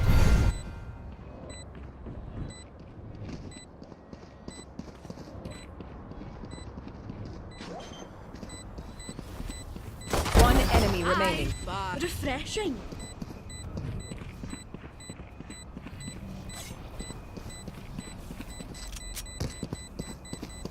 Clutch. There's a name for this. Oh yeah, second-hand embarrassment. Reyna, time to hunt. Reloading.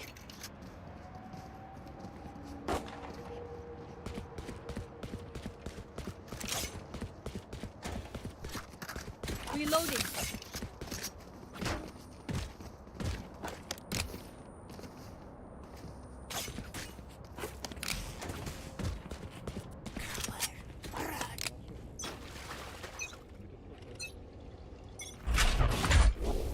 Concussing! Dropping smokes. Bomb buddy. Reloading.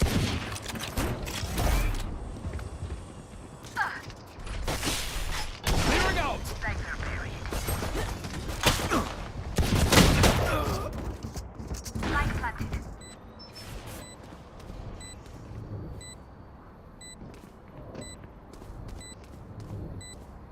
Have one of these.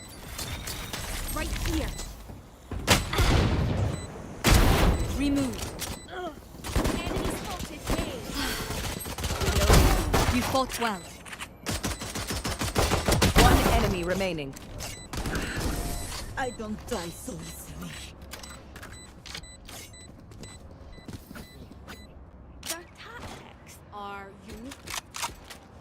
uniquely not working for them.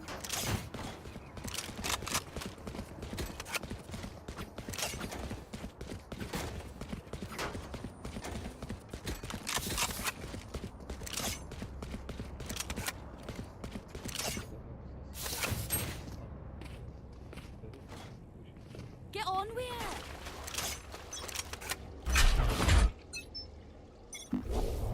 Trevor! Enemies behind them. Reloading. For you. Still in sight. Dropping smokes. Reloading. Blasting!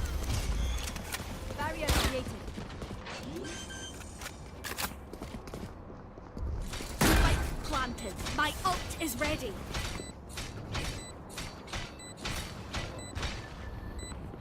Here, Jack. Here. Hiding! Enemy spotted A. Flash out! Imposter kill. One enemy remaining. Worthless. Reloading. Enemy taken out.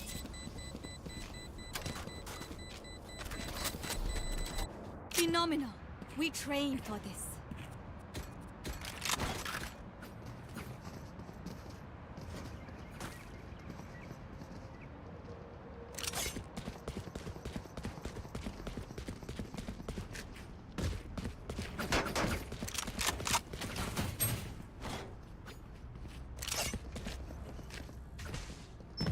What of that winning stuff, aye?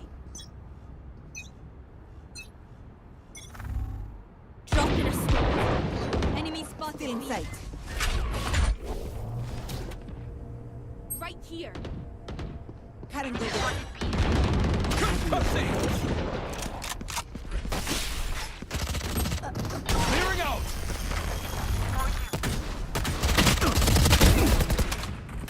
Reloading. Enemy down. One enemy Build remaining. the rat! Still here, amigo. On here. Once more into battle. I'm not tired. Are you? Reloading.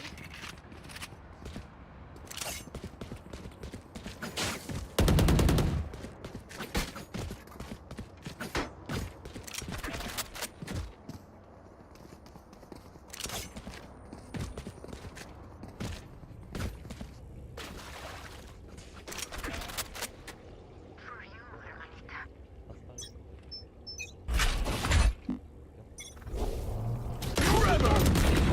Enemy spotted A. Loading. Enemy spotted A. Blasting! Dropping a smoke. Blinding! Reloading. Enemy spotted.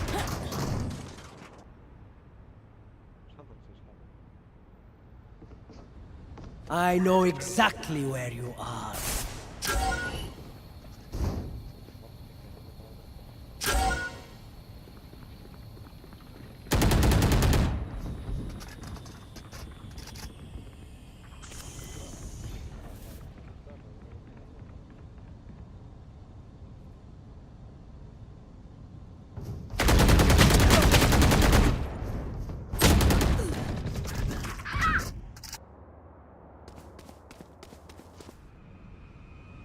Last player standing.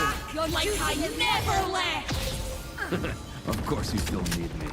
My ult's ready. 30 seconds left. Light planted.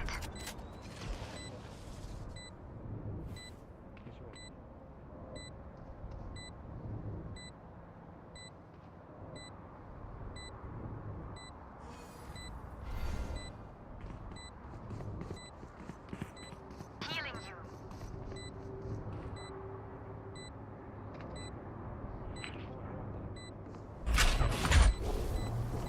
Concussing!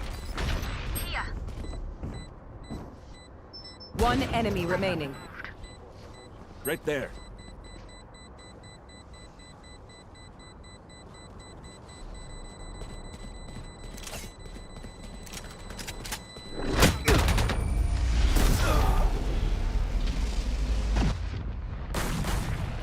Reloading. Listen up, you muckers. If I don't get back up, just give me a nudge. I might not be dead. Just Reloading. take a hit. Reloading.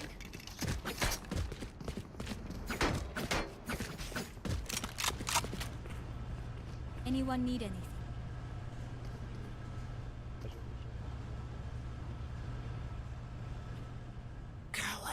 Right there.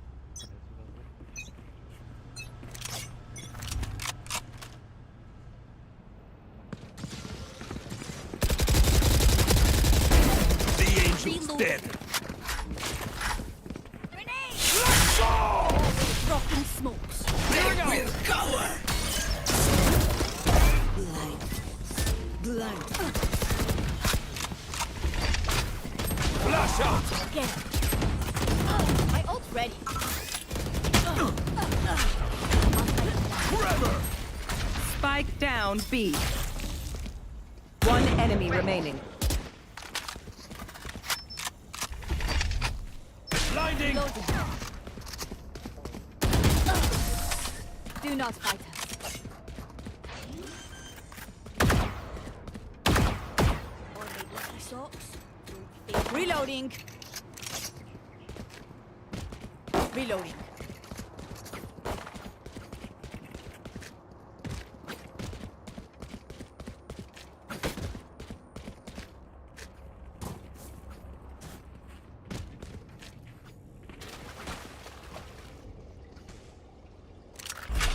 No prisoners.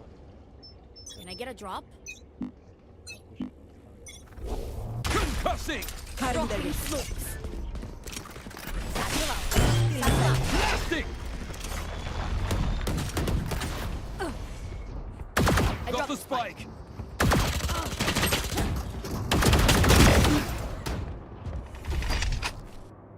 Flash out. Spike down A. You will not kill my allies. Here, catch.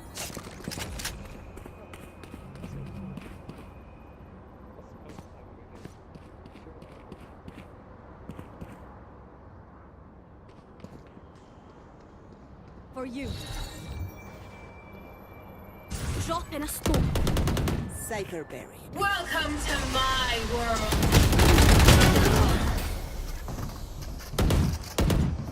Last player standing.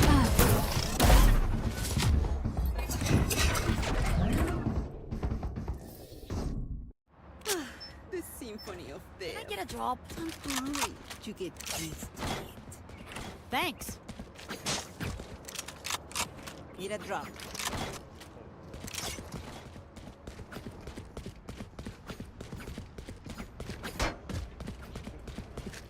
Can I get a drop? Thank you.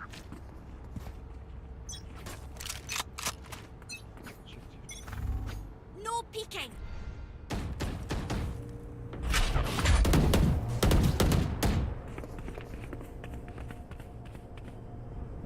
Forever. Still inside. Clearing out. Current division. No peeking. Sword gods. Reloading. There. Reloading.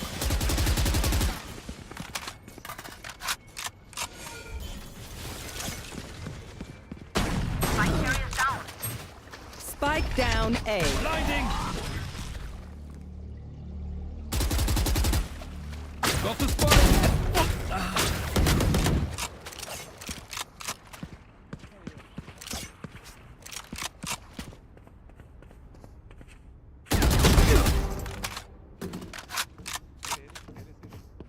Healing you.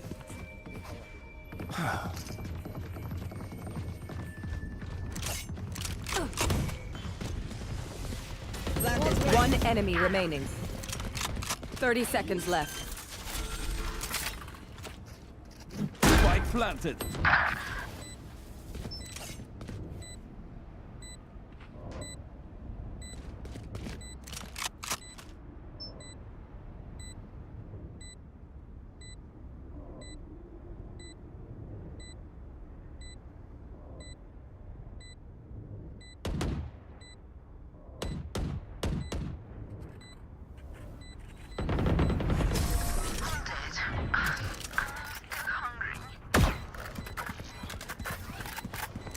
Find the weakest link and kick him in the shin. Reloading.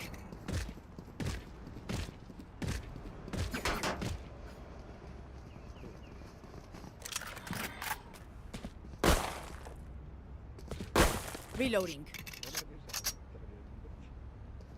There. get a drop? Thanks.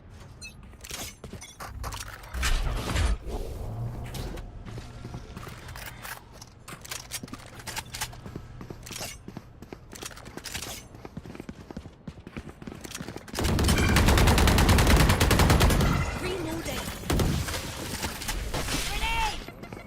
Reloading. Concussing!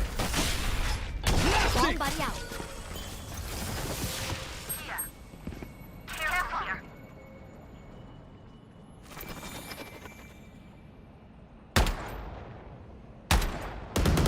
Ciao. Flash out! Dusted. Spotted A.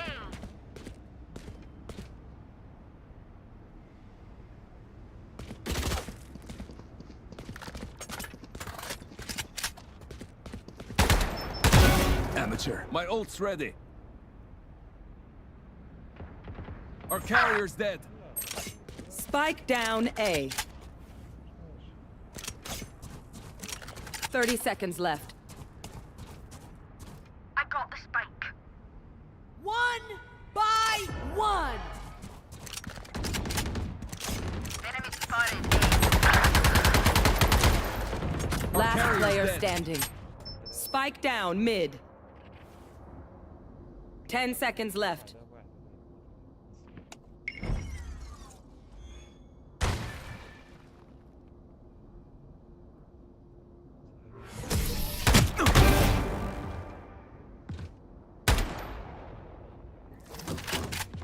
Come on! Get me in the line of fire. Can I get a drop?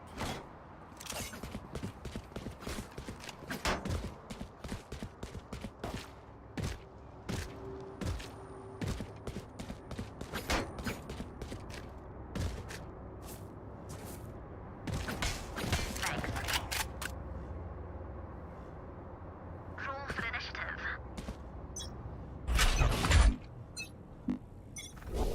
Tremor!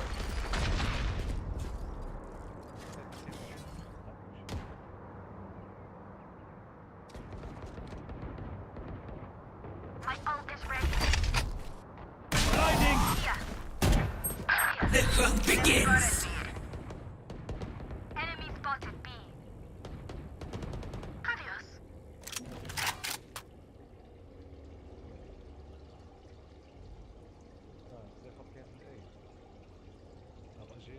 Your duty is not over. So what I miss? Our carrier's dead. Spike down mid. Spike dropped. I know exactly where you are. I have the spike.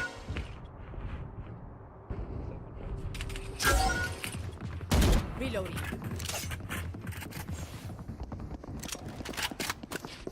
You will not kill my allies. 30 seconds left. Concussing! Last player standing.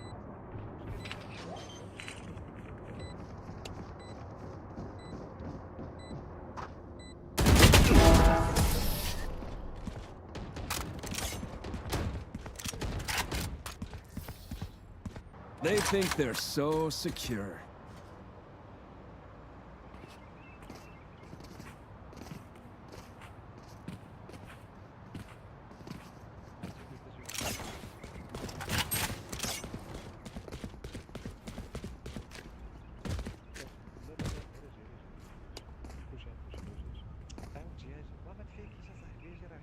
I'll destroy their sage.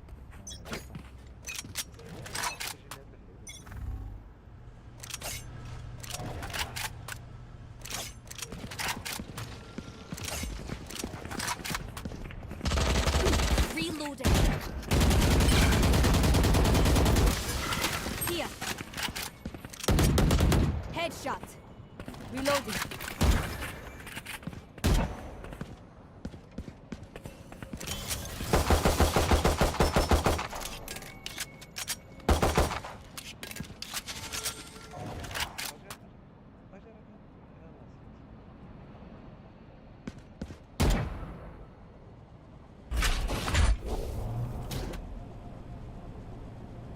Trevor! Clearing out! Blinding!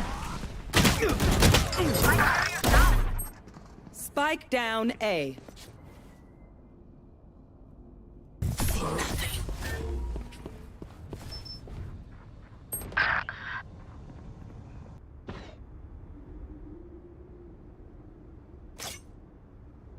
Thirty seconds left.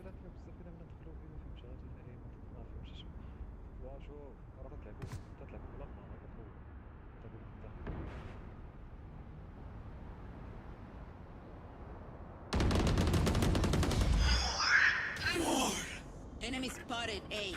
10 seconds left.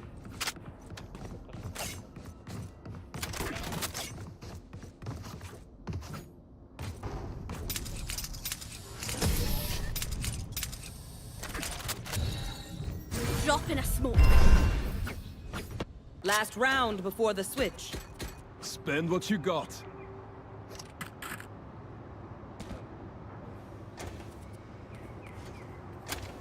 Need a drop. Could I have a drop? Thank you.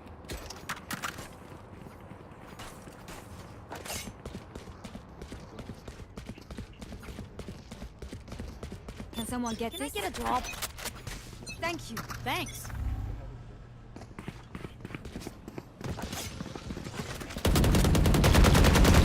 Reloading.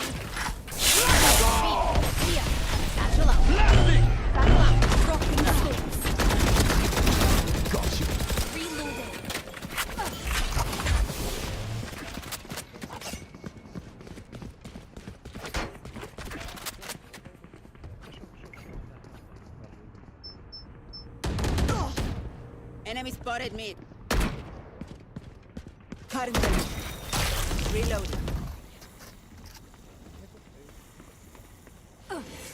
For you. Still in sight. Careful here. Concuss! Out of charges. Arcane flash out! Spike down mid. A happy sight.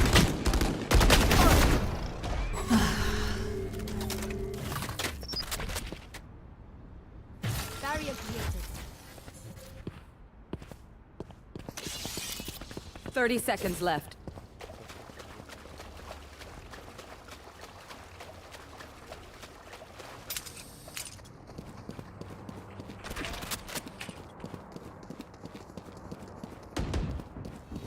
Last player standing.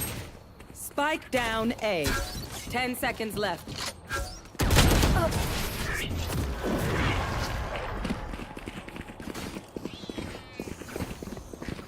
Switching sides. Time to take these arms for a spin.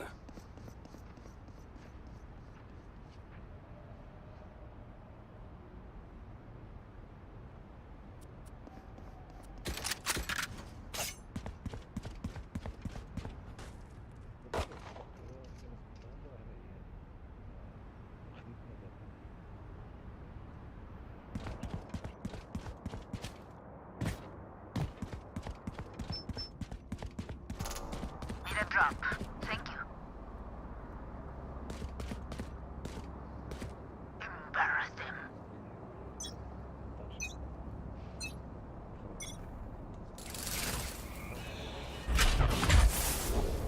Trevor!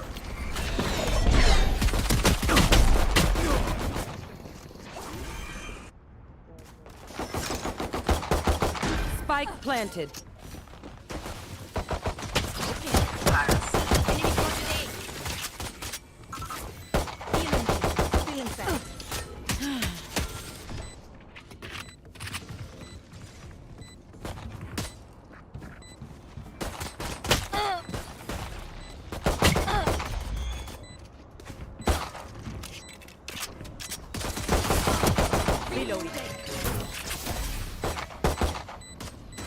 Reloading.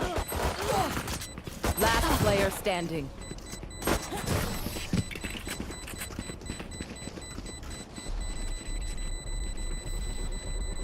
We doing this or what?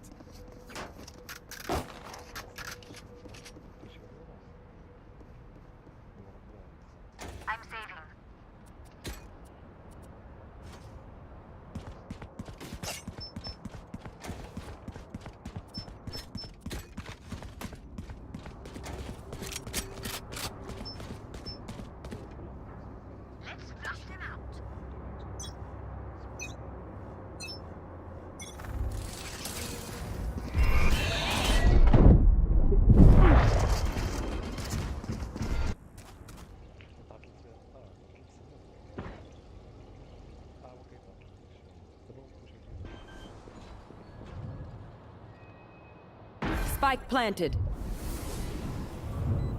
Gun here. Careful here.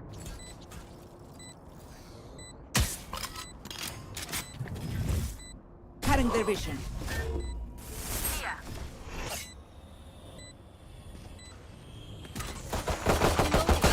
Enemy spotted.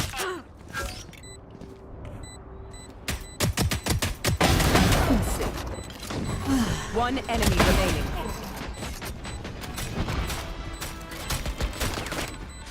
Don't rush me.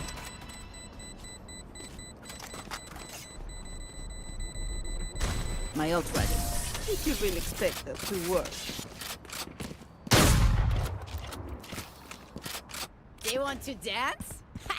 I'll leave.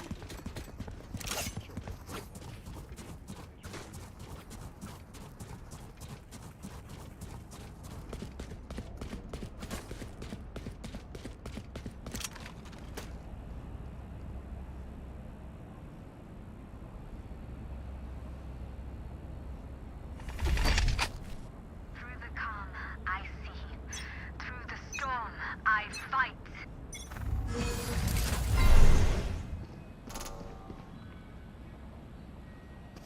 Blinding! Spike down B. Concussing!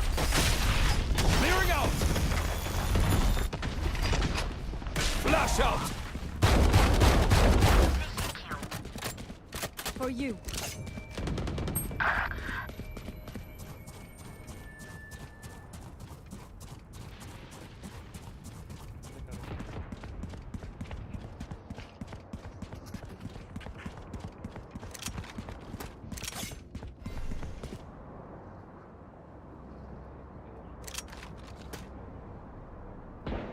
We turn to dust.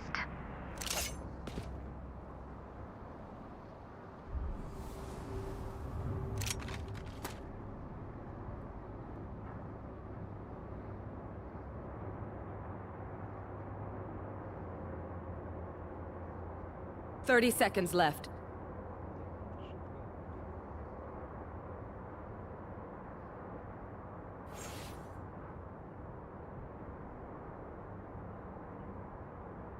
One enemy remaining.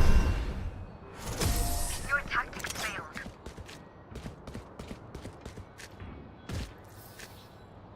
Yous don't get a reset button.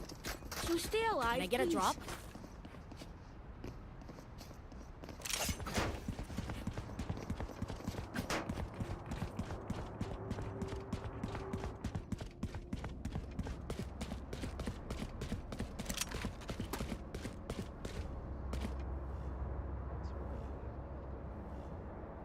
Mow him down!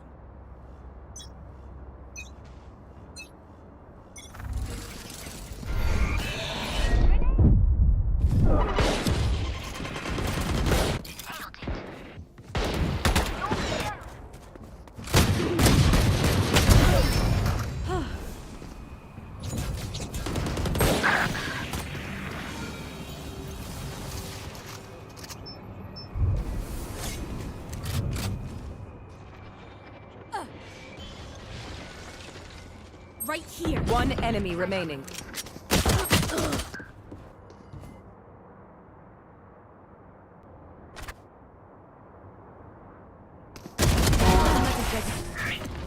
You are in our way.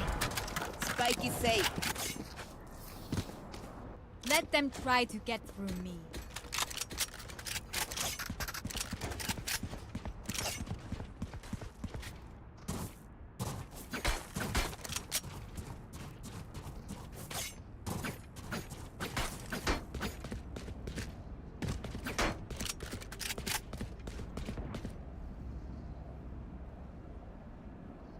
Alright, muckers. Off we go.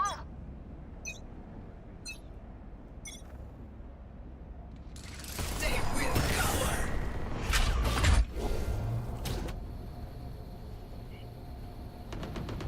That's a kill. Trevor!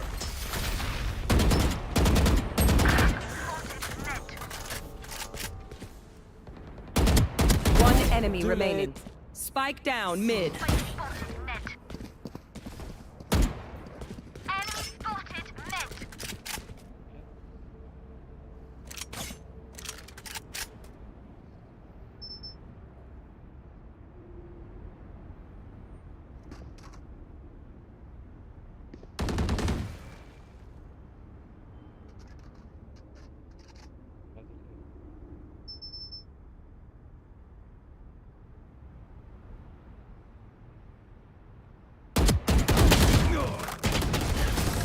Enough of your...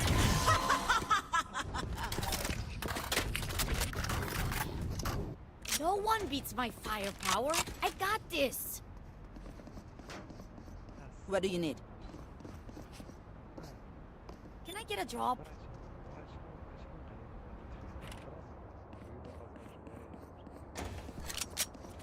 I need a drop.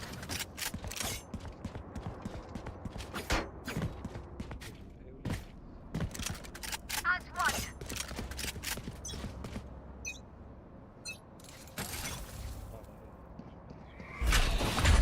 Concussing! Weak. Blasting! Blinding! Dead.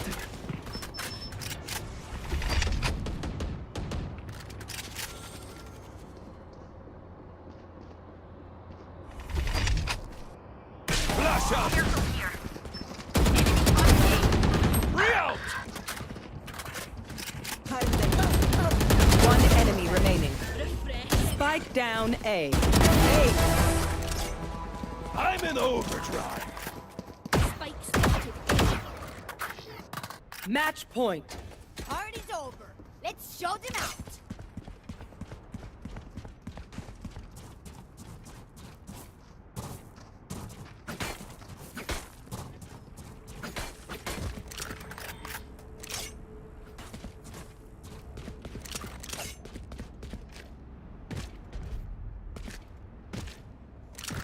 Forward.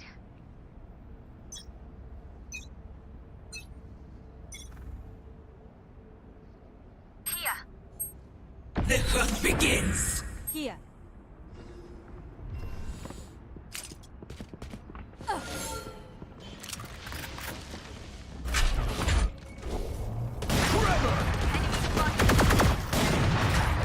Spike down B.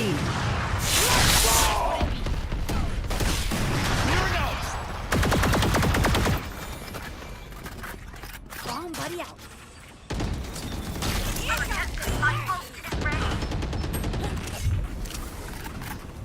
I know exactly where you are. One of these. Still inside. Reloading. Flash out!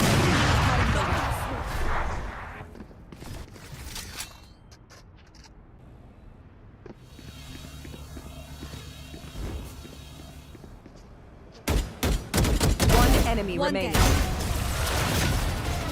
They were not Defenders win. good. Do not fight us again.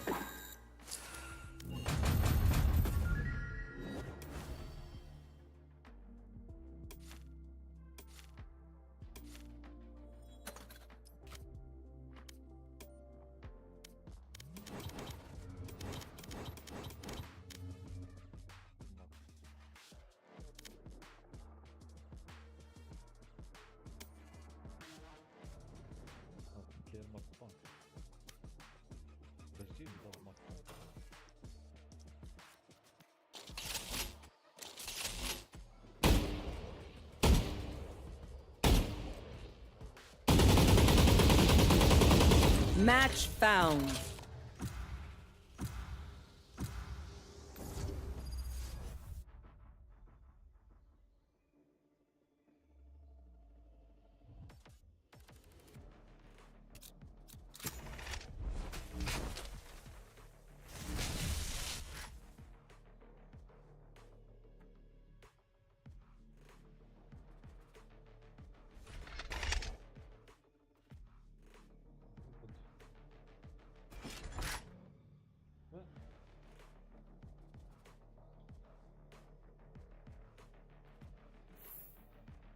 stand in my way. I dare you.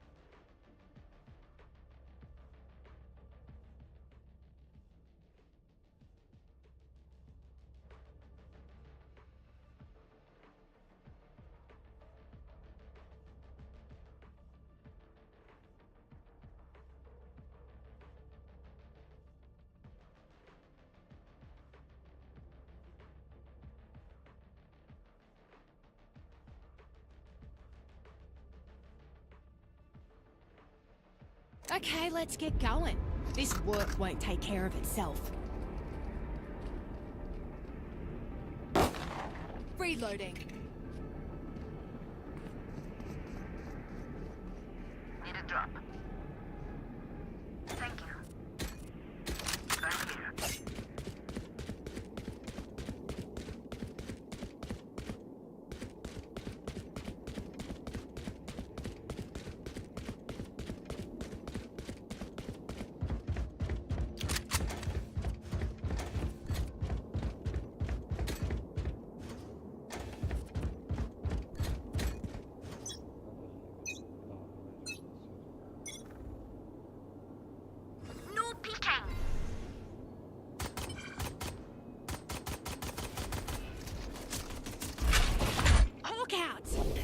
Blinded.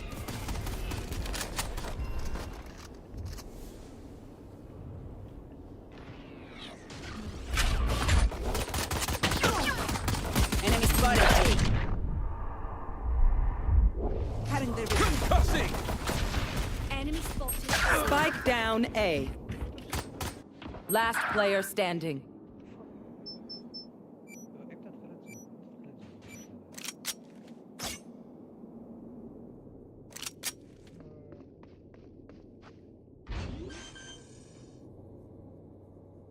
One enemy remaining. Spike down A. Barrier deployed.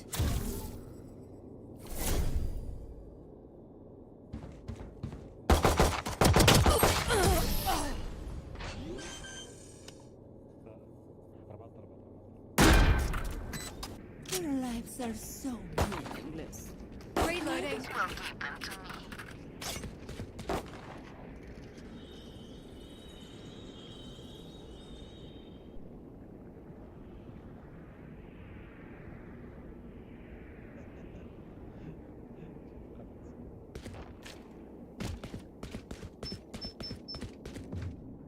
For you, hermanita.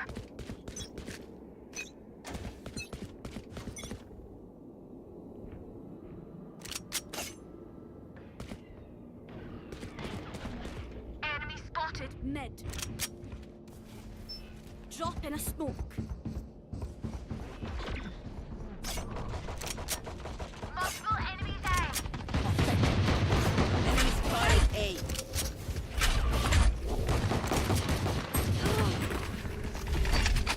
Blinding! Reloading.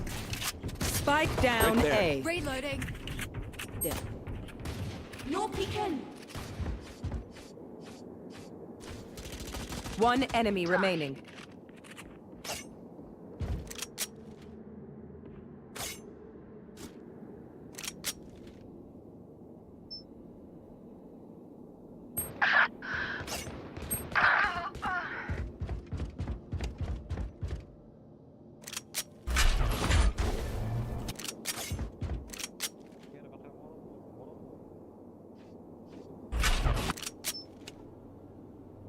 Thirty seconds left. Trevor!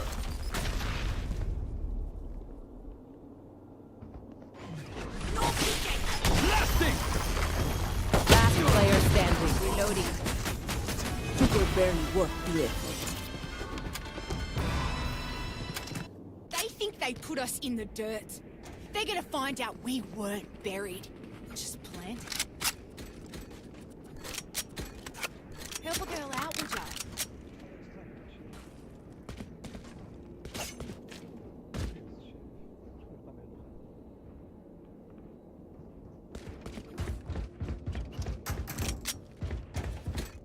They want to fight? Let's fight. Right here. Over there. No peeking. Target spotted B. Concussing! Blinded. Reloading.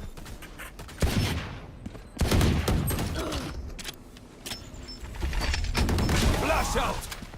Spike down B. One enemy remaining. Ultimate ready.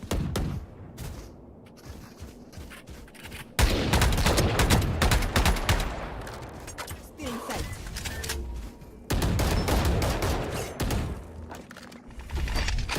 Blinding! Quit your tiptoeing. They're all dead. Outside of this gig, immortality doesn't have as many day-to-day benefits as you'd think.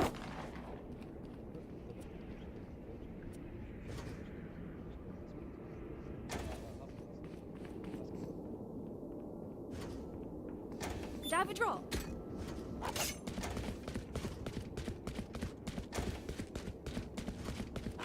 Help a girl out, would you? Survive.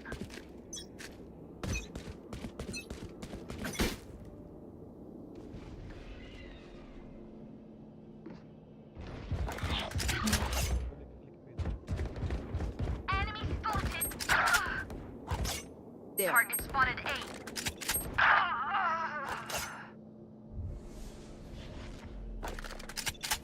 You will not kill my allies!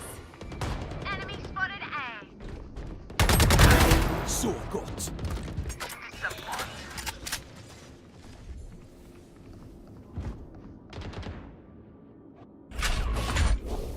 Trevor! Blasting! Last player standing.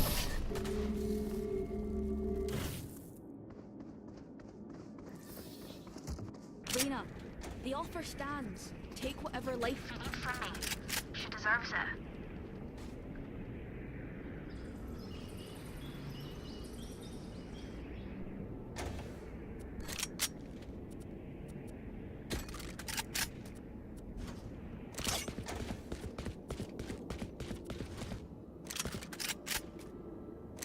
Keep up!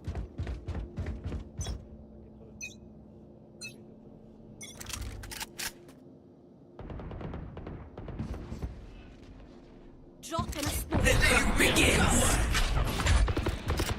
Knocked him.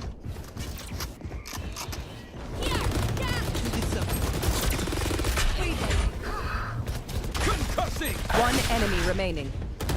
Spike down A. I never left. Stay. That was their best. Huh. Alright.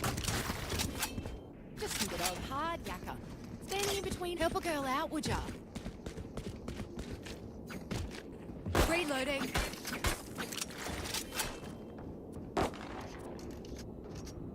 Cheers, mate.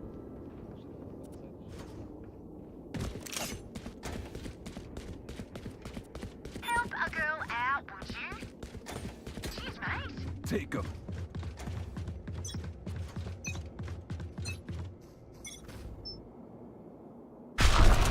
Scatter. Get out of my way!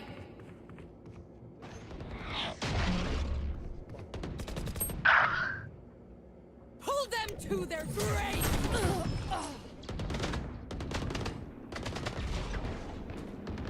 Vials ready.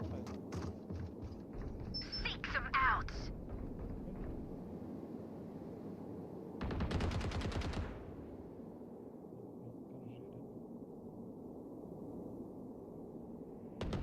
Take it out.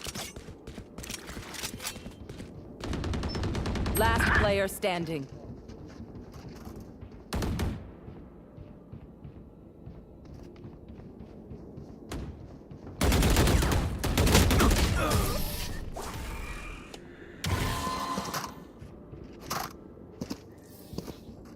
Trust me, they'll know what hit them.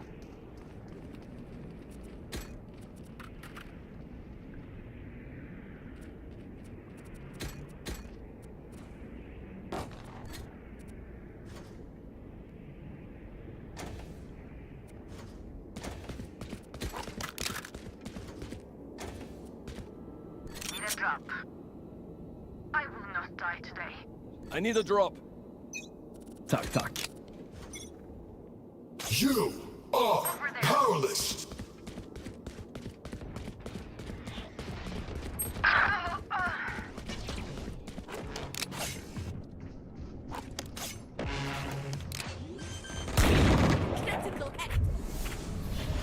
Spike planted.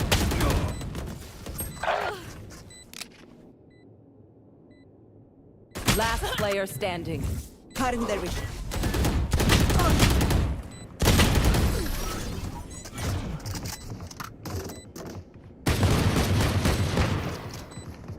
They're just batteries. And I need a recharge. I'm gonna buy.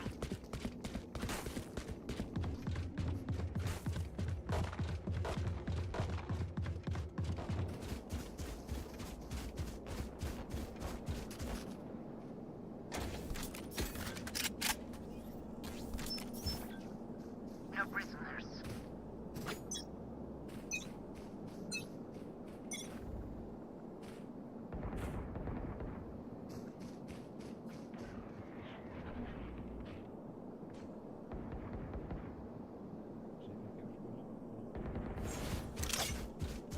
Spike down A. Spike. Target spotted mid.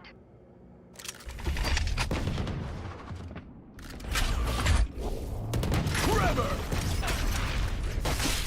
Throw. Blasting!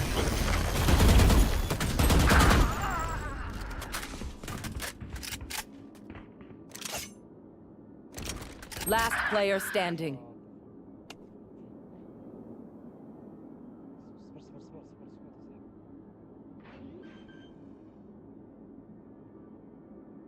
Spike planted. One enemy Ult's remaining. ready.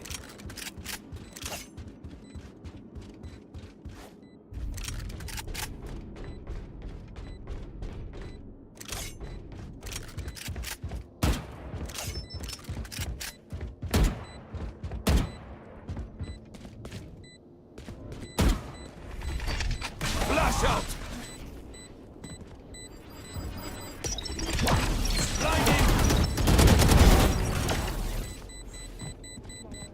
Shut up and let me work.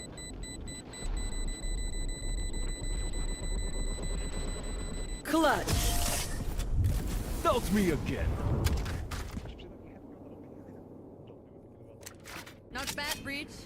A little messy, but not bad.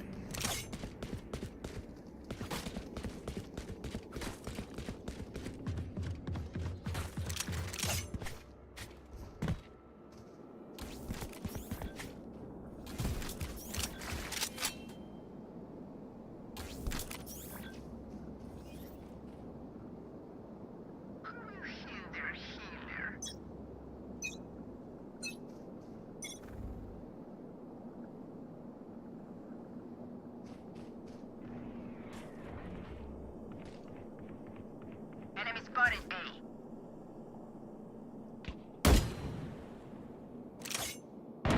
Die and be done. One enemy remaining.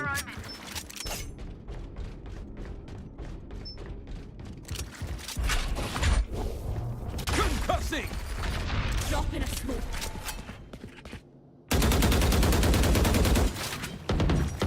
Reloading.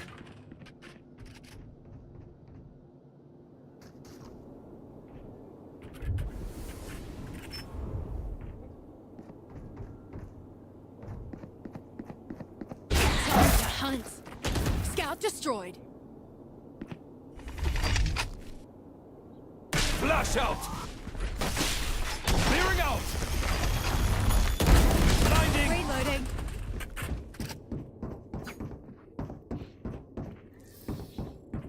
Var försiktig. The battlefield changes with every play. Need a drop. Help a girl out, would ya? Thank you.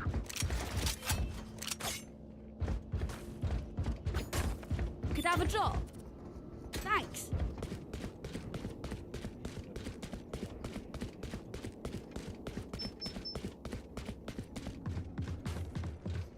Focus. Over there. Scatter.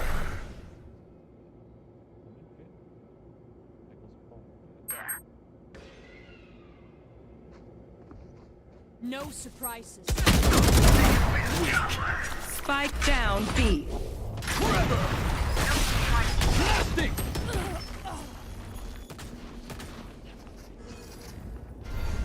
Hawk out! I shot somebody. Refreshing. Spike planted. One enemy remaining. My ult's ready. B.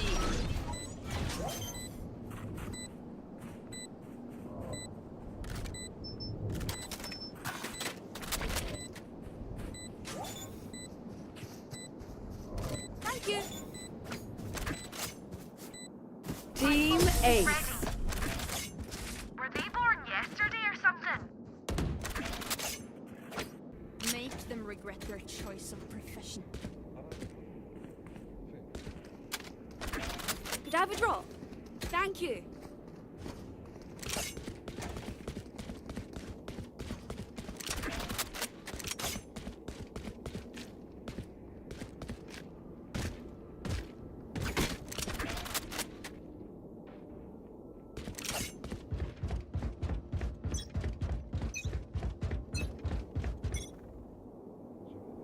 The hunt begins.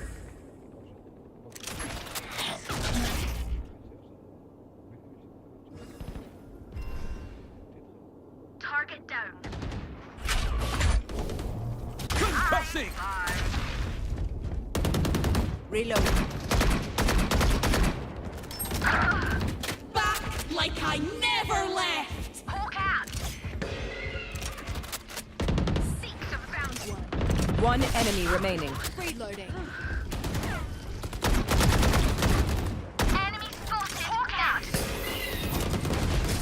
You made this happen, Sage. Last round in the half.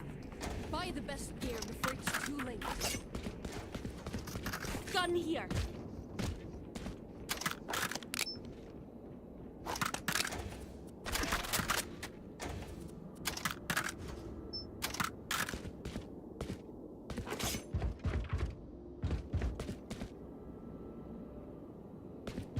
They want to die. Let them. Hawk out.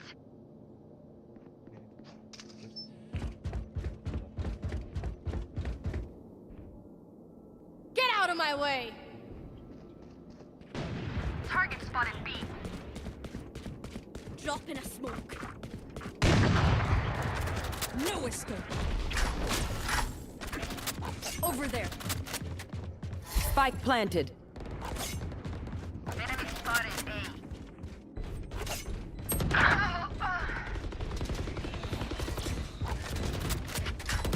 You're nuts. You are powerless.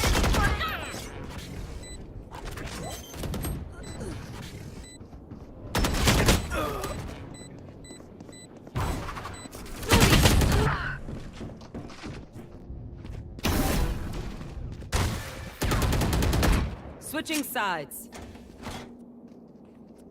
If you've never seen a massacre, this is what it looks like. Reloading.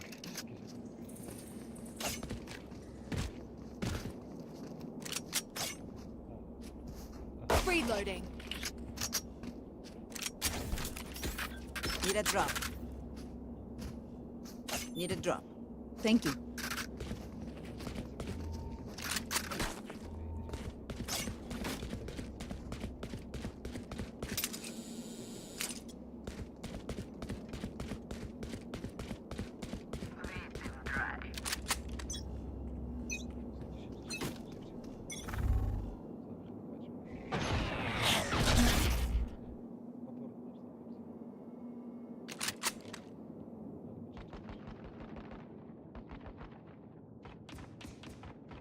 Spotted mid.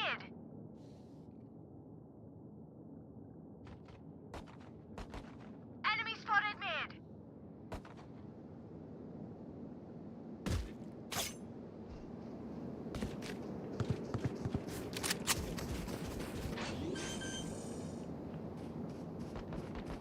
Spike planted.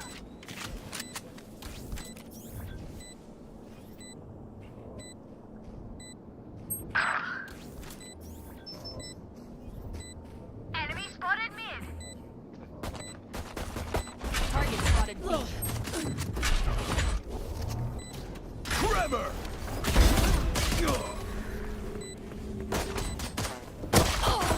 Last player standing. Hawk out. Blinded.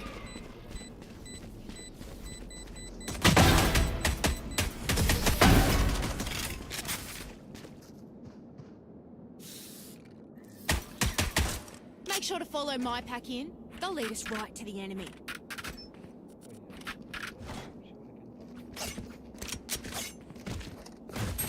Here. I'm gonna save.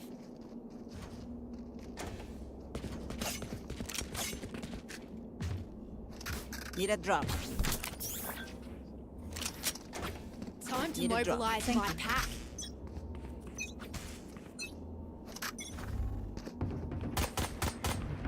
Reloading. Cussy! Gun reloading. Clearing out!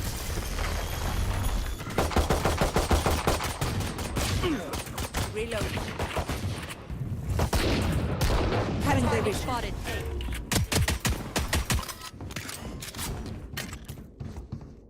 Gun here. No Gun here. escape.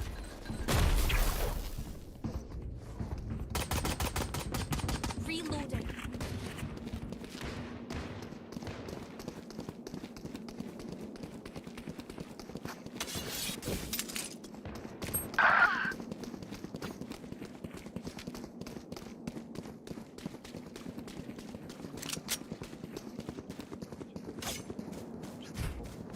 Last player standing. Scrap metal. Spike planted. Listening.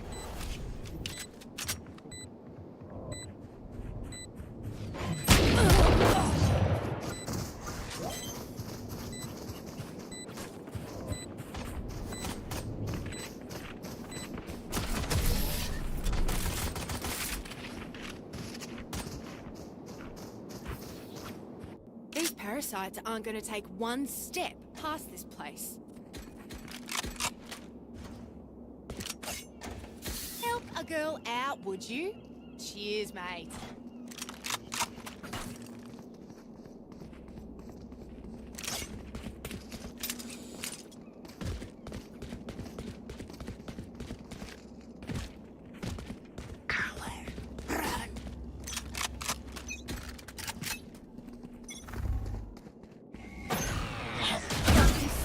Reloading.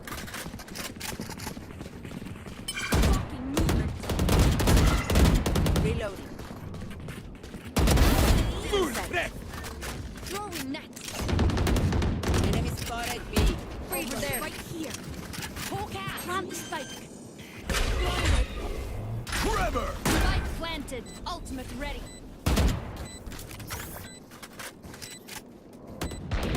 Killed their Omen. Enemy spotted me. Pull them to their Bring them in. Flash out! Your story ends here. Sensor Blasting! Blinding! One enemy remaining. Last player standing.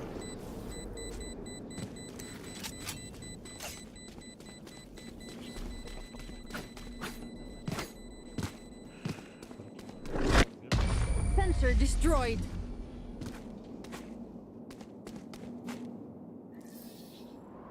I feel something over there. Can't place it. Like us, but different.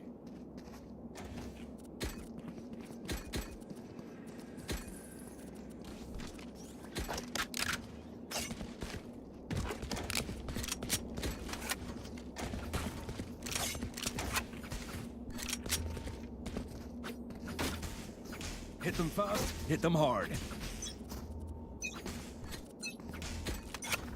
The hunt begins. There.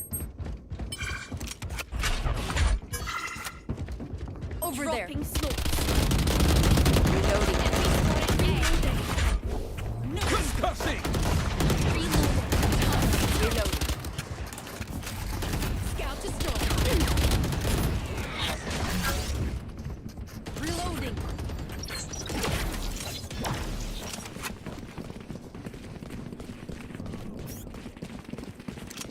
Healing over here.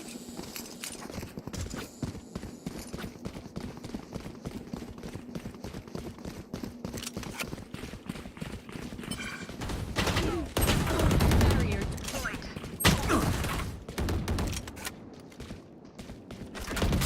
Sova. Drop in a smoke.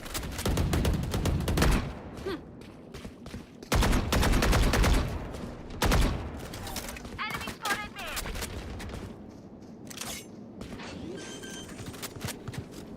30 seconds left. Spike planted. Flash out!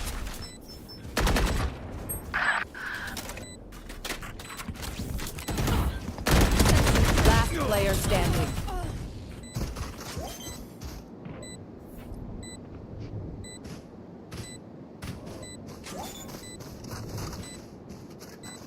Team Ace.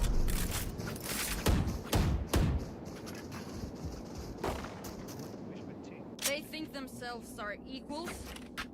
They are mistaken. Reloading.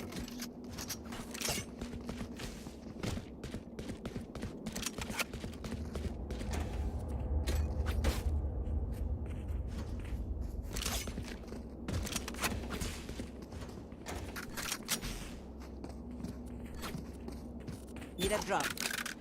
Oh shite, I lost my pet rock. No peeking. Enemy spotted. Right here. Get out of my way. Clearing out!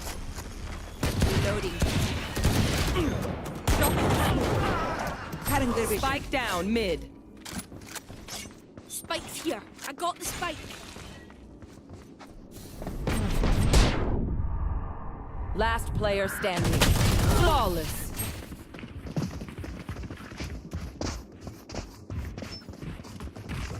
My ult is ready. One of ready. my creatures, it's a good thing, all right? We'll figure out what they do eventually. Help a girl out, would ya?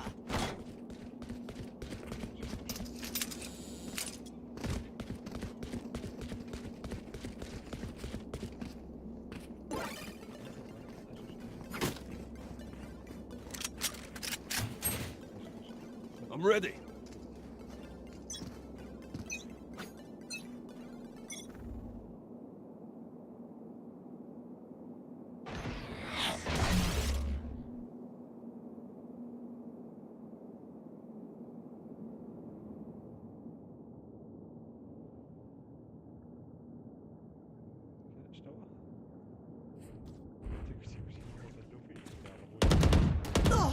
Dropping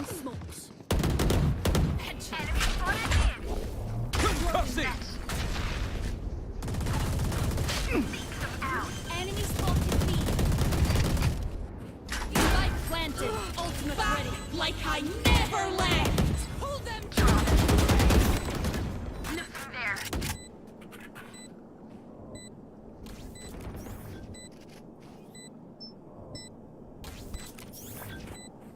Reloading. Enemy spotted B.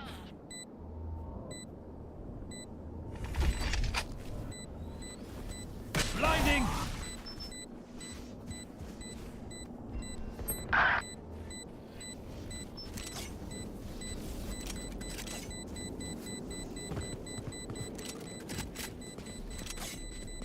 Over there. Sensor down.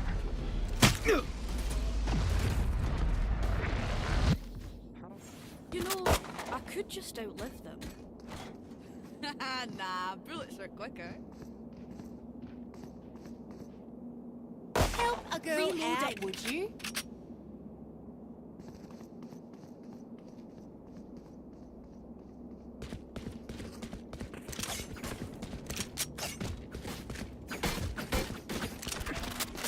Okej, nu kör vi!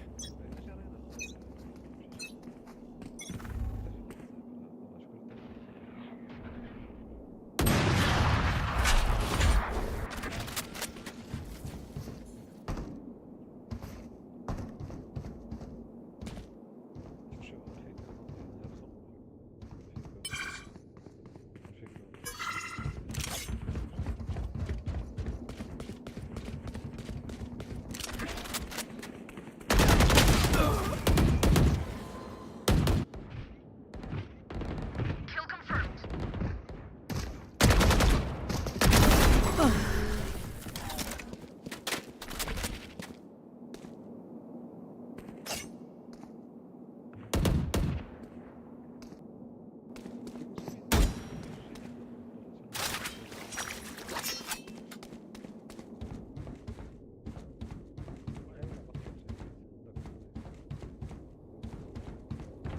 Dropping smokes. Throwing net. Blocking movement. 30 seconds left. Planted. Have one of these.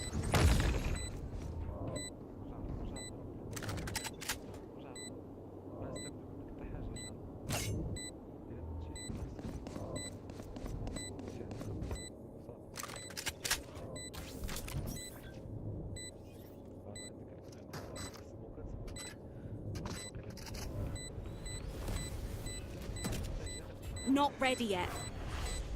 No surprise. One enemy remaining. Refreshing.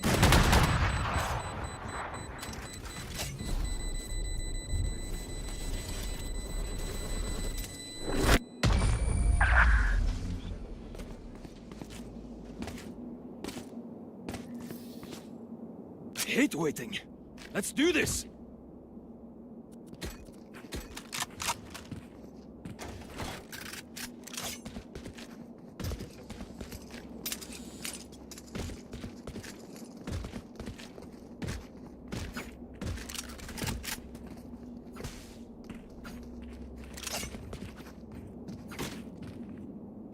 I got yous, okay? There.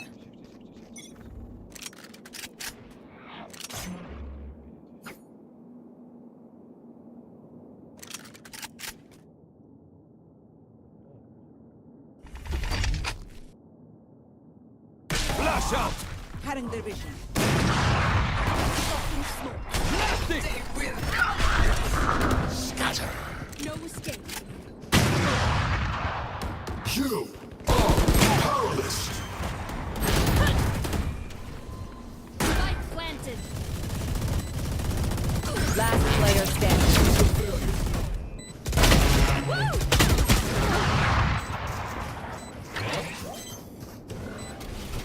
Resuming determination.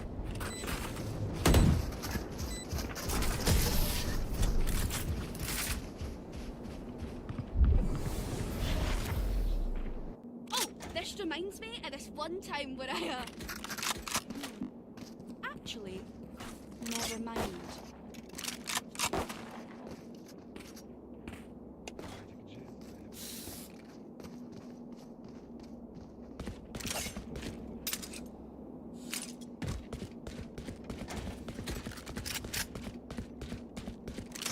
Let's have some fun.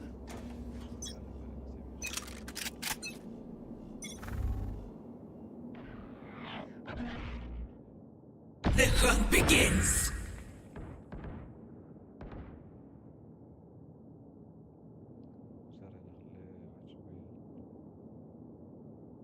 Enemy spotted A.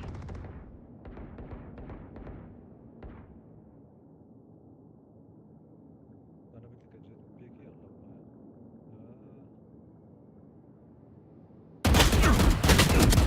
Enemy spotted A.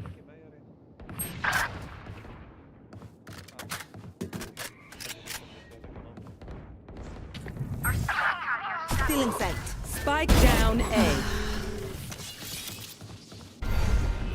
I got the spike. Last player standing.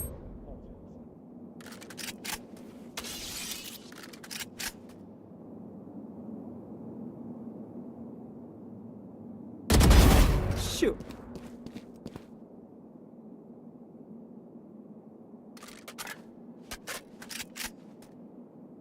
Thirty seconds left.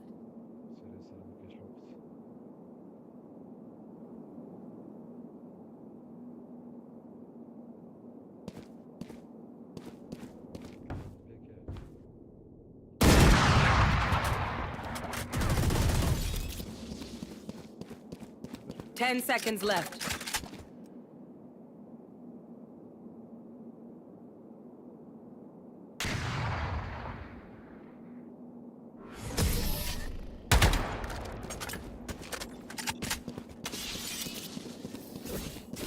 I'll do my ult is job, ready. you do yours.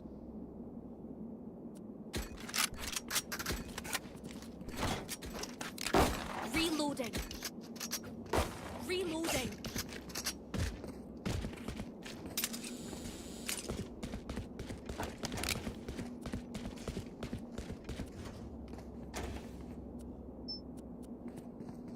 Embarrass them.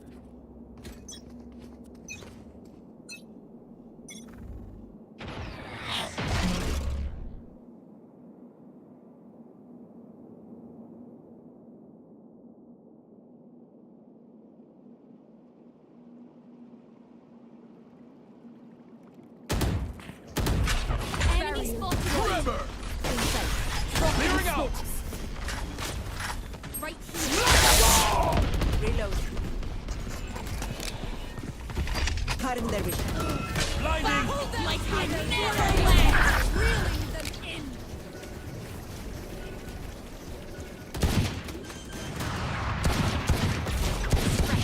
Spike planted. Reloading. Flash out!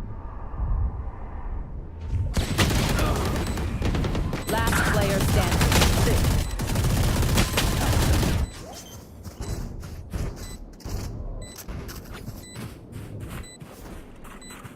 Team Ace. No peeking.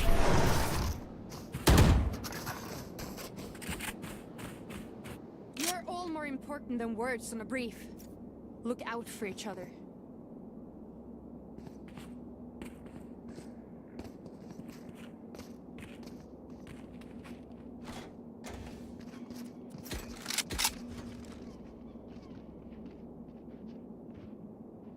I'm gonna save.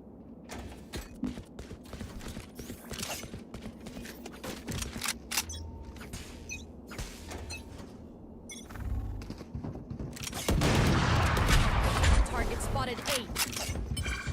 Heal up, squad. Reloading.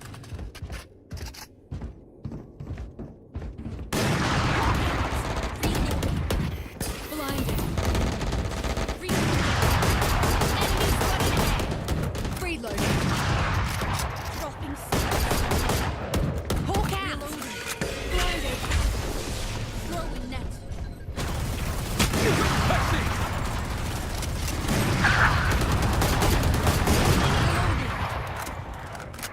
Reloading.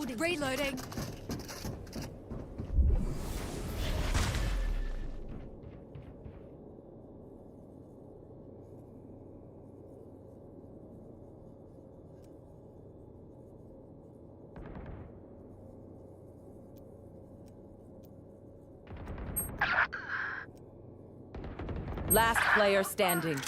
Spike down B.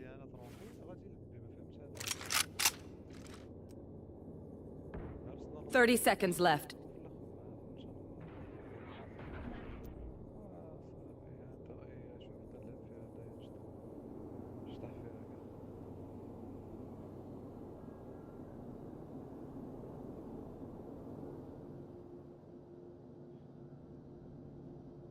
Ten seconds left. No peeking.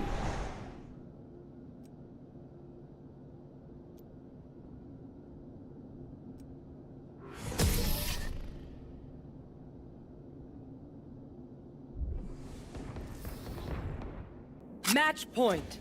Don't sit down. We're not done yet.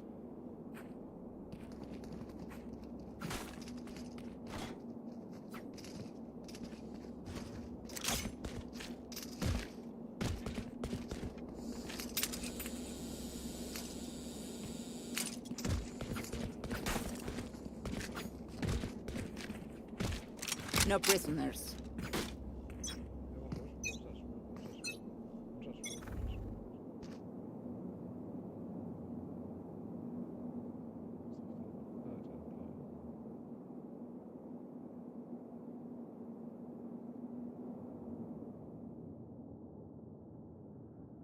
Seek them out. Barrier deployed. Found one.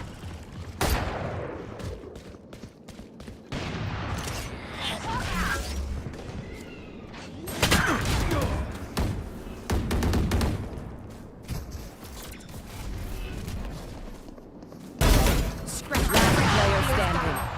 Spike down B.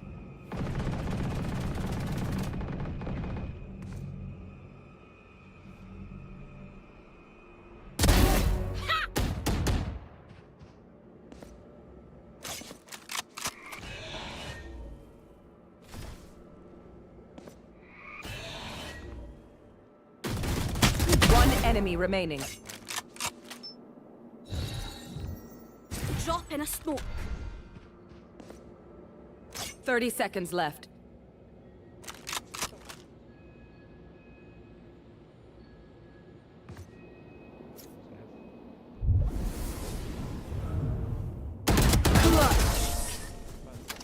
I knew that one.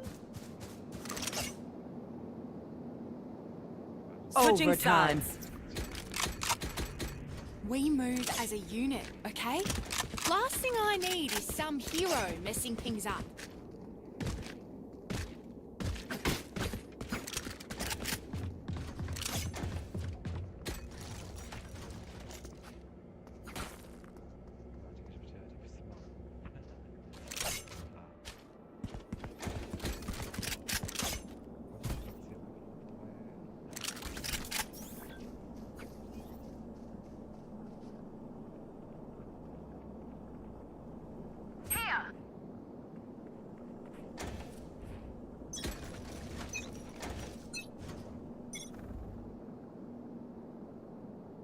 Over there. Over there. Sensor tripped.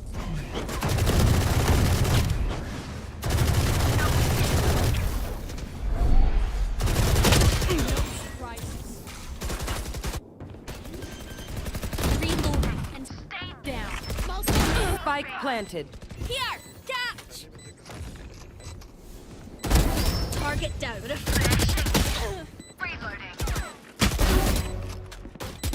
Feeling safe. Right here.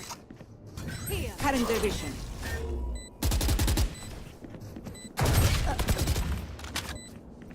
One enemy remaining.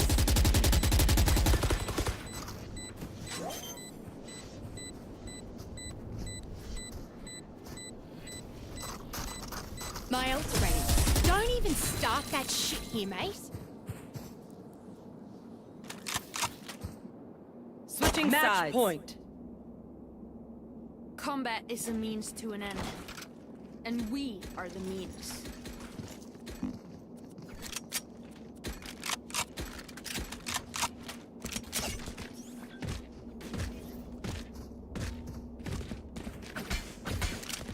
Need a drop. Thank you. I'm ready.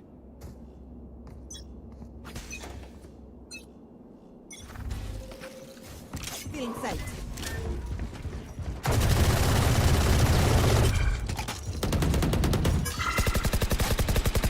Reloading. Enemy spawn. Concussing! Blasting!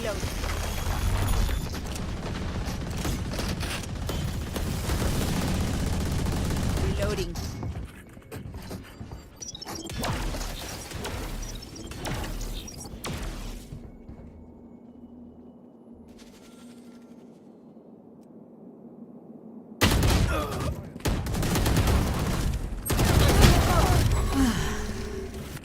Healing over here.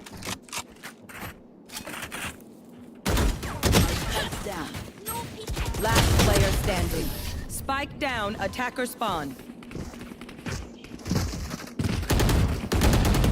Switching sides. Overtime. Their death demands our attention.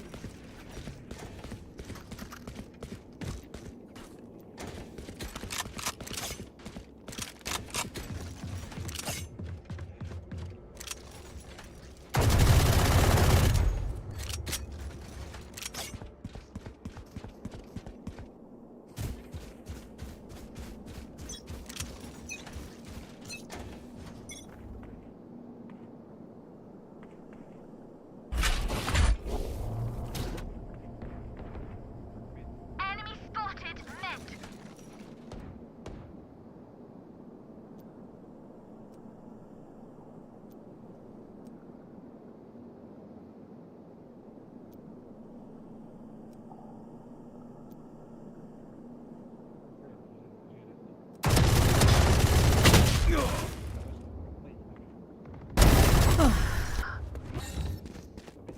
Sensor tripped.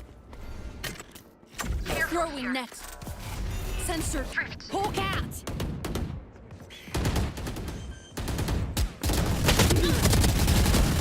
Spike planted. Reloading. No peeking.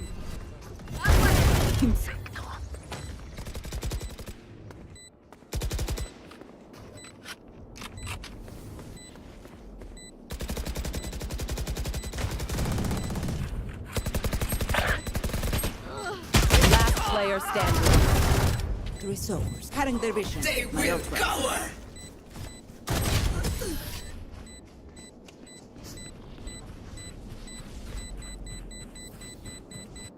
Match Switching point. sides.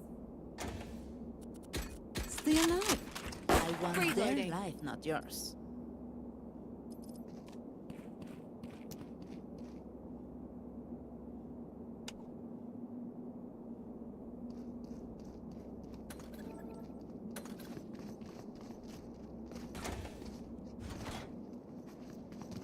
Okej, nu kör vi.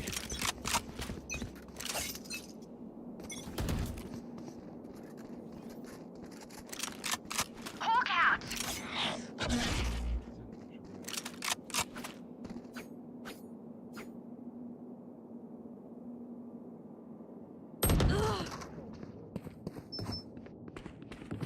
Still in sight. Blocking movement. Drop in a smoke. Forever! No escape.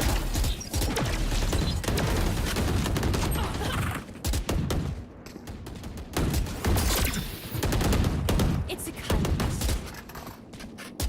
Over there. No surprises.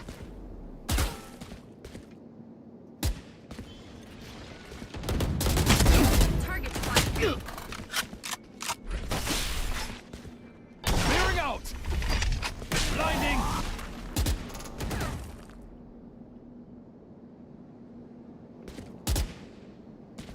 Thirty seconds left.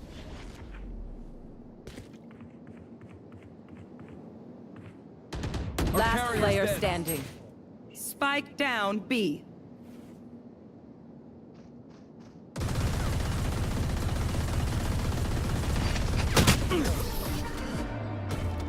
Defenders win.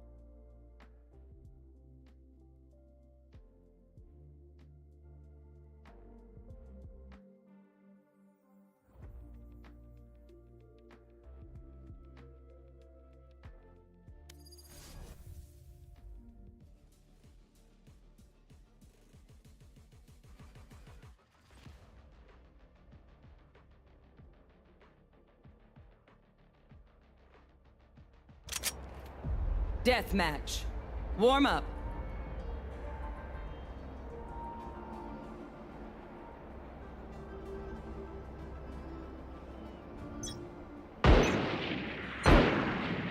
Every fight is a lesson. Fight! Take them one by one.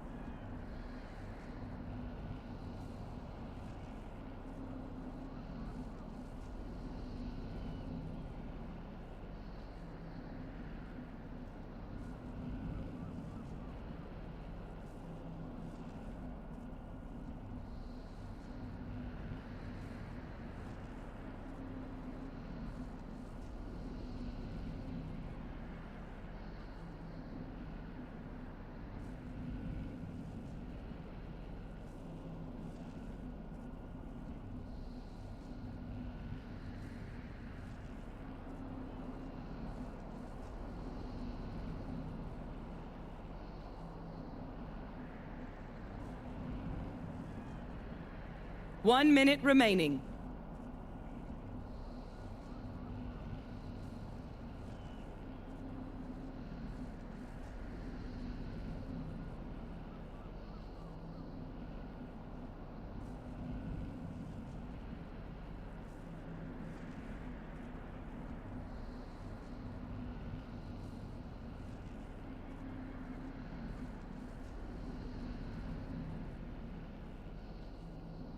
Thirty seconds left.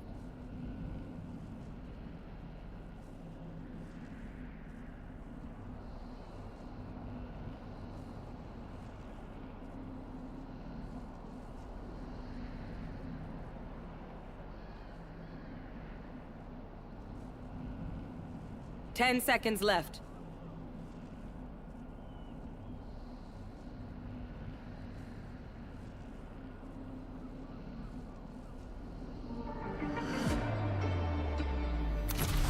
Let's go again. Playlist still has some tracks left.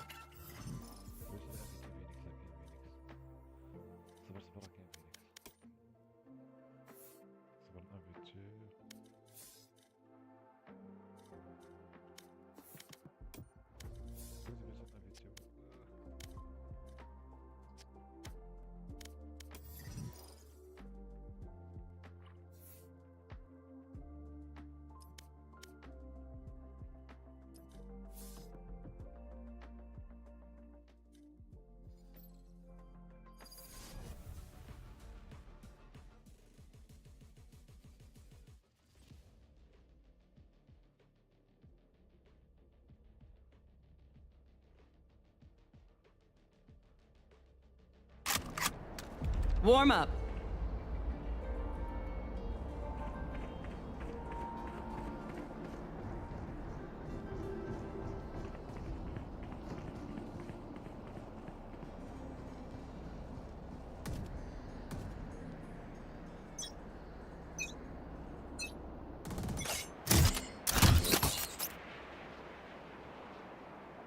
Fight!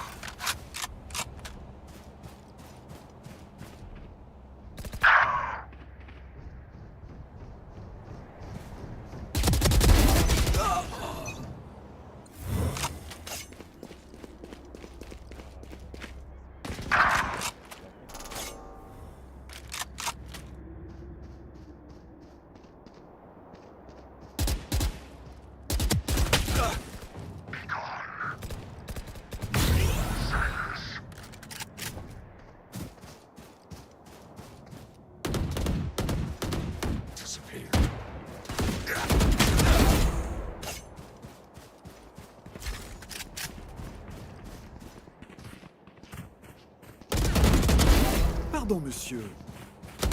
Killed.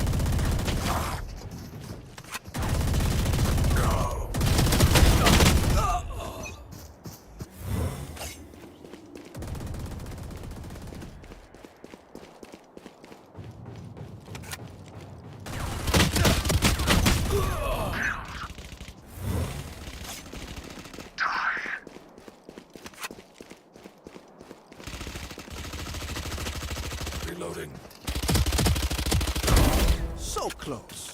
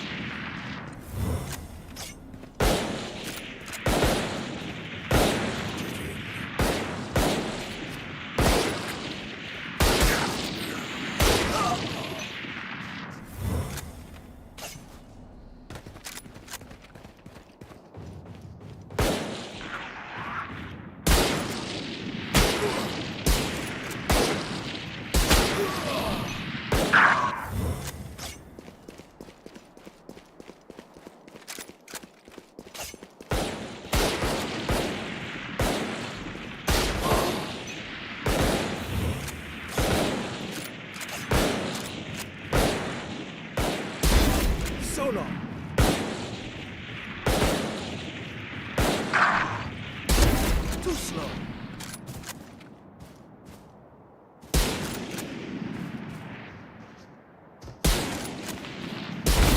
Next.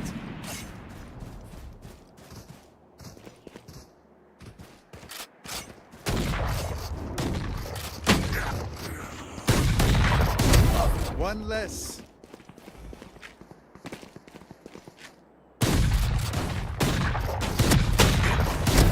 You lose.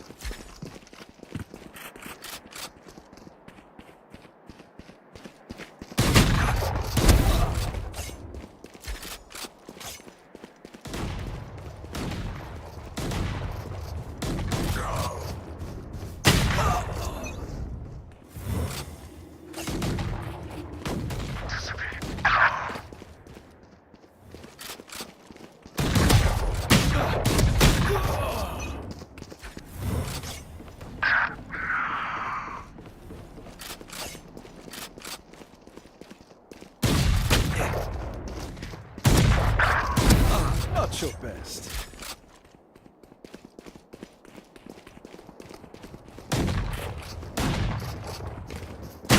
One minute remaining.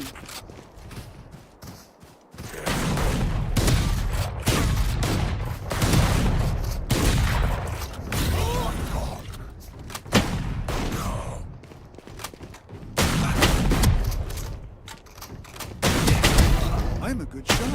Oh.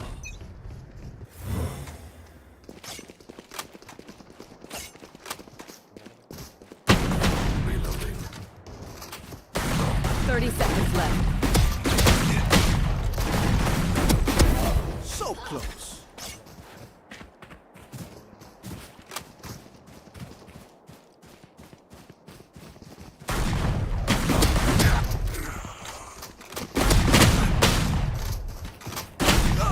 Ten seconds left.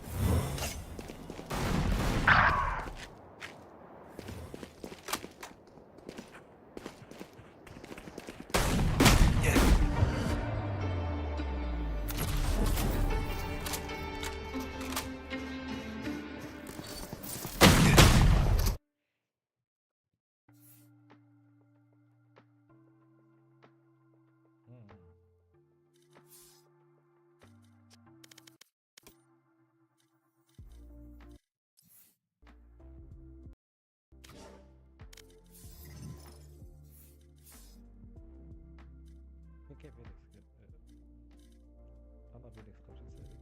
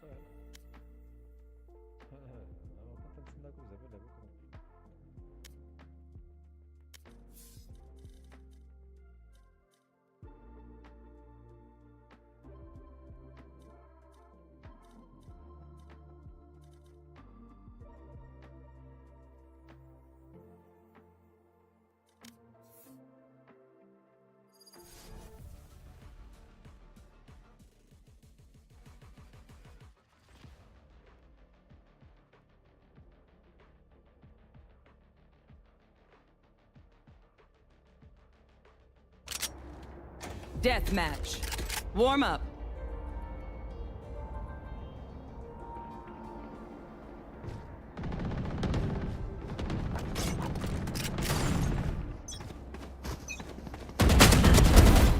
Make them beg. Fight! I'll take everything from them.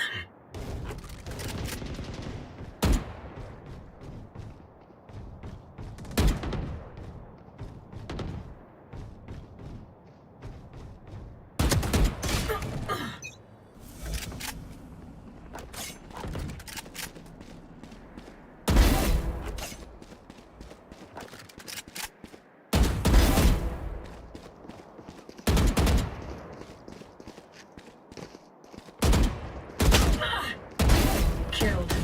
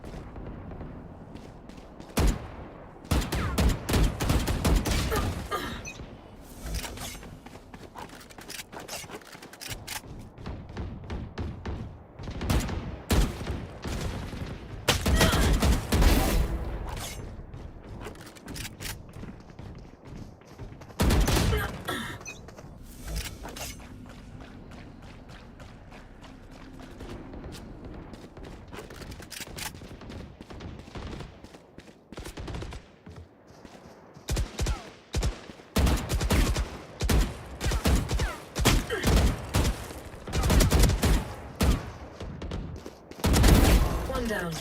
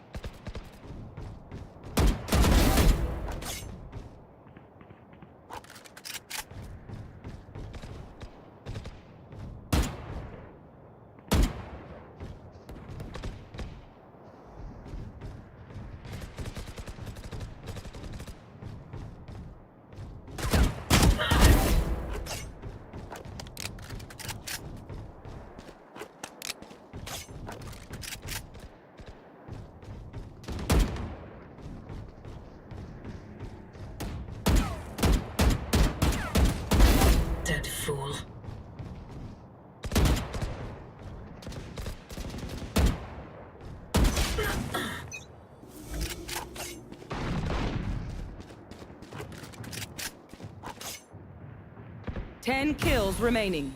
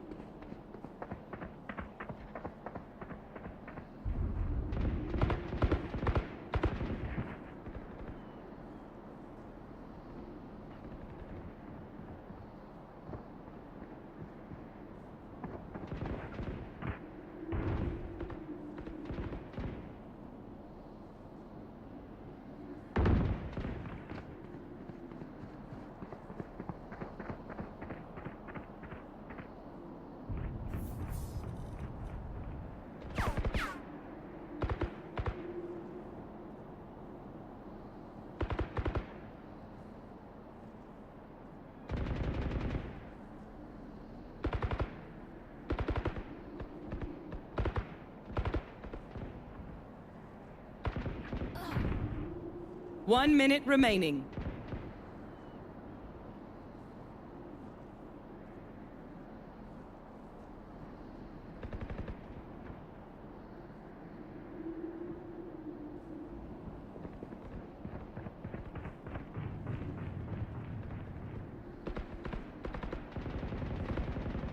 Five kills remaining.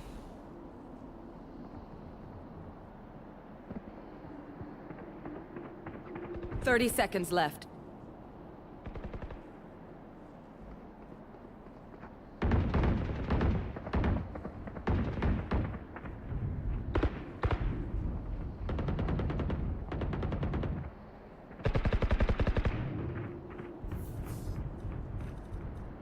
Ten seconds left. One kill remaining.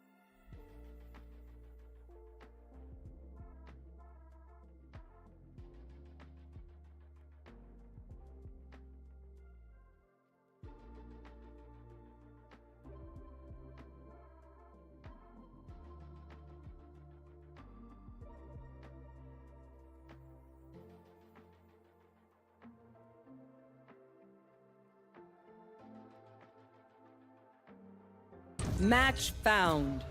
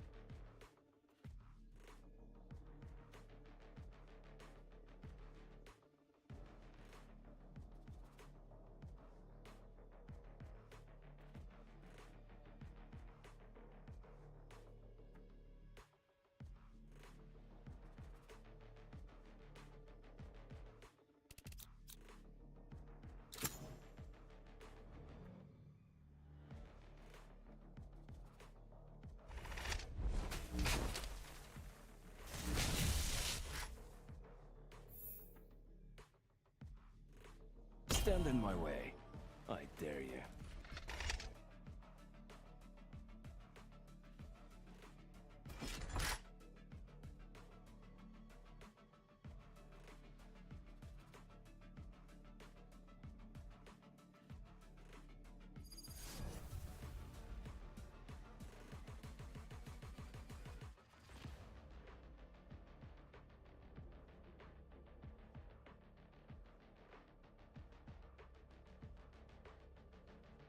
Alpha Earth, Omega Earth, Kingdom. Who cares? Let's fight!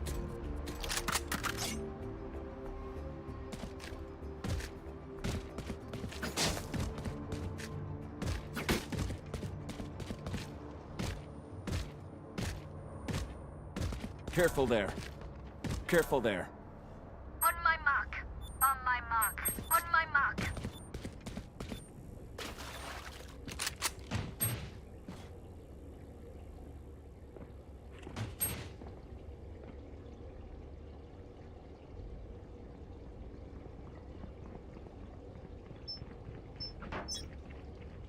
Need help.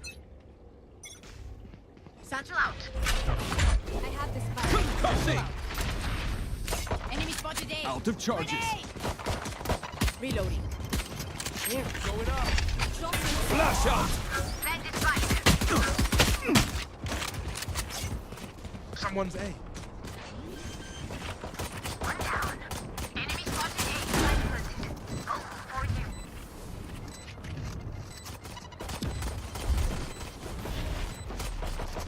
Someone's A. They're super dead. Here. One enemy remaining.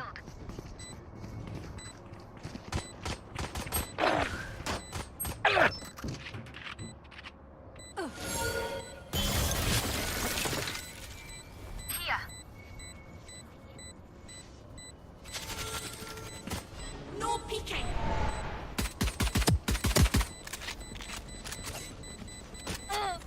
Last player standing.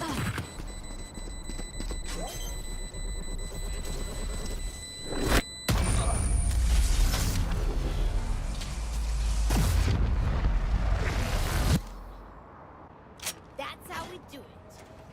Reload him.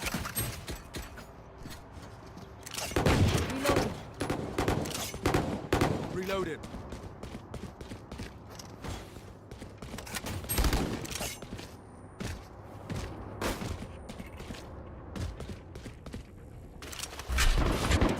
Out of charges. Careful here.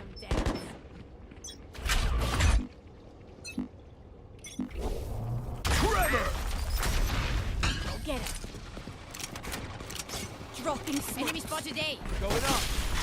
Satchel out. Reloading. Blinding! Blasting! On the spike.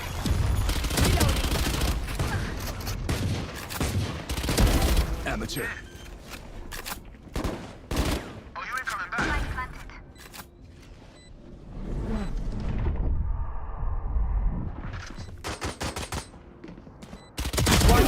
remaining.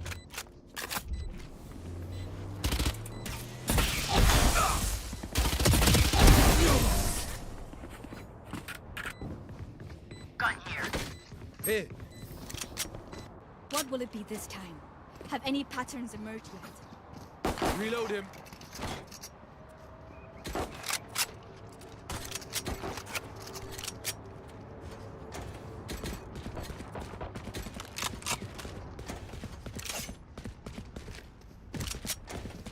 Reload him.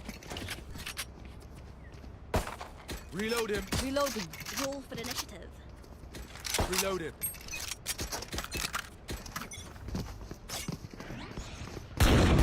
Reload him. And I'm gonna these. Reloading.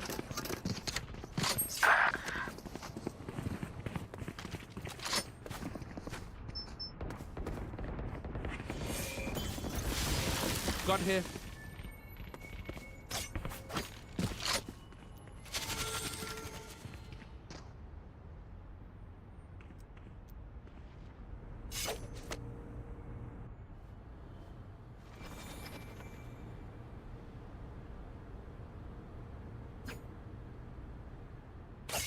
Gun here.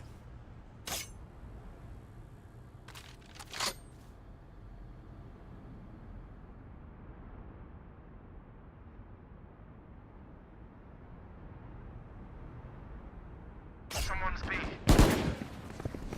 Going up.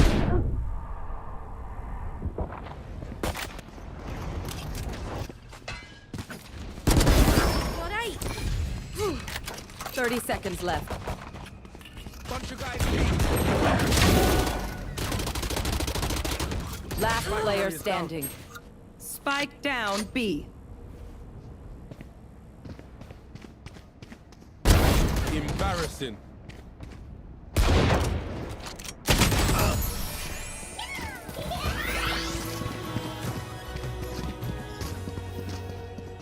They think they're better than us. I can tell. Can I have a drop? Thanks.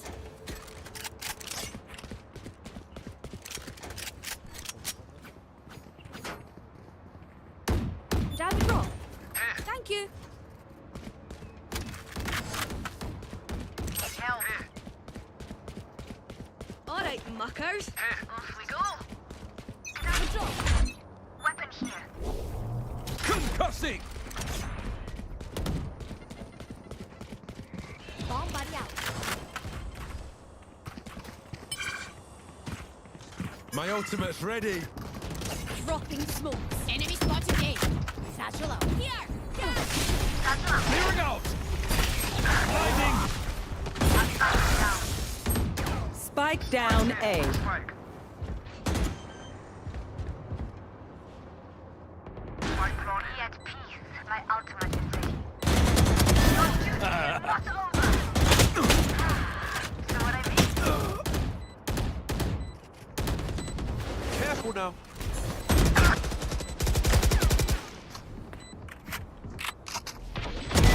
Omen kill. One enemy remaining. Reloading. Last enemy taken out.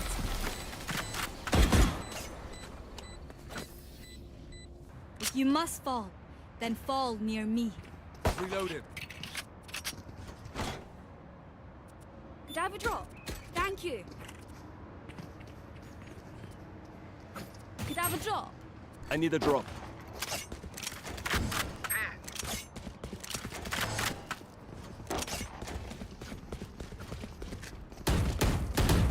Oh, shite. Reloaded. Get rocked. Who's next? Trevor! Here. Come on, let's go! Hey! That's not ready. Dropping smokes. Blasting! Nightmares over. Nat 20. Enemy spotted B. Flash out! Reloading for you. Target down. One enemy remaining. My ult is ready. Careful now. Reloading. Someone's B.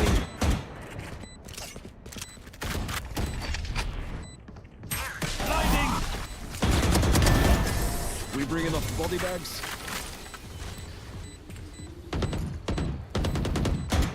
They can run or get run over. Their choice. Reload him. Here.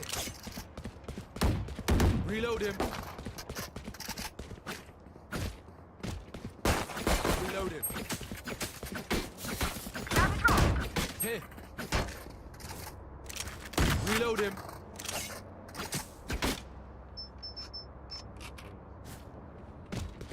I take what I want. Concussing!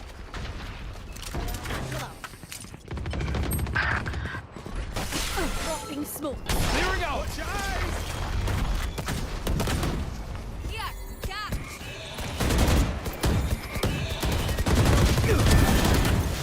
Reload him. Reload him. Enemy spotted A. Careful now. Flash out! Enemy spotted. Reloading. Refreshing. Back like I never left. One enemy remaining. Not one left. Time to stock back up. Reload him. Reloading. Reload him. Here. On my mark. Reload him. Reload him. Here. Here. Sage's walls are coming down. Reload him. Here. Forever! Dropping smokes. Blinding! Blasting! Got you.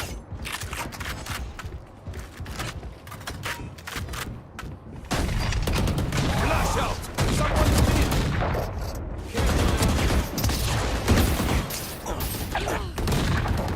Put down.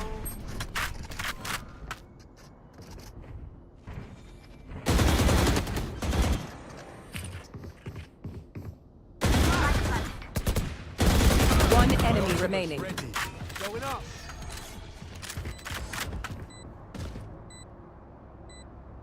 Here. Here. Flash! I can't see your guy. Watch your eyes! Say something? Sorry, ear's still ringing. Reload him. Reloading. Here.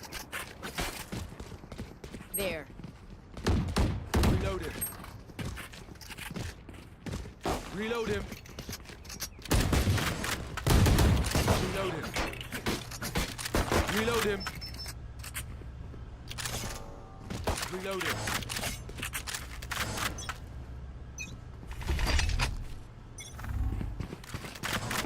Here. Come on, let's go! Enemy spotted B. Concussing! Clearing out! Dropping battle out. The hunt begins. Blinding! Reloading.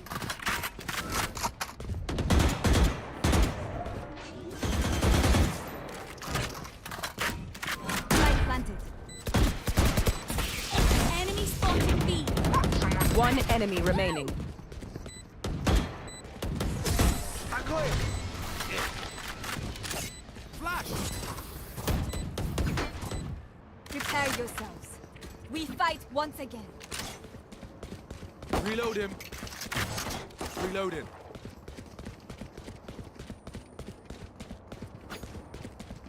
Reload him. Reload him.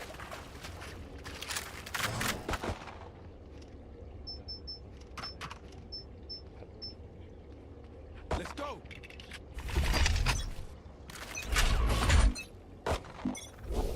Forever! Bomb dropping smokes. Here, satchel out. Satchel out. Going up. have a kit. Our slave carriers. Blasting! Spike down A. That's a kill. Who's next?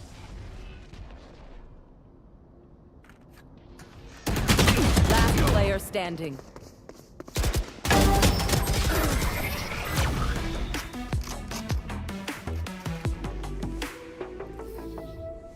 I reckon I'll take a kip after this.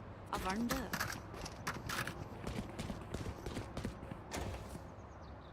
Could I have a drop? Could I have a drop? Thanks. Could I have a drop? Thank you. Hey. Reload him. I got you, bruv. Reload him.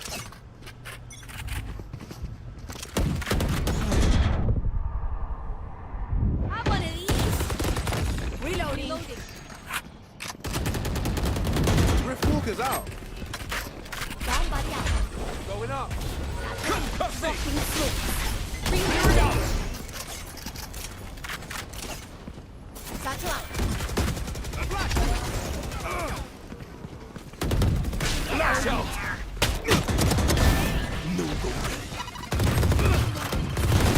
One enemy remaining. Reloading. Right here.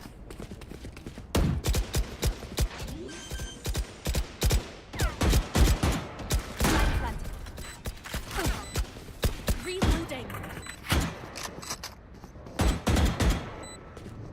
Enemy spotted.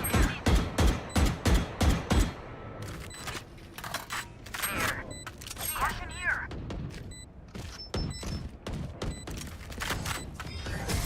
Everyone is off, Daisy.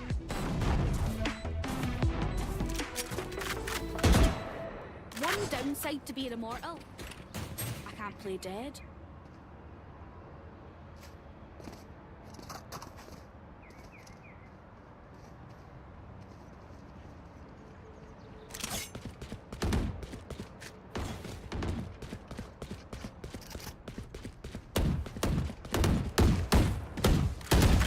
Reload him. Spike's here. Let's start this party. Spike drop. Forever! My ultimate. Reloading. I saw something. My ult is ready. Spotted me. Blasting! Healing you. On my mark. On my mark. Planted.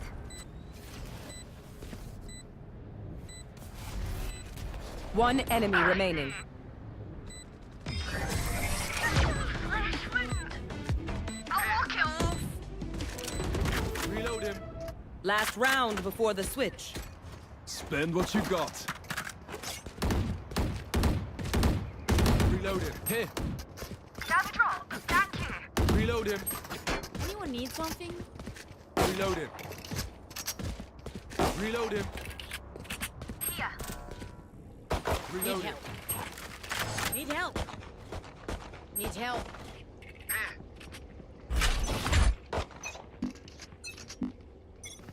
Satchel out. Concussing! Sorry, bro. Satchel out. Have one of these. Going up. Clearing out! Your eyes. You're out. Too late. Like I never left.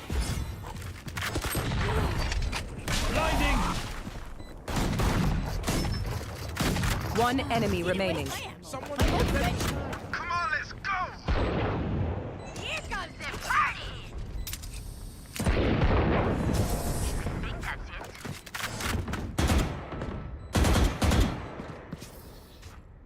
Switching sides. Reload him. Just swapping in new fusion cells. Okay, my arms are good. We can go.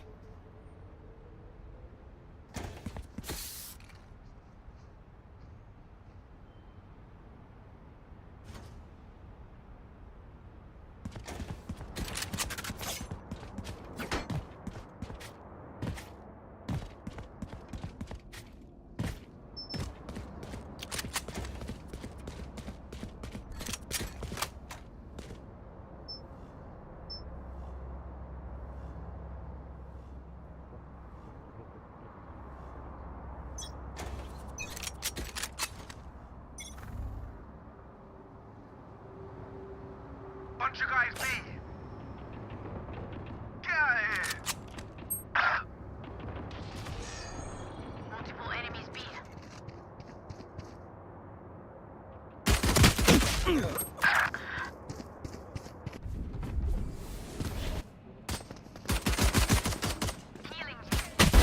No danger. Refreshing. Reloading. Spike planted.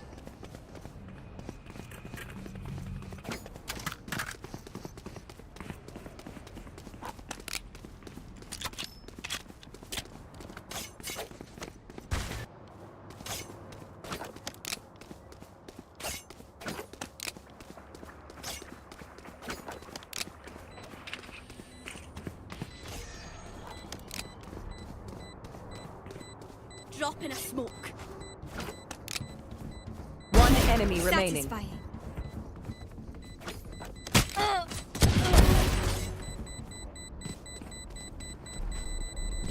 I will not die here.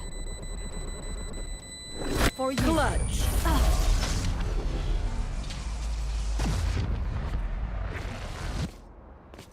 Damn, Sage, you do everything. Why are the rest of us even here? Reload it.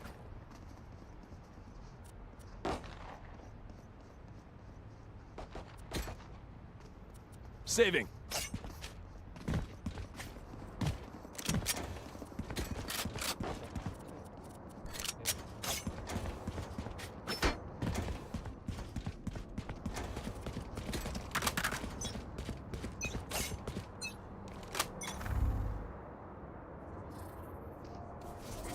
No peeking.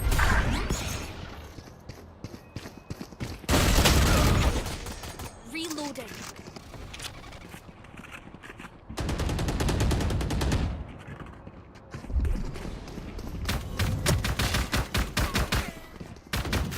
Last player standing. Team Ace.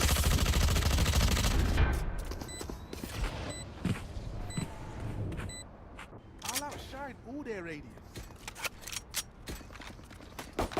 Reloading.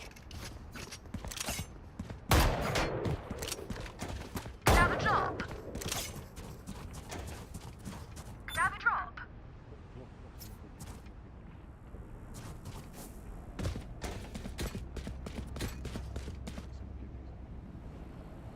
I have your back.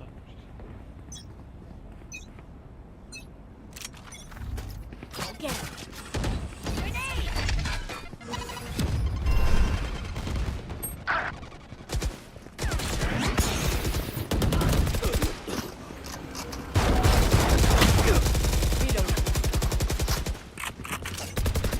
Reloading. Spike down A.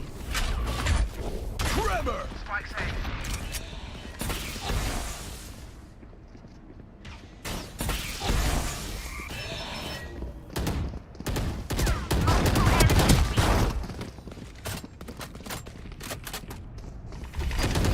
Flash out!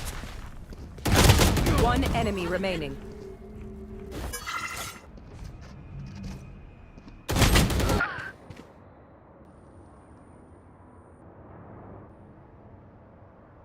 There.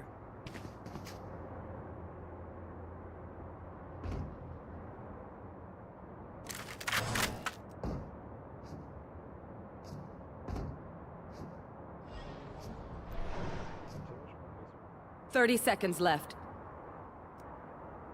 Satchel out. Last player standing. Ready. You tried. I'd stop that. Hey. Trust me, they'll know what hit them. Reload him. Could I have a drop? Thanks.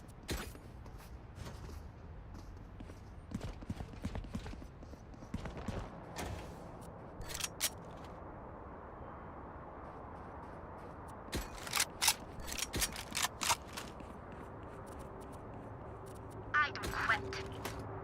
Watching here. The hunt begins.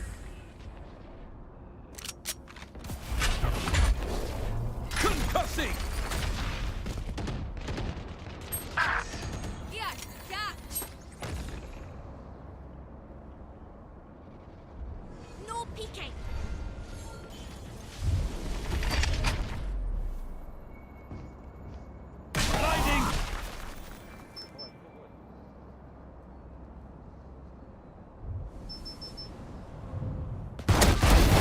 Beautiful.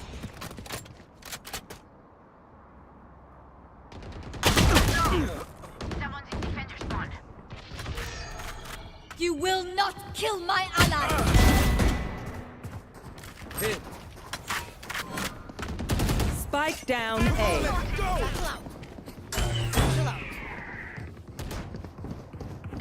One enemy remaining. Baby! Careful now.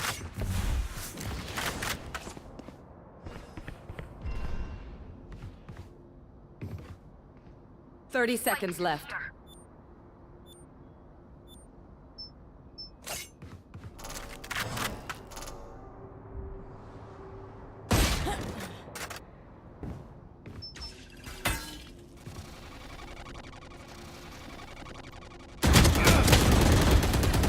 Ten seconds left.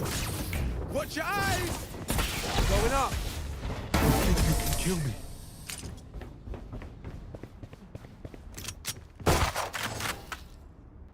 Match point. They'll throw everything out. Reloaded. Reload ready. Could I have a drop? Could I have a drop? Can someone get this? Could I have a drop?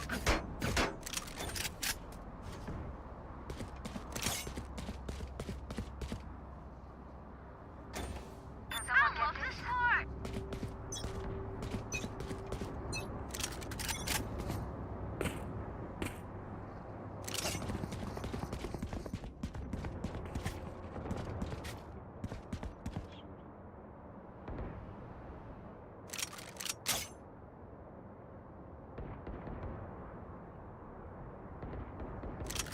Multiple enemies B. Next, my enemy spotted. My ultimate is ready. Spike down B.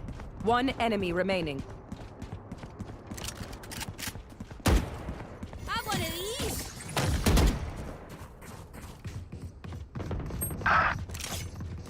Your duty is muscle. Trevor!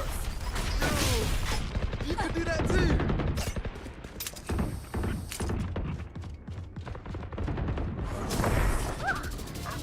Defenders win. Blasting!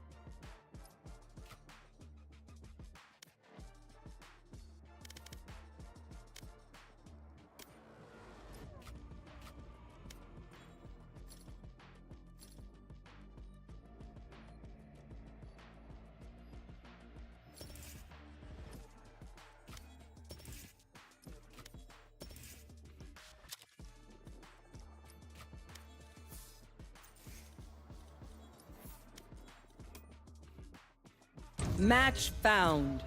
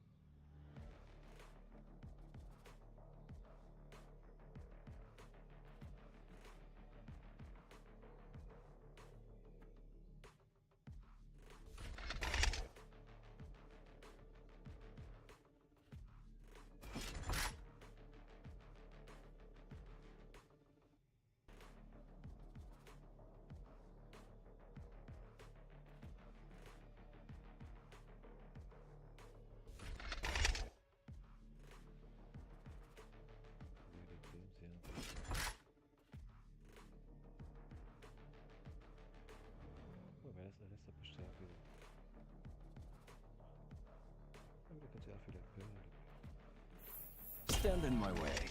I dare you.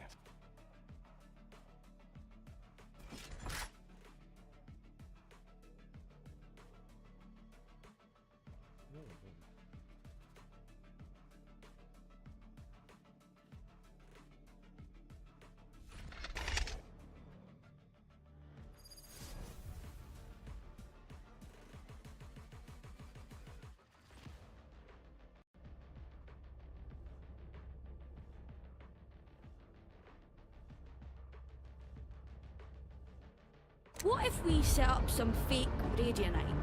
Imagine their faces when they unload a bunch of useless rocks.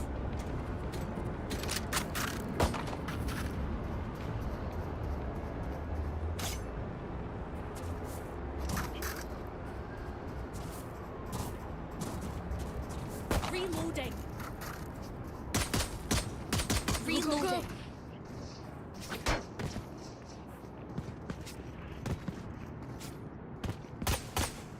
Reloading.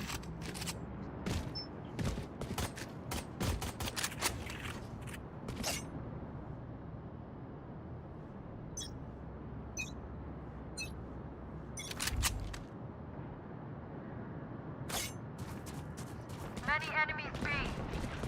Go. Enemy B.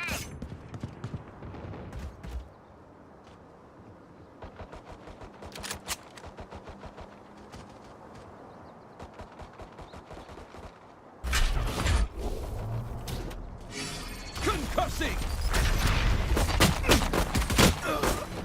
Enemy B.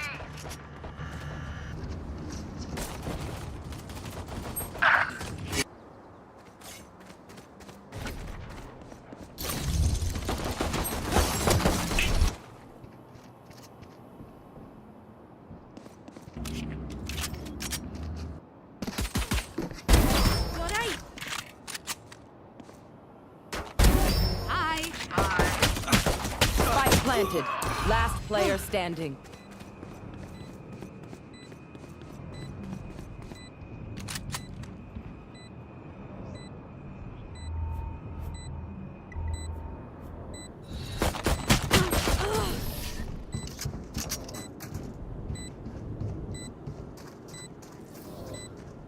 They're going to scatter from my stuff.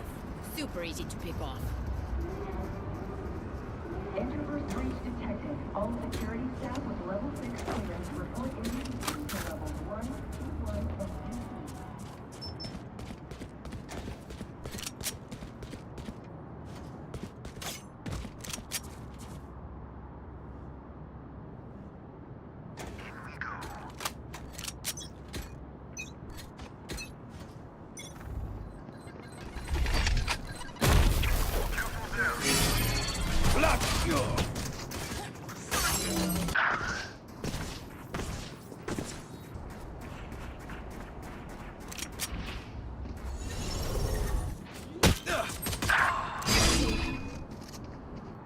Spike planted. Last player standing. Woo!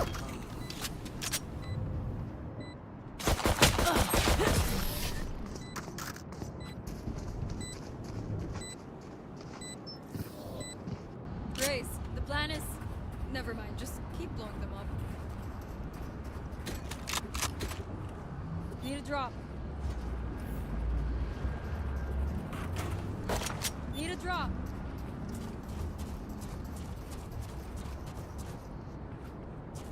Need a drop.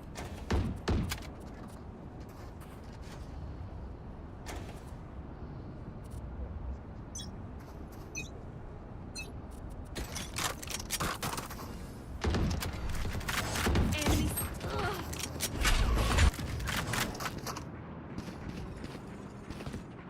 No peeking.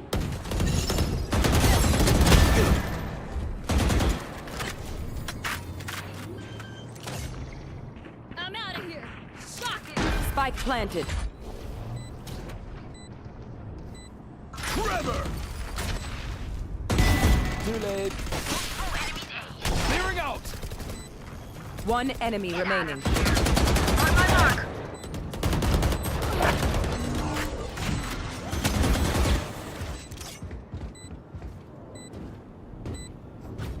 Tuck, tuck. Gun here. Not your day. Reloading.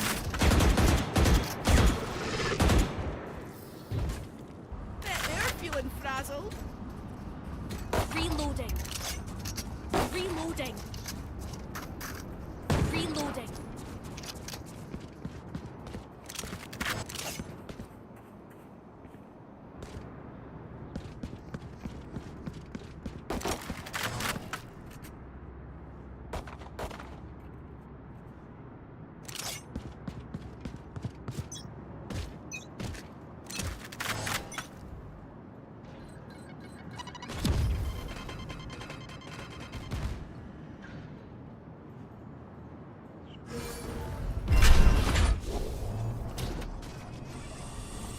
Concussing!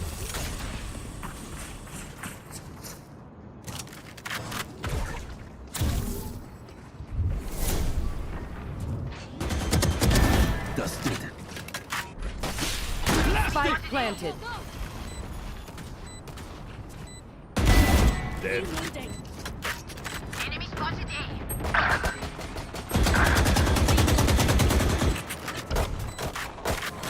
My territory! Mine! I have them now! It's you and me. You lose. Last player standing. One enemy remaining. Teleport's ready. No one else could do this?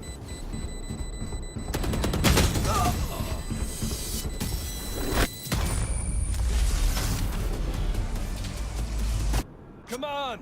Get me in the line of fire. Could have a drop. Need a drop. Need a drop. Salamat, thanks. Need a drop.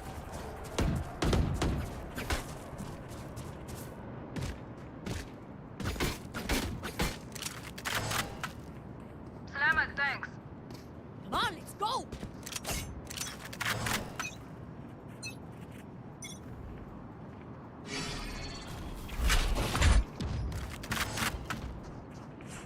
Enemy Drop in a smoke.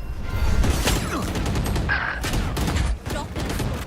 Enemy spotted A. Clearing out! Multiple enemies A. My ult is ready. One enemy remaining. Spike down A. Spike spotted A. Right here. Surrounded by minha família. Reloading. We are actively investigating a theft of proprietary materials. Suspect is believed to be one of its own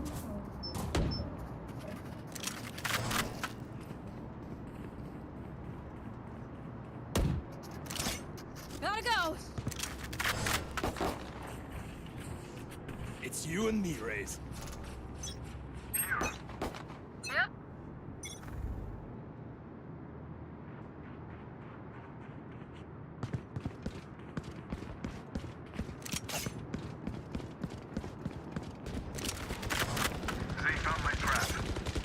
Bye-bye. My ult's ready. I'm out of here. Enemy B. Trevor! Blasting! The angel's dead. No peeking. Worthless.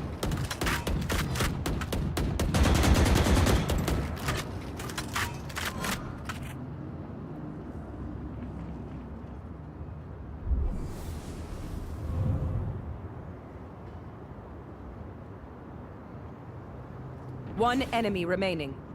Spike down A.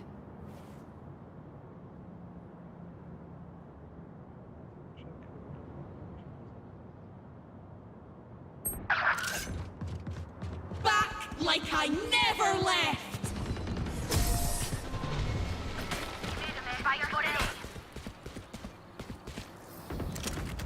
None of my stuff has malfunctioned yet. Can we celebrate that? To all researchers, Dr. Sabine Kellis no Need a longer drop. works for Kingdom And and I'm her out, legacy thanks. laws remain sealed. Please adhere to the clearance request moratorium on this documentation.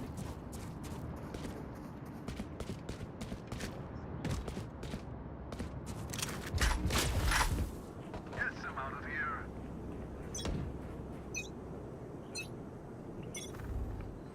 Grenade! Here we go!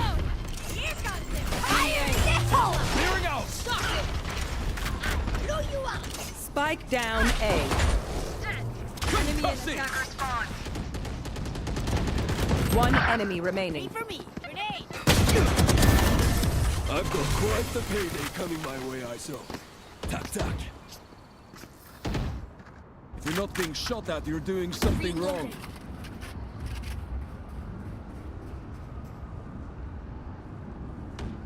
Need a drop.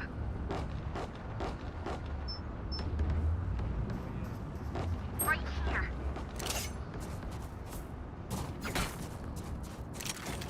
Salamat, thanks.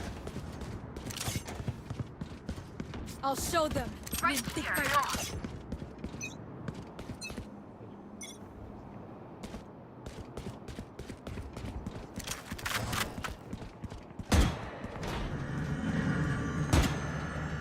Enemy B. Drop in a smoke. It's you and me. Mitty Pick!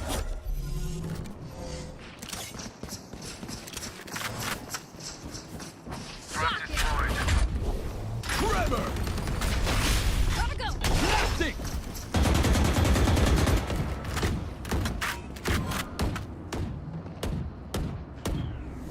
You will not kill my allies! Taken out. Enemy B. Go, go.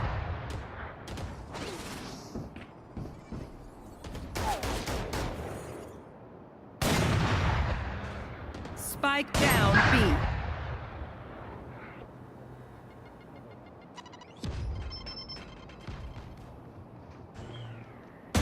One enemy remaining.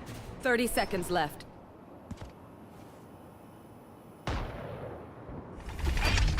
Blinding! Flash out! Ha! Reloading. I'll do my job, you do yours.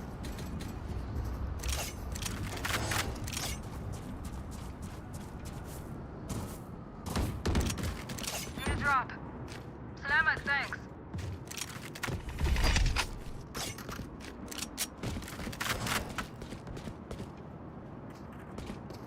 Need a drop. Salamat, thanks. Move.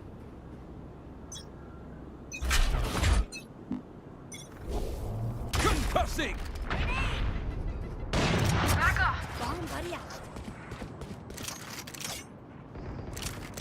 You had your fun. Spike down B. Enemy B. Enemy spotted B. They found the trap.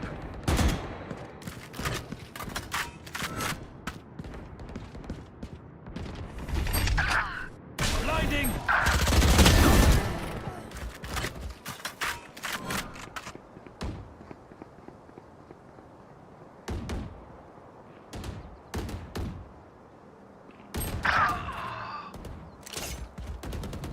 Last player standing.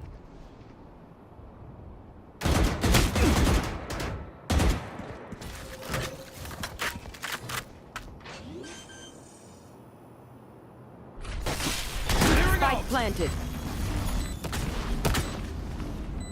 One enemy remaining.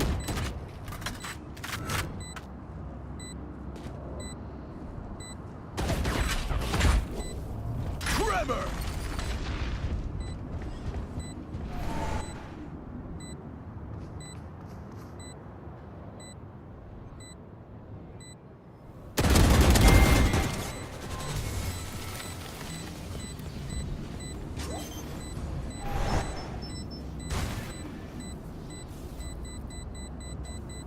My ult's ready.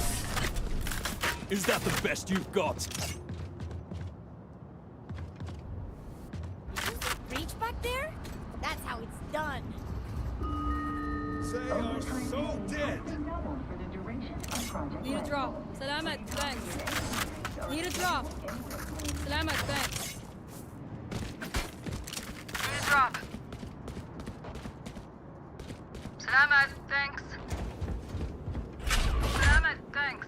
Right here. It feels like we're Salamat, thanks. Right here. Concussing! Blasting! Bomb buddy out. Flash out! Spike down A.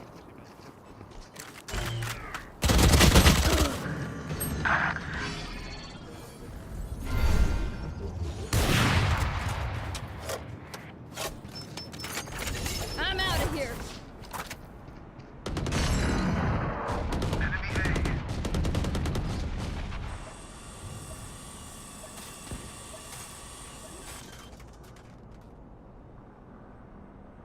Spike planted.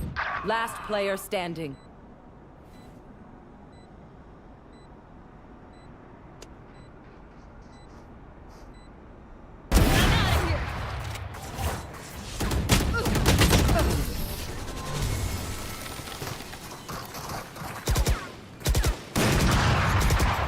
Okay, I only have like 78 grenades left. Hopefully that's enough. Have a drop. Need a drop. Salamat, thanks. Need a drop. Thank you. Need a drop.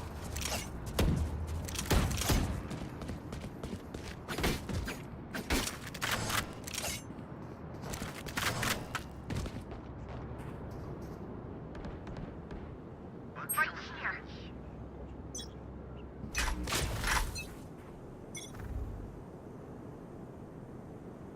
Let's go.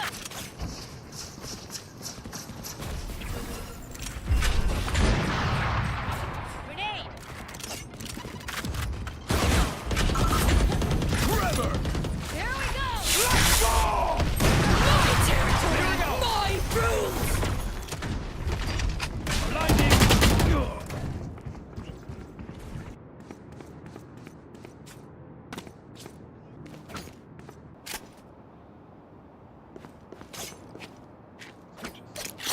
That works.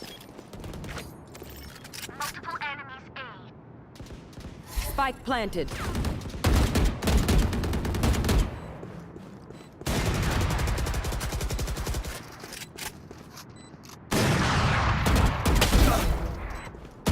Drop in a smoke. Teleport's ready. Last player standing. One less.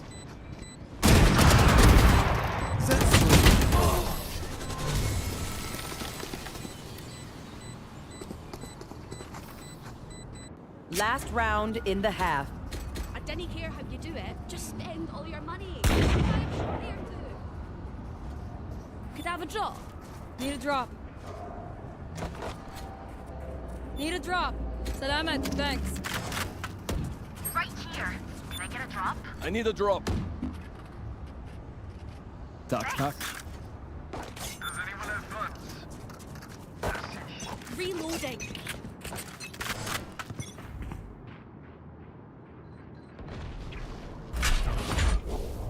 Fire in the hole! No peeking. Enemy B. Drop in a smoke. Teleport's gone. Trap destroyed. Spike planted. Reloading. Reloading. Right here. You had your fun. My turn. Pussy! Too late. Take this! Go, go, go! Blasting! It's you and me. One enemy remaining. Got one.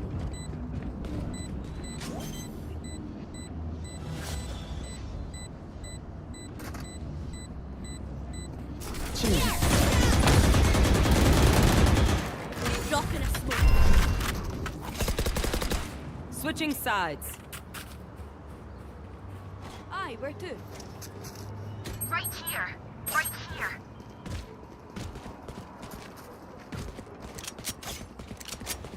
On my mark. Reloading.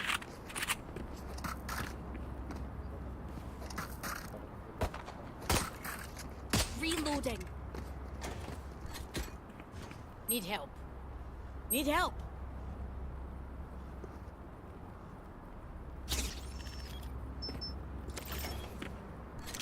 Focus now. Eyes off me. Trevor! Satchel up. No peeking. Satchel up.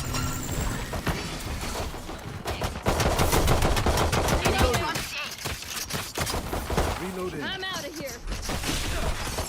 Clearing out! Reloading. Reload. Gotta go. Right here. Plant the spike. Enemy A. Teleport's broken.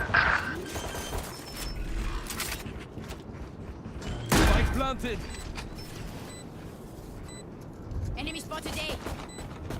Enemy spotted A. One enemy remaining. Flash out! Reloading. Refreshing. Blinding! And that's another dead one. Free target practice. I'll take it.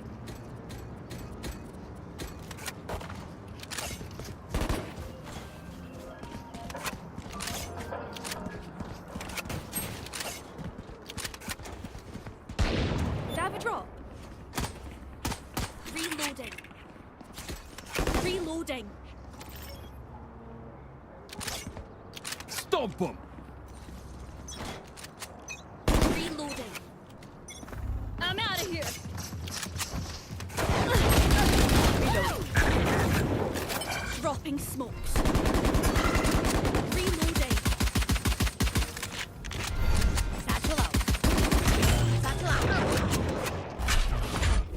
Concussing! Guarding here. Right there. Spike planted. They found my trap.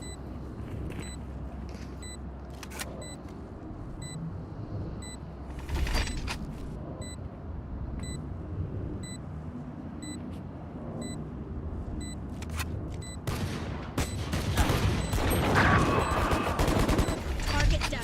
Flash out! One enemy remaining. Okay, done. I can hear them hollering for their mammies for here.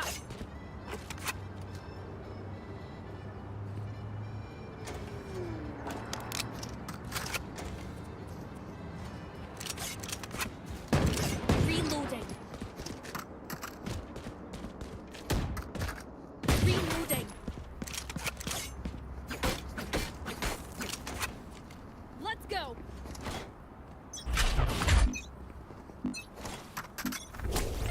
Trevor! Go, go, go. Blasting!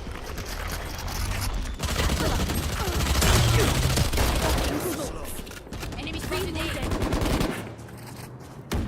Bomb buddy out. Blinding!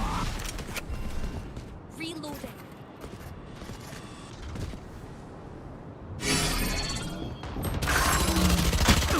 Last player standing.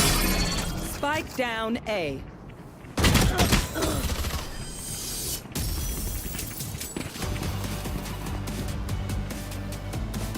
They think they're so secure. Need a drop. Need a drop. Right here. Reloading. There. Reloading. Who will I spot first? Reloading.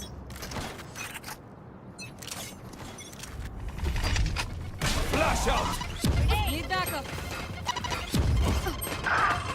Dropping smokes. Go, go.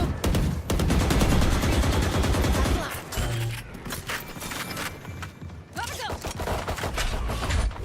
Reload. Concussing! Clearing out! My territory! My rules! Reloading. Dusted.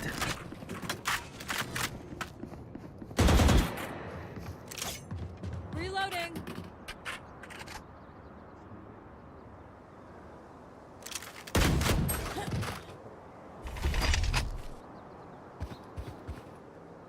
Blinding!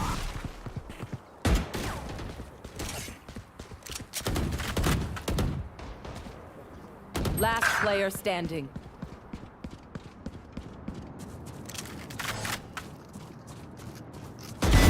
The angel's dead.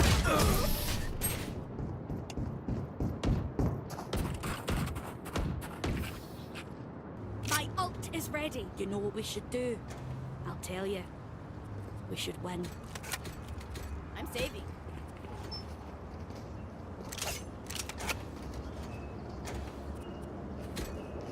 Go, go, go. Reloading.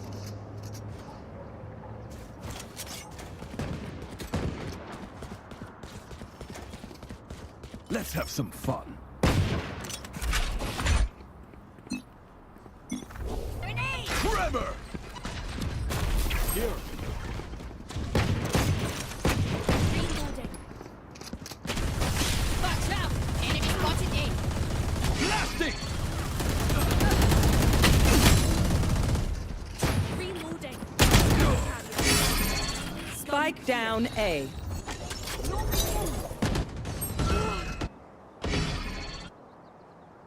Teleport's gone. There they are.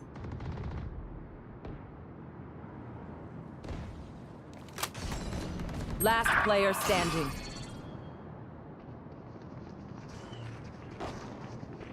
Plant the spike.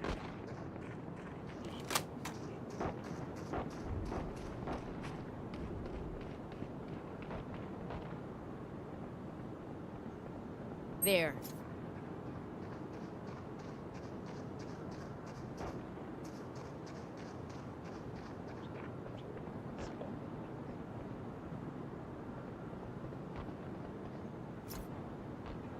Thirty seconds left.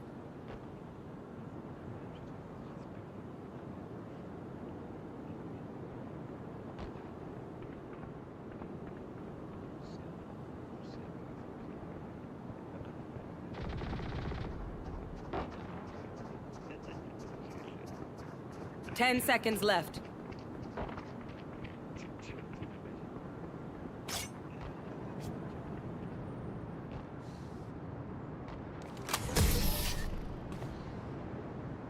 Satchel out. Satchel out. Please do not mistake my smile. I take this all very seriously.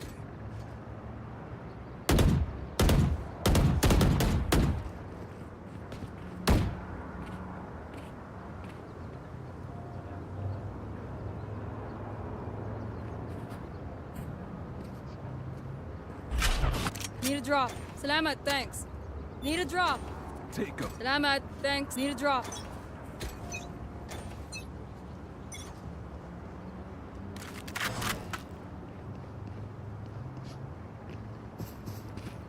Got the spike.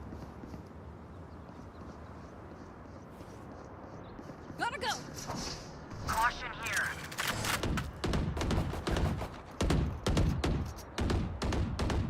Right here. Aye.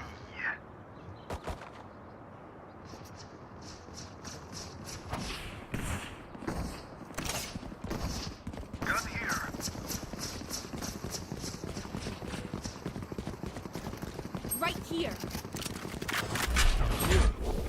Concussing! Dropping smokes. Go get him. Up on it, go, go, go! Clearing out!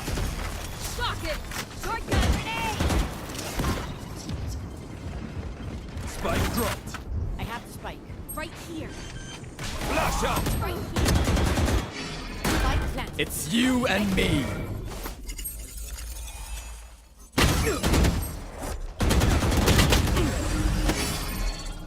Had your fun. My turn. Last player standing. One enemy remaining. Grenade!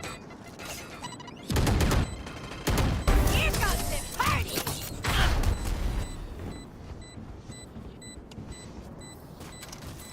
Aye, where to?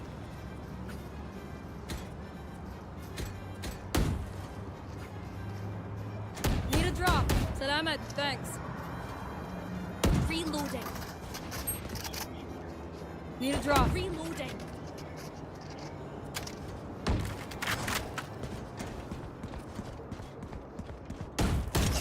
Right here. I'm here to stay.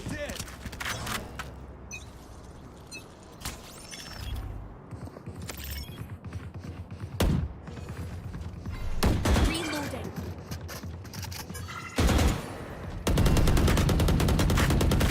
Reloading. Dropping smokes. Battle up. This way. Forever! Go. Shocking. Enemy spotted B. Blasting! Kill. Grenade. Drop. Ions ready. Here we go. Die. Spike planted! Enemy missed. One enemy remaining. That's 3. Trap destroyed.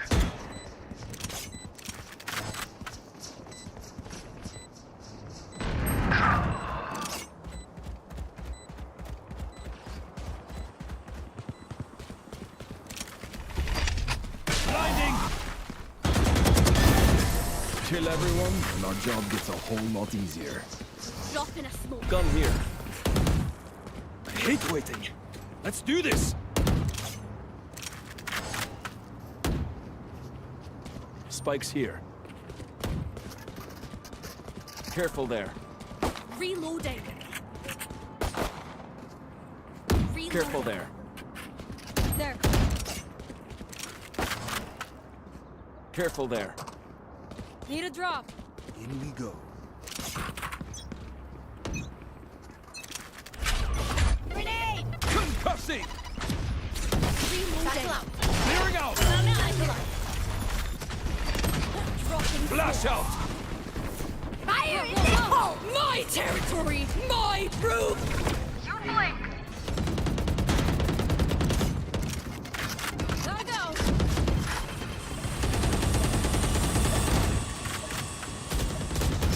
Reloading. Blinding! No match. Watch out! Gotta go! One enemy remaining. I'm out of here. Plant the spike. Right there. Spike planted. Don't get back up. High. Match point. One last fight. You can do it. Reloading. Need a drop. Salamat, thanks. Reloading. Need a drop. Reloading. Salamat, Reloading. thanks. Hit them fast, hit them hard. Watching here. Reloading.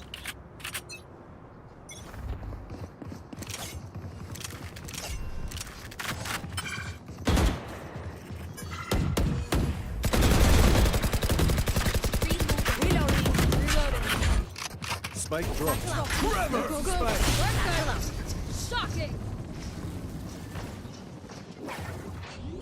Yeah, catch. Enemy spotted. Spike planted. Huh?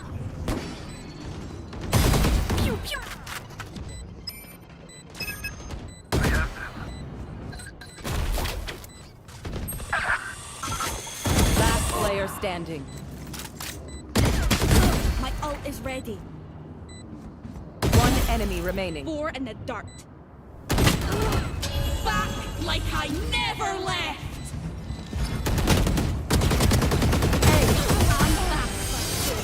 Attackers win.